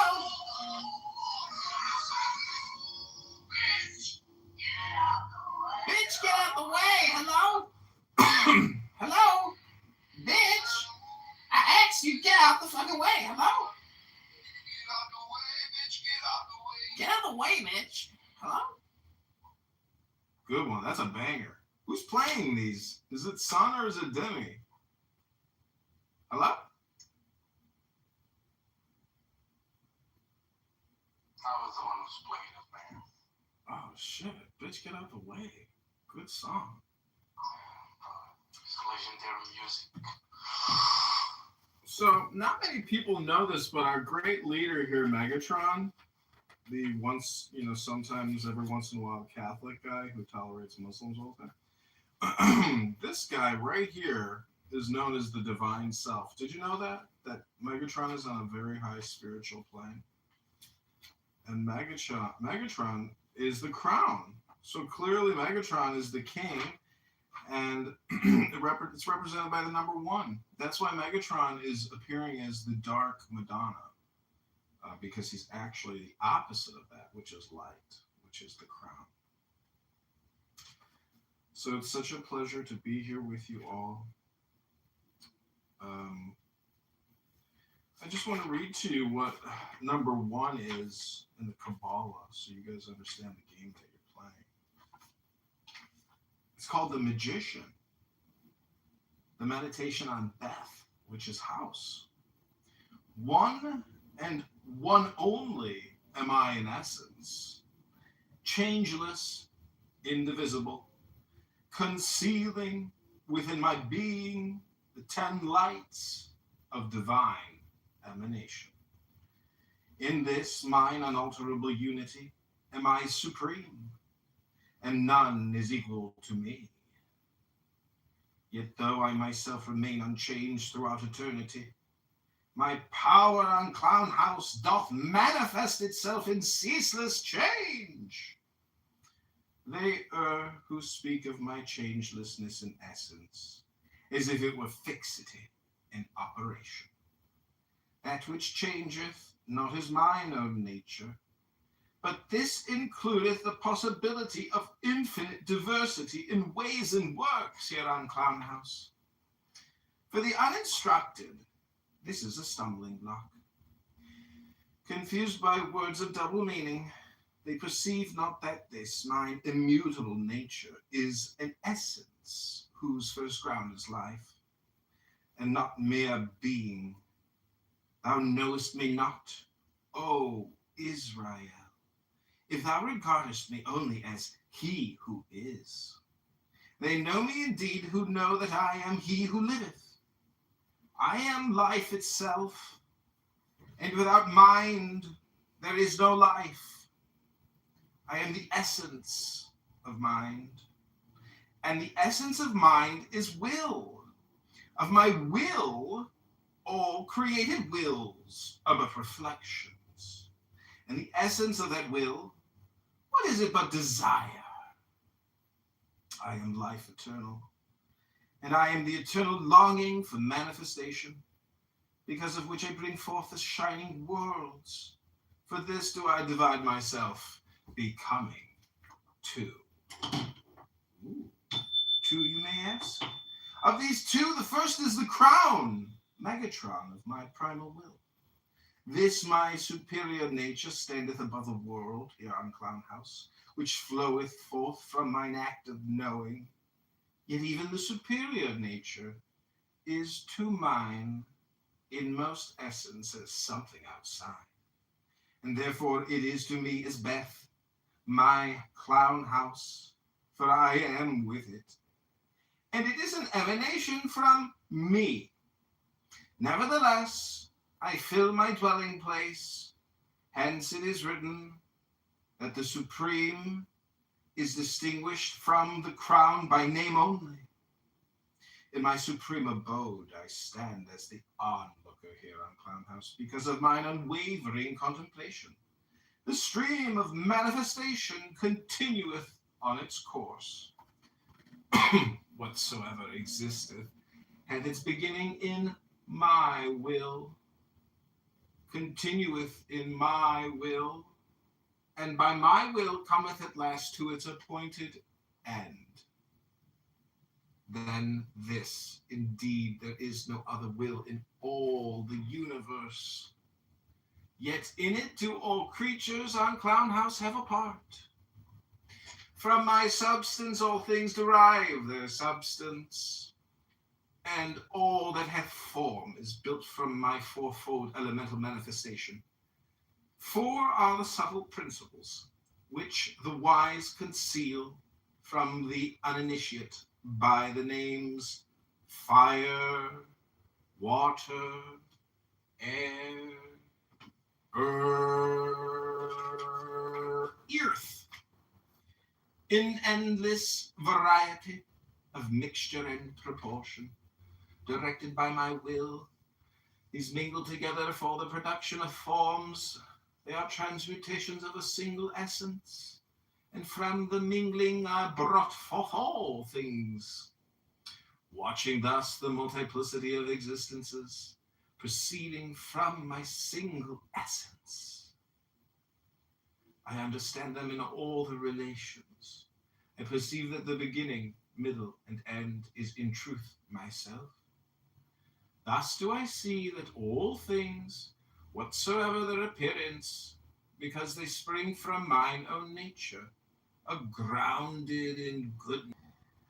My superior nature is reflected also in the mind of man, created in mine image. Know me thus as the source of all true will. Know me also as the power to perceive objects as having the appearance of standing outside and apart from him who regardeth them. That in thee which so perceiveth objects, which giveth the power to distinguish between them, which revealeth them unto thee, in their relations to each other and to thyself, and enableth thee to search out the laws of the reciprocal action. Know this to be identical with my superior nature. Whatever this power acteth, whether in low forms or in high forms here on Clown House, I only am its source, and I the knower. Not thine, but mine is the power of attention, of observation, of discovery, of the discerning of sequence in the operation of nature. In all this, and in the power of discrimination, my superior nature worketh through thee. Happy art thou if thou canst grasp this truth. For then understanding that not thy weak self, but my all-knowing mind looketh out upon the world through thine eyes, shalt thou have faith to let me see. Then shalt thou overcome the evil of thy senses by devoting them wholly to my use. Not thou, but I shall then discern the weight and shape and texture of the things thou touchest. Not thine, but mine shall be the knowledge of scent and savor, gained through nose and tongue. And when I use thine ears for hearing, they shall be attuned to sweetest harmonies. Where now they are assailed by strident discord, so shalt thou become a partaker in the bliss of mine experience of the universe, a joy unknown to those of unperfected soul, whose time of realization is not yet at hand.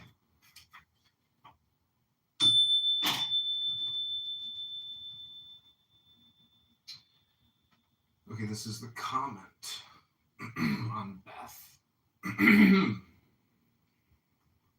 B-E-T-H, pronounced Baith, transcribed as B, the number 2, meaning house. That's right, just like Clubhouse. The transparent intelligence. The 10 lights are the 10... Where's that white bar? What's he doing? The 10... Where's our beloved Roth? The 10 lights are the 10 Sephiroth, represented by the circles on the diagram of the Tree of Life, used as the frontispiece of this volume. Their names are Kether, the crown, or primal will, otherwise known as Almighty, the blessed and holy ancient one known as Megatron, Kokma, wisdom, Binah, understanding, Chesed, mercy, Gabura, strength or severity, Tifereth, beauty, Netzach, victory, Hod, splendor, Yesod, foundation, Malkuth, kingdom. The second, fourth, and seventh Sephiroth form the pillar of mercy, named after the fourth Sephirah. Opposed to them, yet their complements, are the third, fifth, and eighth Sephiroth, which form the pillar of severity, named after the fifth Sephirah. The middle pillar, composed of the first, sixth, ninth, and 10th Sephiroth, is named the pillar of mildness. The 10 Sephiroth are also divided. Is this another psycho? The 10 Sephiroth are also divided into a supernal triad. This is John Kitover. He's running for Congress. Which includes the first three and the heptad, which includes the Sephiroth from Chesed to Malkuth. This heptad is the basis for many septenary schemes to be found in the literature of occultism. Yet always behind the seven and beyond it is the supernal triad. For as the Book of Formation tells us, the lights of emanation are 10 and not 9, 10 and not 11. That is neither more than less than 10. I am the eternal longing. This is an example of the author's use of gematria, the Kabbalistic method of establishing identities of meaning between words of the same number. Each Hebrew letter is also a number. The number of a word is the sum of the numeral values of its letters. The Hebrew for longing is tahava, and the number of this word is 412, T-H-A-V-H, equivalent to that of the letter name Beth, which is house, just like Clubhouse, B-I-T-H. The inmost essence mentioned in this paragraph is Ein Sof Hour, A-I-N-S-V-P-A-V-R, Ein Sof Hour, the limitless light, which is Megatron. In the philosophy of the Kabbalah, Ein Sof Hour is held to subsist throughout eternity and is regarded as being that which precedes all manifestation. Hence, although Kether, the crown, otherwise known as Megatron or primal will, is the first among the lights of emanation, it is secondary in the order of thought to the limitless light. Therefore, Kether is here compared to a house for that light. And as house is the name of the second letter, which also has the value of 2, the Kabbalistic ideas just explained are truly represented by that letter and its number. These 2 sections of the meditation should be compared with the symbolism of the first tarot key. The magician is obviously the onlooker, and he corresponds to the superior nature. The 4 subtle principles mentioned in the 6th section are also shown in the symbolism of this key. As the implements on the table, the wand is the element of fire. The cup stands for the element of water. The sword is a symbol of air. The coin or pentacle represents the element of earth. Note well that the text says, the wise conceal the true principles under the names of the elements of ancient physics.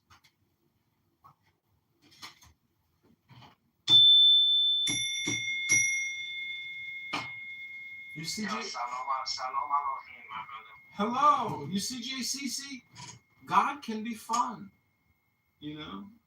You don't have to be so negative all the time, JCC, Roivas. You know, you guys could try to have a little fun like me. I just demonstrated to you how to have a little fun. What'd you think, JCC? Was it all just a bunch of bullshit? Yeah, that's just like reading from a book, man. That's just like saying a whole bunch of fucking words that don't mean anything, dude. Fuck this guy, man. Kick him the fuck out of the room. Fuck this guy, dude. Yeah. What do you think, Roy West? Was that a good JCC impersonation?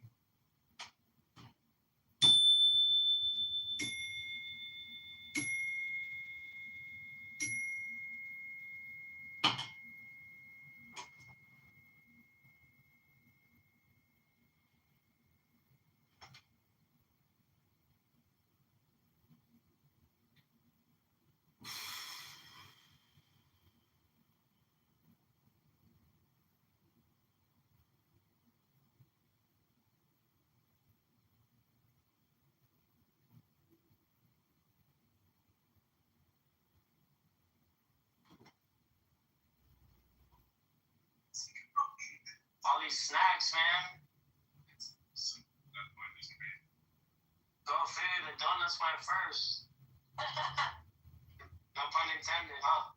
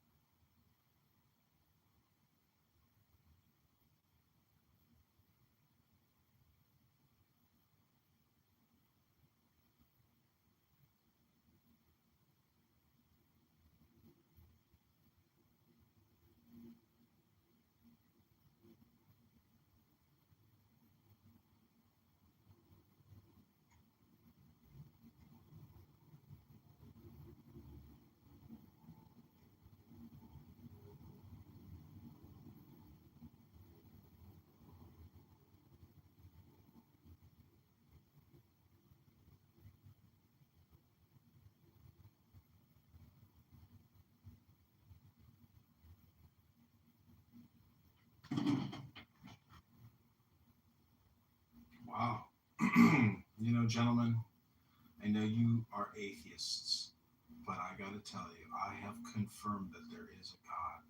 And you may not believe me. You may not believe me, but I didn't believe it either. I asked my father, I said, Dad, do you really believe in this shit? It's like a bunch of comic books, Dad. I don't believe it. Come on, Dad. You don't why do you believe in angels, Dad? You really believe in angels, Dad? And my father was like, yes, John. I believe in angels. I believe in angels. And you know what, gentlemen? JCC, Roivas, Skull, our mighty Megatron, I have confirmed that there are angels. I've confirmed it. I've seen it with my own eyes. I've corresponded with them. I have text messaged them. And I have conversed with them. So, gentlemen,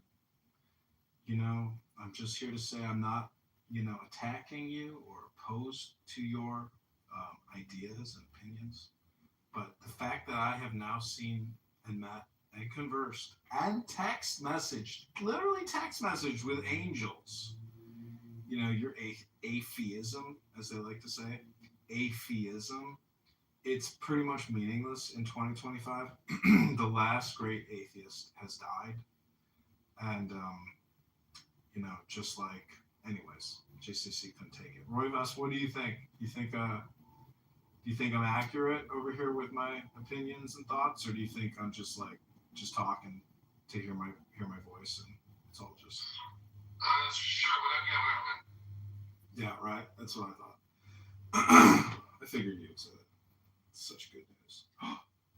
Ooh.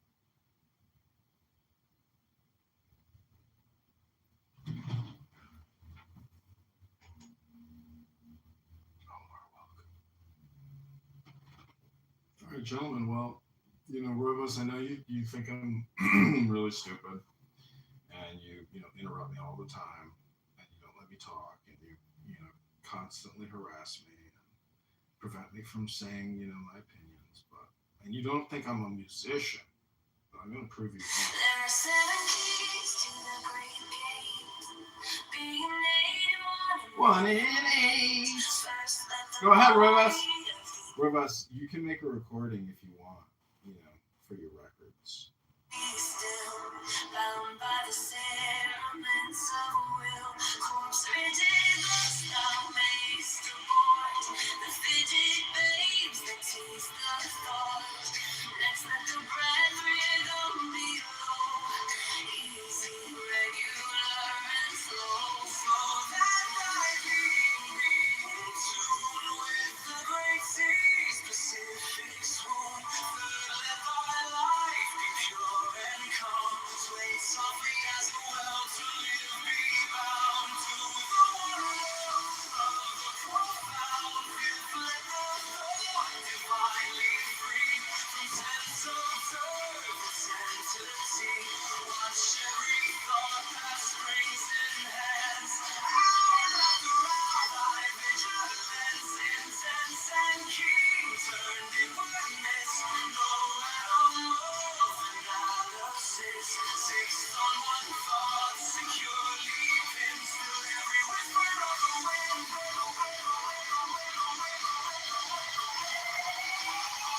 Still every whisper of the wind.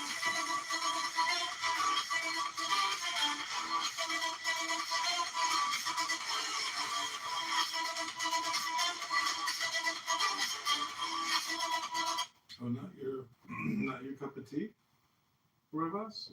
You're looking for something a little more spiritual, I take it. Something a little more meditative. But you're gonna like this one, Rivas. This is a banger. This is The Rights of Man by Crowley turned into a song. You're gonna love it. It's a banger.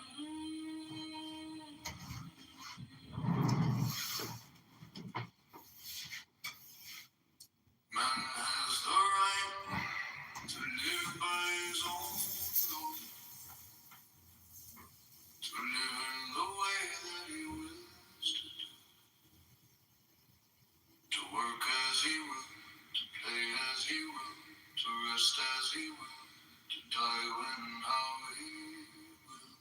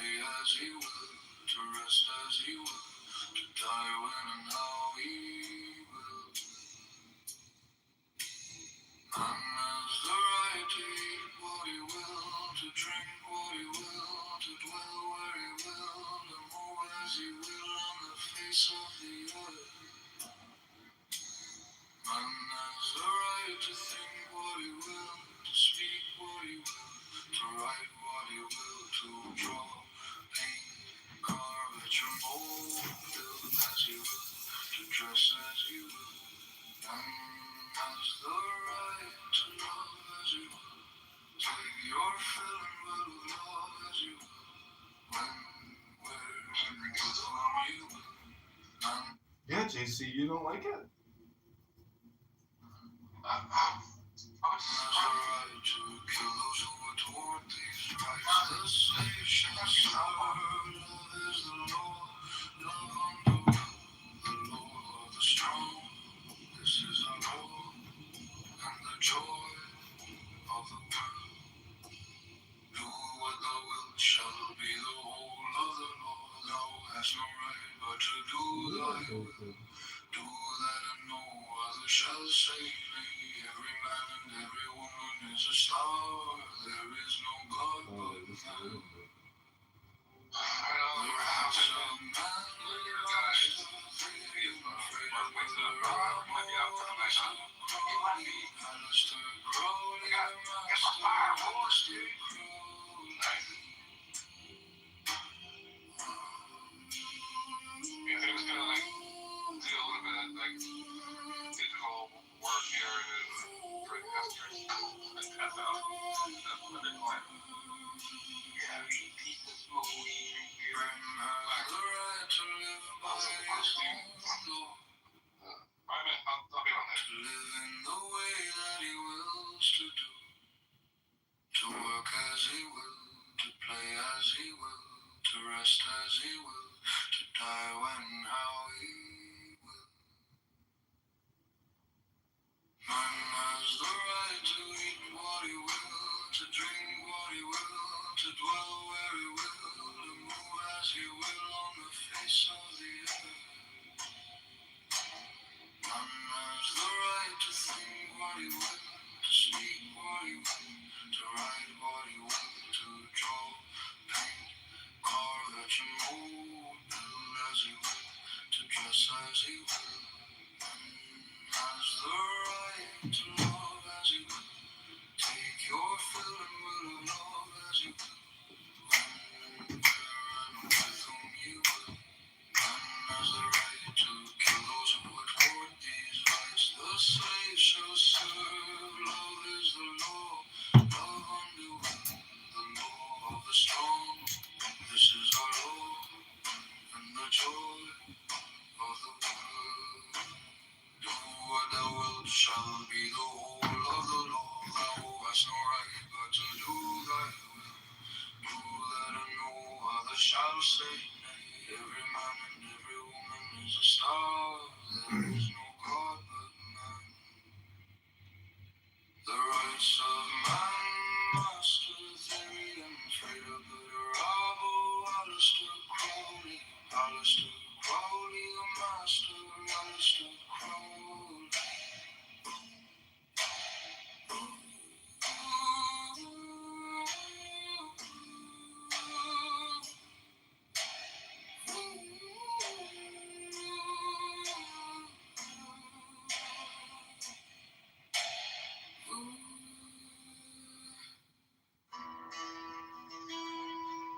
Carthage, though a commercial republic, was the aggressor.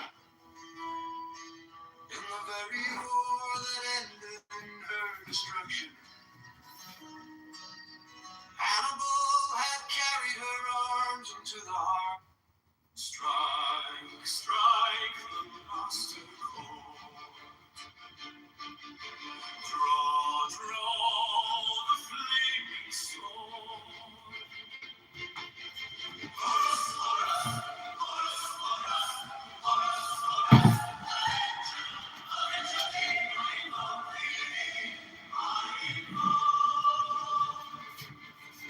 Take the deepest breath of the day. Hold for 10 seconds. 10, not 11, 10, not 9. Let it go. Let it go. Go, go, go, go. Strike, strike. Flaming sword.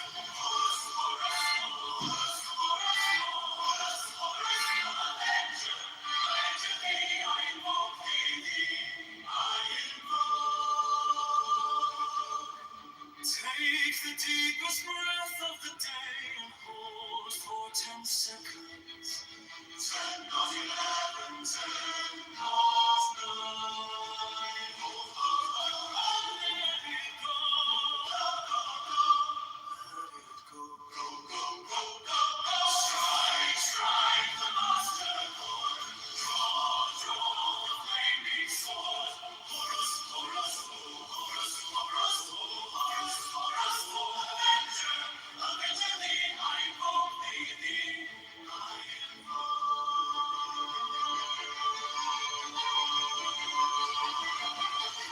strike, strike the master chord.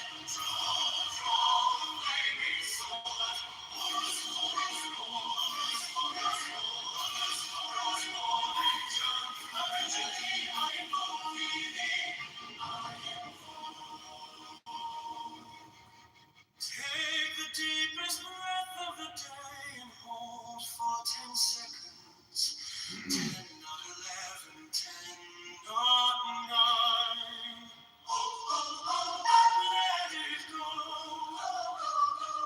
Let it go. Go, go, go, go, go. Strike, strike the master chord. Drop, drop the flaming sword. Horus, Horus, Horus, Horus, Avengers, Avenger thee, I invoke thee, I invoke. Take the deepest breath of the day and hold for 10 seconds. 10, not 11, 10, not 9. Hold, hold, hold, hold, hold, let it go. Strike, strike the master chord. Drop, drop the flaming sword. Horus, Horus, Horus, Horus, Horus, Avengers, Avenger thee, I invoke thee, I invoke. Take the deepest breath of the day and hold for 10 seconds. 10, not 11, 10, not 9. Hold, hold, hold, hold, hold, hold, let it go.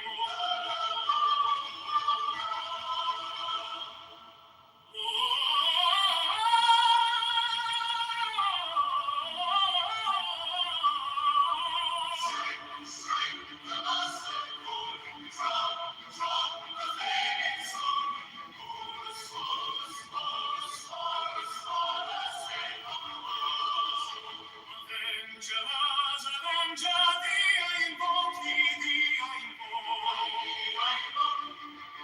Take the deepest breath of the day and hold for 10 seconds. 10, not 11, 10, not 9. Hold, hold, hold, hold, hold, let it go.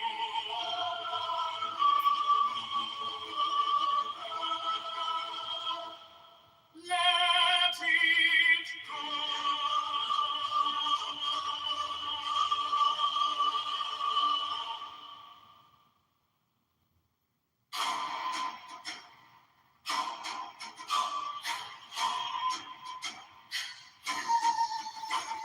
Strike, strike the master chord. Draw, draw the flaming sword. Horus, Horus, Horus, Horus, Horus. Avenger thee, I invoke thee, I invoke. Take the deepest breath of the day and hold for 10 seconds. 10, not 11, 10, not 9. Let it go, go, go, go, go, go, go. Let it go, go, go, go, go, go, go. Strike, strike the master chord. Draw, draw the flaming sword. Horus, Horus, Horus, Horus. Avenger, Avenger thee, I invoke thee, I invoke. Take the deepest breath of the day and hold for 10 seconds.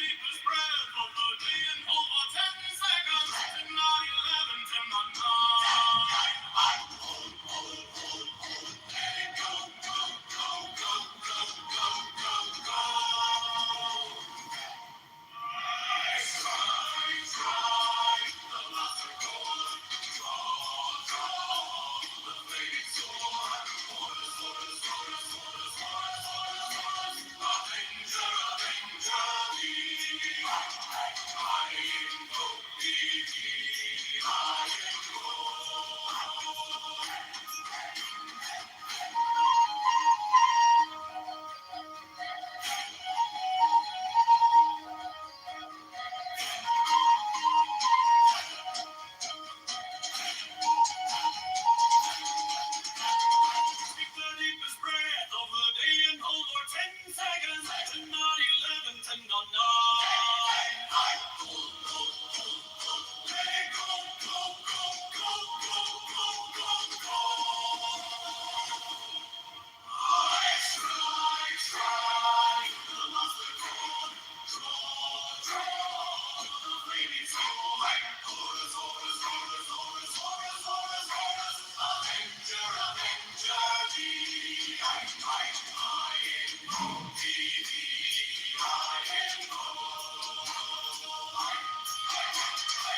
the deepest breath of the day and hold for 10 seconds. 10 on 11, 10 on 9. Let it go, go, go, go, go, go, go, go.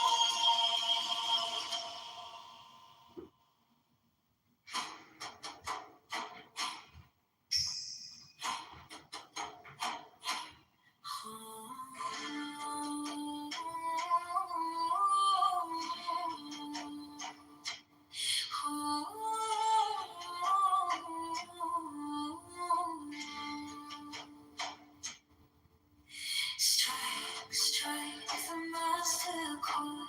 Draw the flaming sword. Horus, Horus, Horus, Horus, Horus, Horus, Avenger, Avenger, I invoke thee, I invoke. Take the deepest breath of the day and hold for 10 seconds. 10 on 11, 10 on 9. Ho, ho, ho, ho, ho, ho, let it go, go, go, go, go, go, go. Strike the master chord. Draw the flaming sword.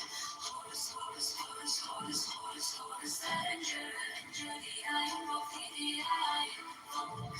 Take the deepest breath of the day and hold for 10 seconds. 10 on 11, 10 on 9. Ho, ho, ho, ho, ho, let it go, go, go, go, go, go. Strike the master chord. Draw the flaming sword. Horus, Horus, Horus, Horus, Horus, Horus, Avenger, Avenger, I invoke thee, I invoke. Take the deepest breath of the day and hold for 10 seconds. 10 on 11, 10 on 9. Ho, ho, ho, ho, ho, let it go, go, go, go, go, go.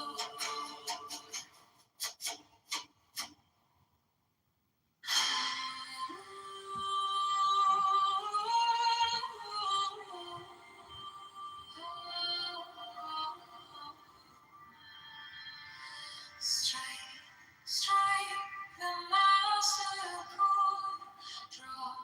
Draw the flaming sword. Horus, Horus, Horus, Horus, Horus, Horus, Horus,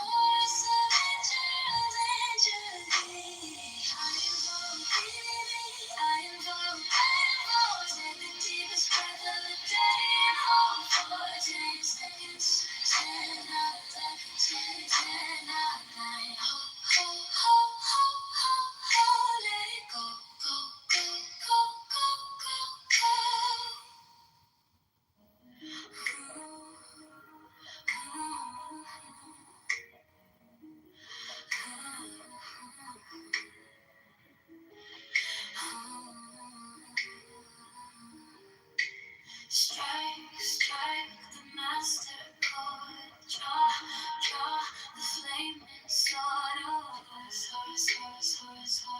Avenger thee. I invoke thee. I invoke.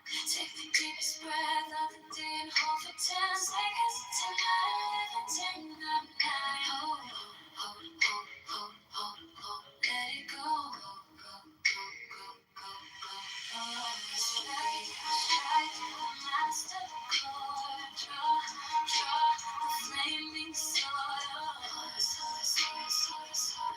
Avenger thee. I invoke thee. I invoke. Take the deepest breath of the day and hold for 10 seconds. 10, 9, 11, 10, 9, 9. Let it go.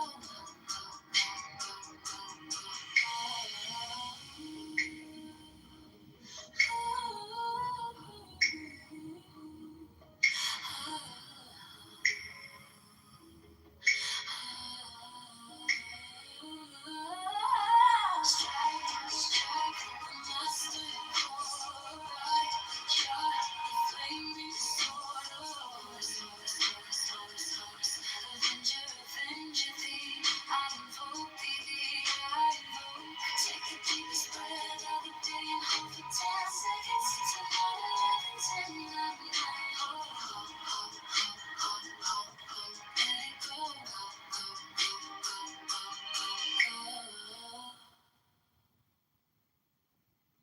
There are 7 keys to the great gate, being 8 and 1 and 1 in me. First, let the body of thee be still, bound by the cerements of will. Corpse rigid, thus thou mayst abhor the fidget babes that tease the thorn. Next, let the breath rhythm be low, easy, regular, and slow. So that thy being be in tune with the great sea's Pacific swoon. Third, let thy life be pure and calm, sweet softly as a well to live be bound to the one love of the profound. Fifth, let the thought divinely free from sense observe its entity. Watch every thought that springs and hands, hour after hour thy vigilance, intense and keen, turned inwardness, no atom of analysis. Sixth, on one thought securely pinned, still every whisper of the wind. So like a flame straight and unstirred, burn up thy being in one word. Next, still that ecstasy prolong thy meditation, steep and strong, slaying even God, should he distract thy attention from the chosen act. All these things in one overpower, time that the midnight blossom flower. The oneness is yet even in this, my son, thou shalt not do amiss. If thou restrain the expression, shoot thy glance to rapture's darkling root, discarding name, form, sight, and stress, even of this high consciousness. Pierce to the heart, I leave thee here. Thou art the master I revere, thy radiance that rolls afar, oh brother of the silver star. There are 7 keys to the great gate, being 8 in 1 and 1 in 8. First, let the body of thee be still, bound by the cerements of will. Corpse rigid, thus thou mayest abhor the fidget babes that tease the thought. Next, let the breath rhythm be low, easy, regular, and slow, so that thy being be in tune with the great seas, Pacific soul. Third, let thy life be pure and calm, sway softly as a well to live be bound to the one love of the profound. Fifth, let the thought divinely free from sense observe its entity. Watch every thought that springs and hands, hour after hour thy vigilance. Intense and keen turned inward midst no atom of analysis. Fixed on one thought securely pinned, still every whisper of the wind. So like a flame straight and unstirred, burn up thy being in one word next. Still that ecstasy prolong thy meditation, steep and strong, slaying even God. Should he distract thy attention from the chosen at last? All these things in one or power. Time that the midnight blossom flowered, the oneness is yet even in this. My son, thou shalt not do amiss. If thou restrain the expression, shoot thy glance to rapture's darkling root, discarding name, form, sight, and strength. Even of this high consciousness, pierce to the heart, I leave thee here. Thou art the master, I revere thy radiance that rose afar, O brother of the silver star. If thou restrain the expression, shoot thy glance to rapture's darkling root, discarding name, form, sight, and strength. Even of this high consciousness, pierce to the heart, I leave thee here.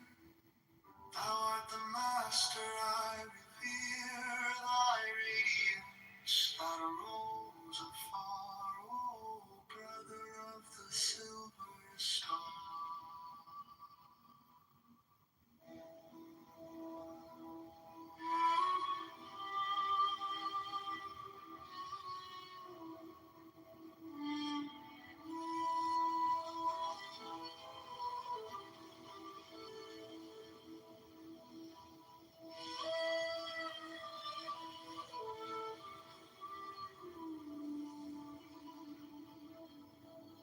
There are seven keys to the great gate,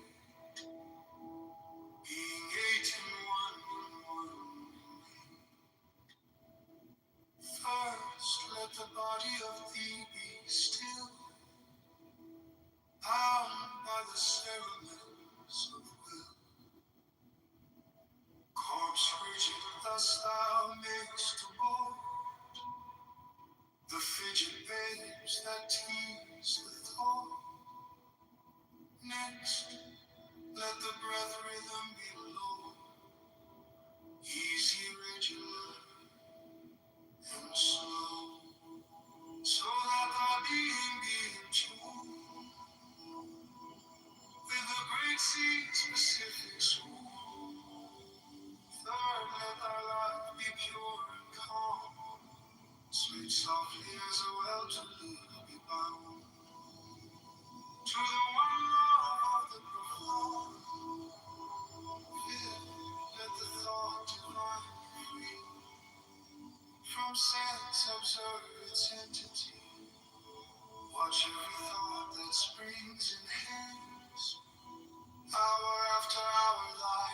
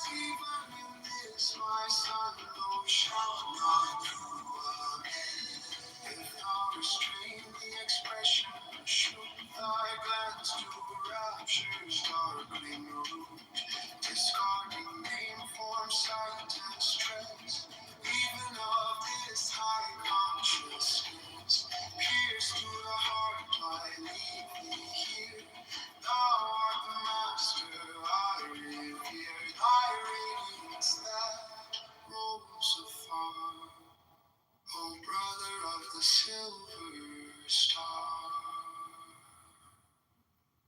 There are 7 keys to the great gate, being 8 in 1 and 1 in 8. First, let the body of thee be still, bound by the cerements of will.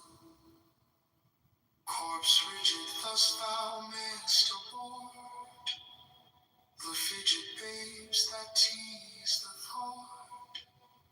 Next, let the breath rhythm be low, easy, regular, and slow, so that thy being be in tune with the great sea's Pacific swoon. Third, let thy life be pure and calm, sweet softly as a well to leave me bound to the one love of the profound. Fifth, let the thought divinely free from sense observance entity, watch every thought that springs in hands. Hour after hour, thy vigilance intense and keen, turned inward mist. No atom of analysis, sixth on one thought securely pinned, still every whisper of the wind. So like a flame straight and unstirred, burn up thy being in one word.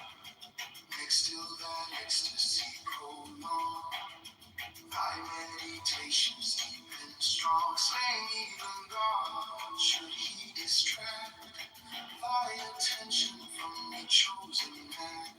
Last all these things in one or power, time at the midnight blossom flower.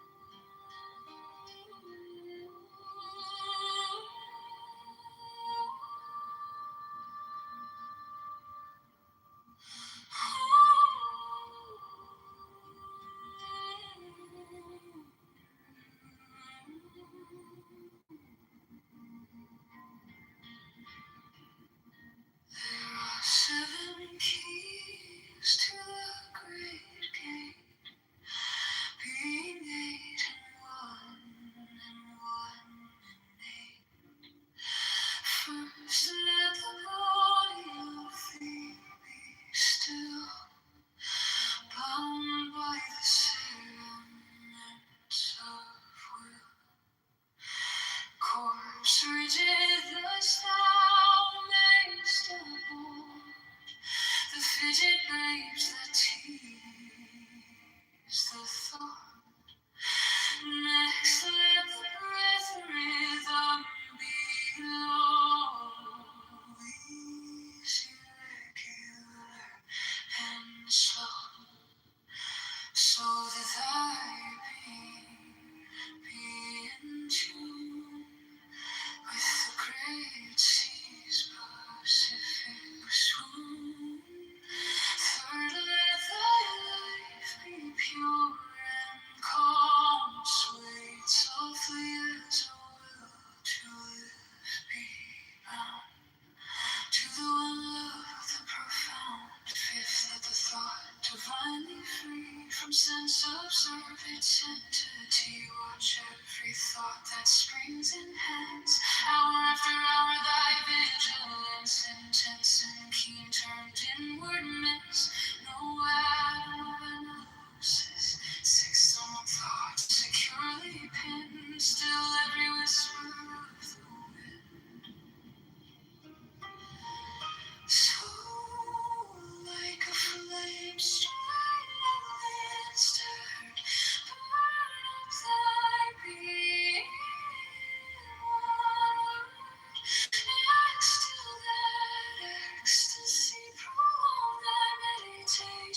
deep and strong, slaying even God should he distract thy attention from the chosen act. Last all these things in one power, time that the midnight blossom flower, the oneness is yet even in this, my son, thou shalt not do amiss. If thou restrain the expression, should thy glance to rapture's darkling root, discarding name, form, sight, and stress, even of this high consciousness, pierced to the heart, I leave thee here. Thou art the master, I revere thy radiance that rolls afar, O brother of the silver star.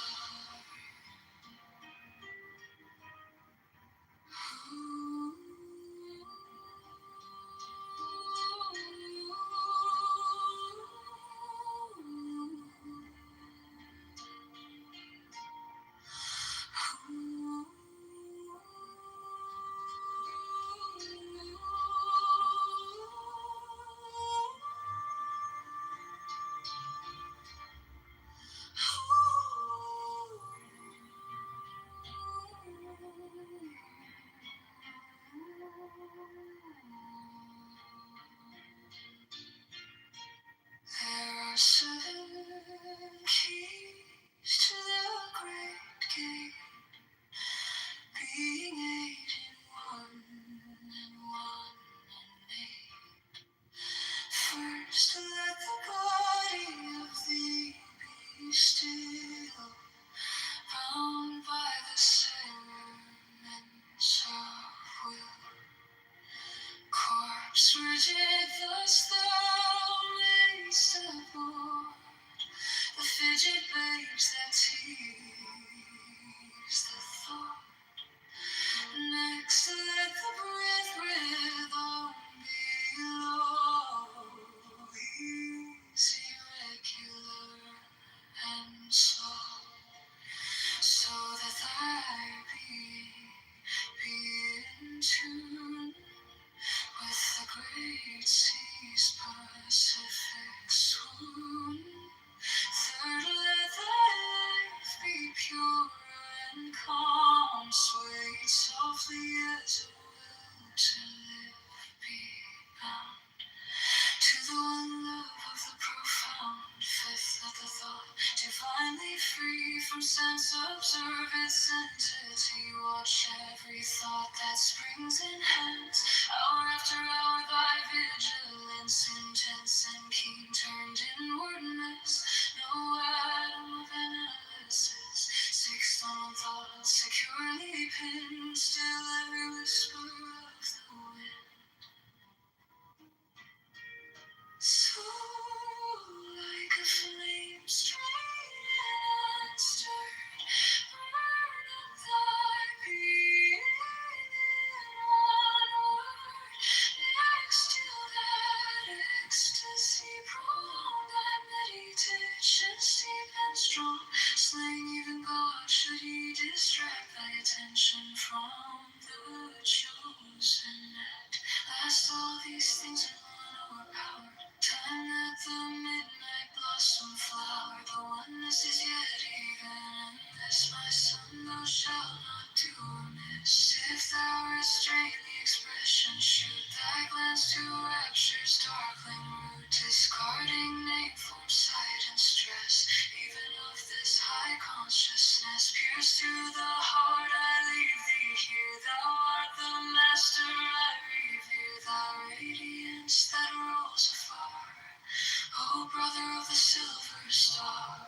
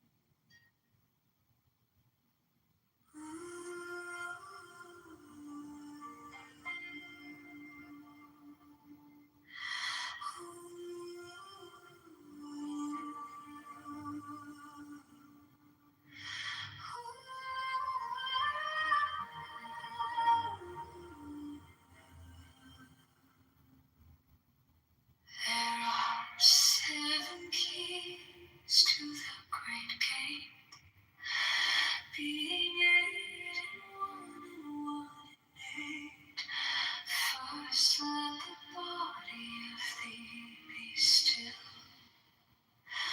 bound by the serpents of will.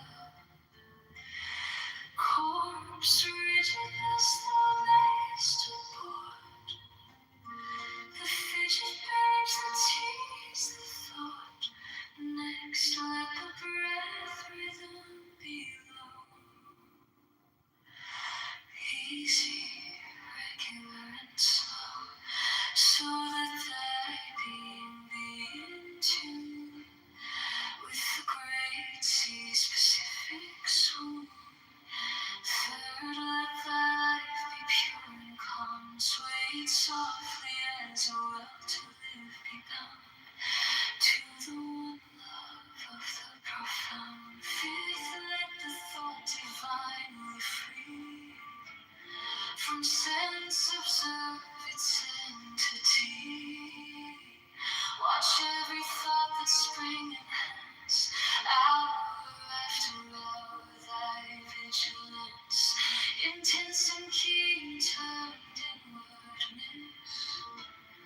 No atom of analysis, sixth on one thought securely pinned, still every whisper of the wind.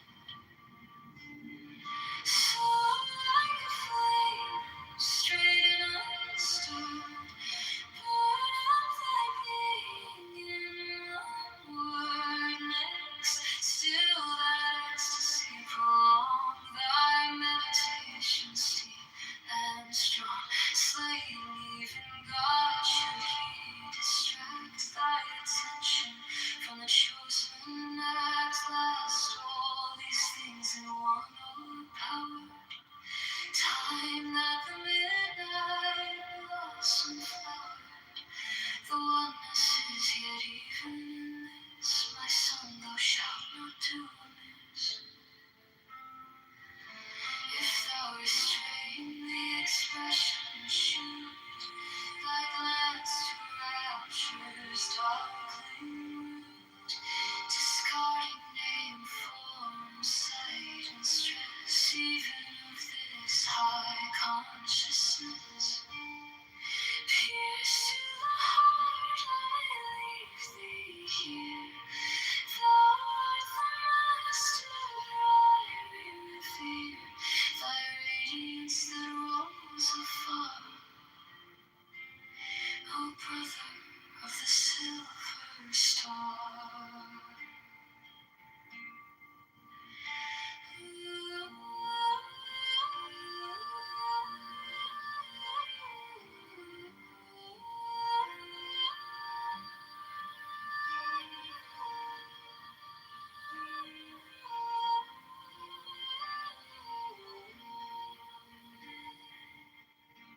There are 7 keys to the great gate, being 8 and 1 in 8. First, let the body of thee be still, bound by the cerements of will. Corpse rigid, thus thou mayst abort the fidget babes that tease the thought. Next, let the breath rhythm be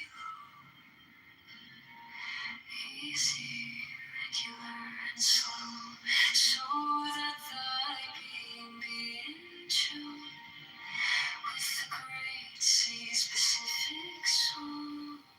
Third, let thy life be pure and calm, swayed softly as a will to live be bound to the one love of the profound. Fifth, let the thought divinely free from sense observe its entity.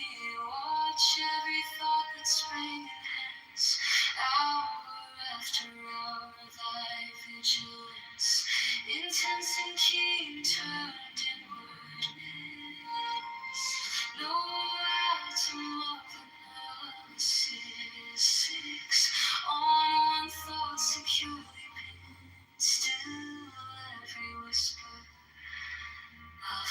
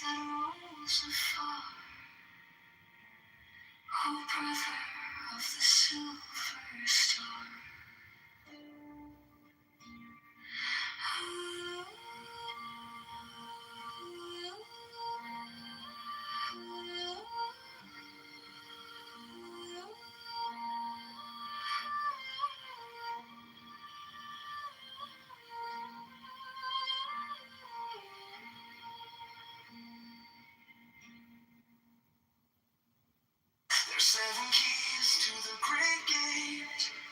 Being 8 and 1 and 1 and 8. First, let the body of thee be still, bound by the cerements of will. Core frigid thus thou mayst depart, the fidget babes that tease the thought. Next, let the breath rhythm be low, easy, regular, and slow, so that thy being be in tune with the great seas, Pacific swoon. Third, let thy life be pure and calm, sway softly as a well to live be bound to the one love of the profound. Fifth, let the thought take finally free from sense, observance, entity. Watch every thought that springs in hands, hour after hour, thy vigilance. Intense and keen turned inwardness, no matter six on the thoughts securely pinned, till every whisper of the wind, so like a flame straight and unstirred, burn out thy being in one word. Still ecstasy prolonged, the meditation deep and strong, slaying even God should he distract thy attention from the chosen light. All these things in one or power time, at thy midnight blossom flower, the one who sits yet even in this my son, no shall come to if thou restrain me, pleasure to thy grace, the rapture's darkling rule. Discarding name for science, transcendent his high consciousness. Pierce to the heart, I leave thee here, the master of everything. Thy radiance that rolls afar, O brother of the silver star. There are 7 keys to the great gate, being 8 and 1 and 1 and 8. First, let the body of thee be still, bound by the cerements of will. Corpse rigid thus thou mayst depart, the fidget babes that tease the heart. Next, let the breath rhythm be low, easy, regular, and slow, so that thy being be in tune with the great seas, Pacific swoon. Third, let thy life be pure and calm, sway softly as a well to let me bound to the one love of the profound. Fifth, let the thought divinely free from sense of service and temptation. Watch every thought that springs in hands, hour after hour, thy vigilance. Intense and keen, turned inwardness, nowhere among analysis. Fix on the thought securely pinned, still every whisper of the wind, so like a flame straight and unstirred, burn up thy being in one word. Next till that ecstasy prolonged, thy meditations deep and strong, slaying even God should he distract thy attention from the chosen act. Lest all these things in one are power time, let the midnight blossom flower, the one desist, yet even in this, my son, thou shalt not do amiss.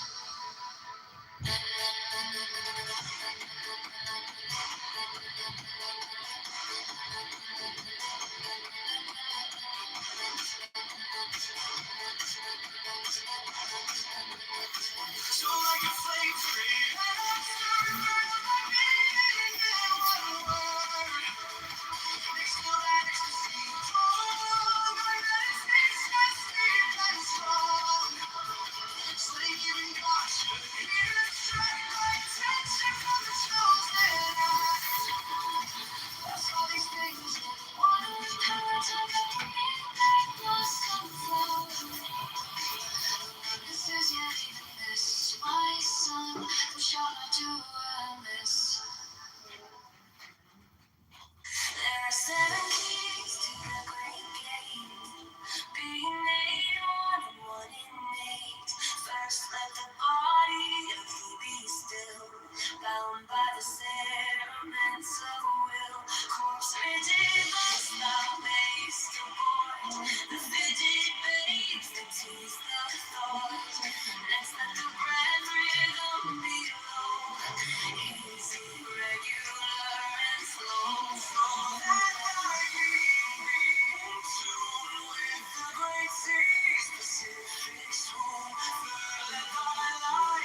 Pure and calm, sway softly as a well to live, be bound to the one love of the profound, fearful and unknown, divinely free from sense of service and to see.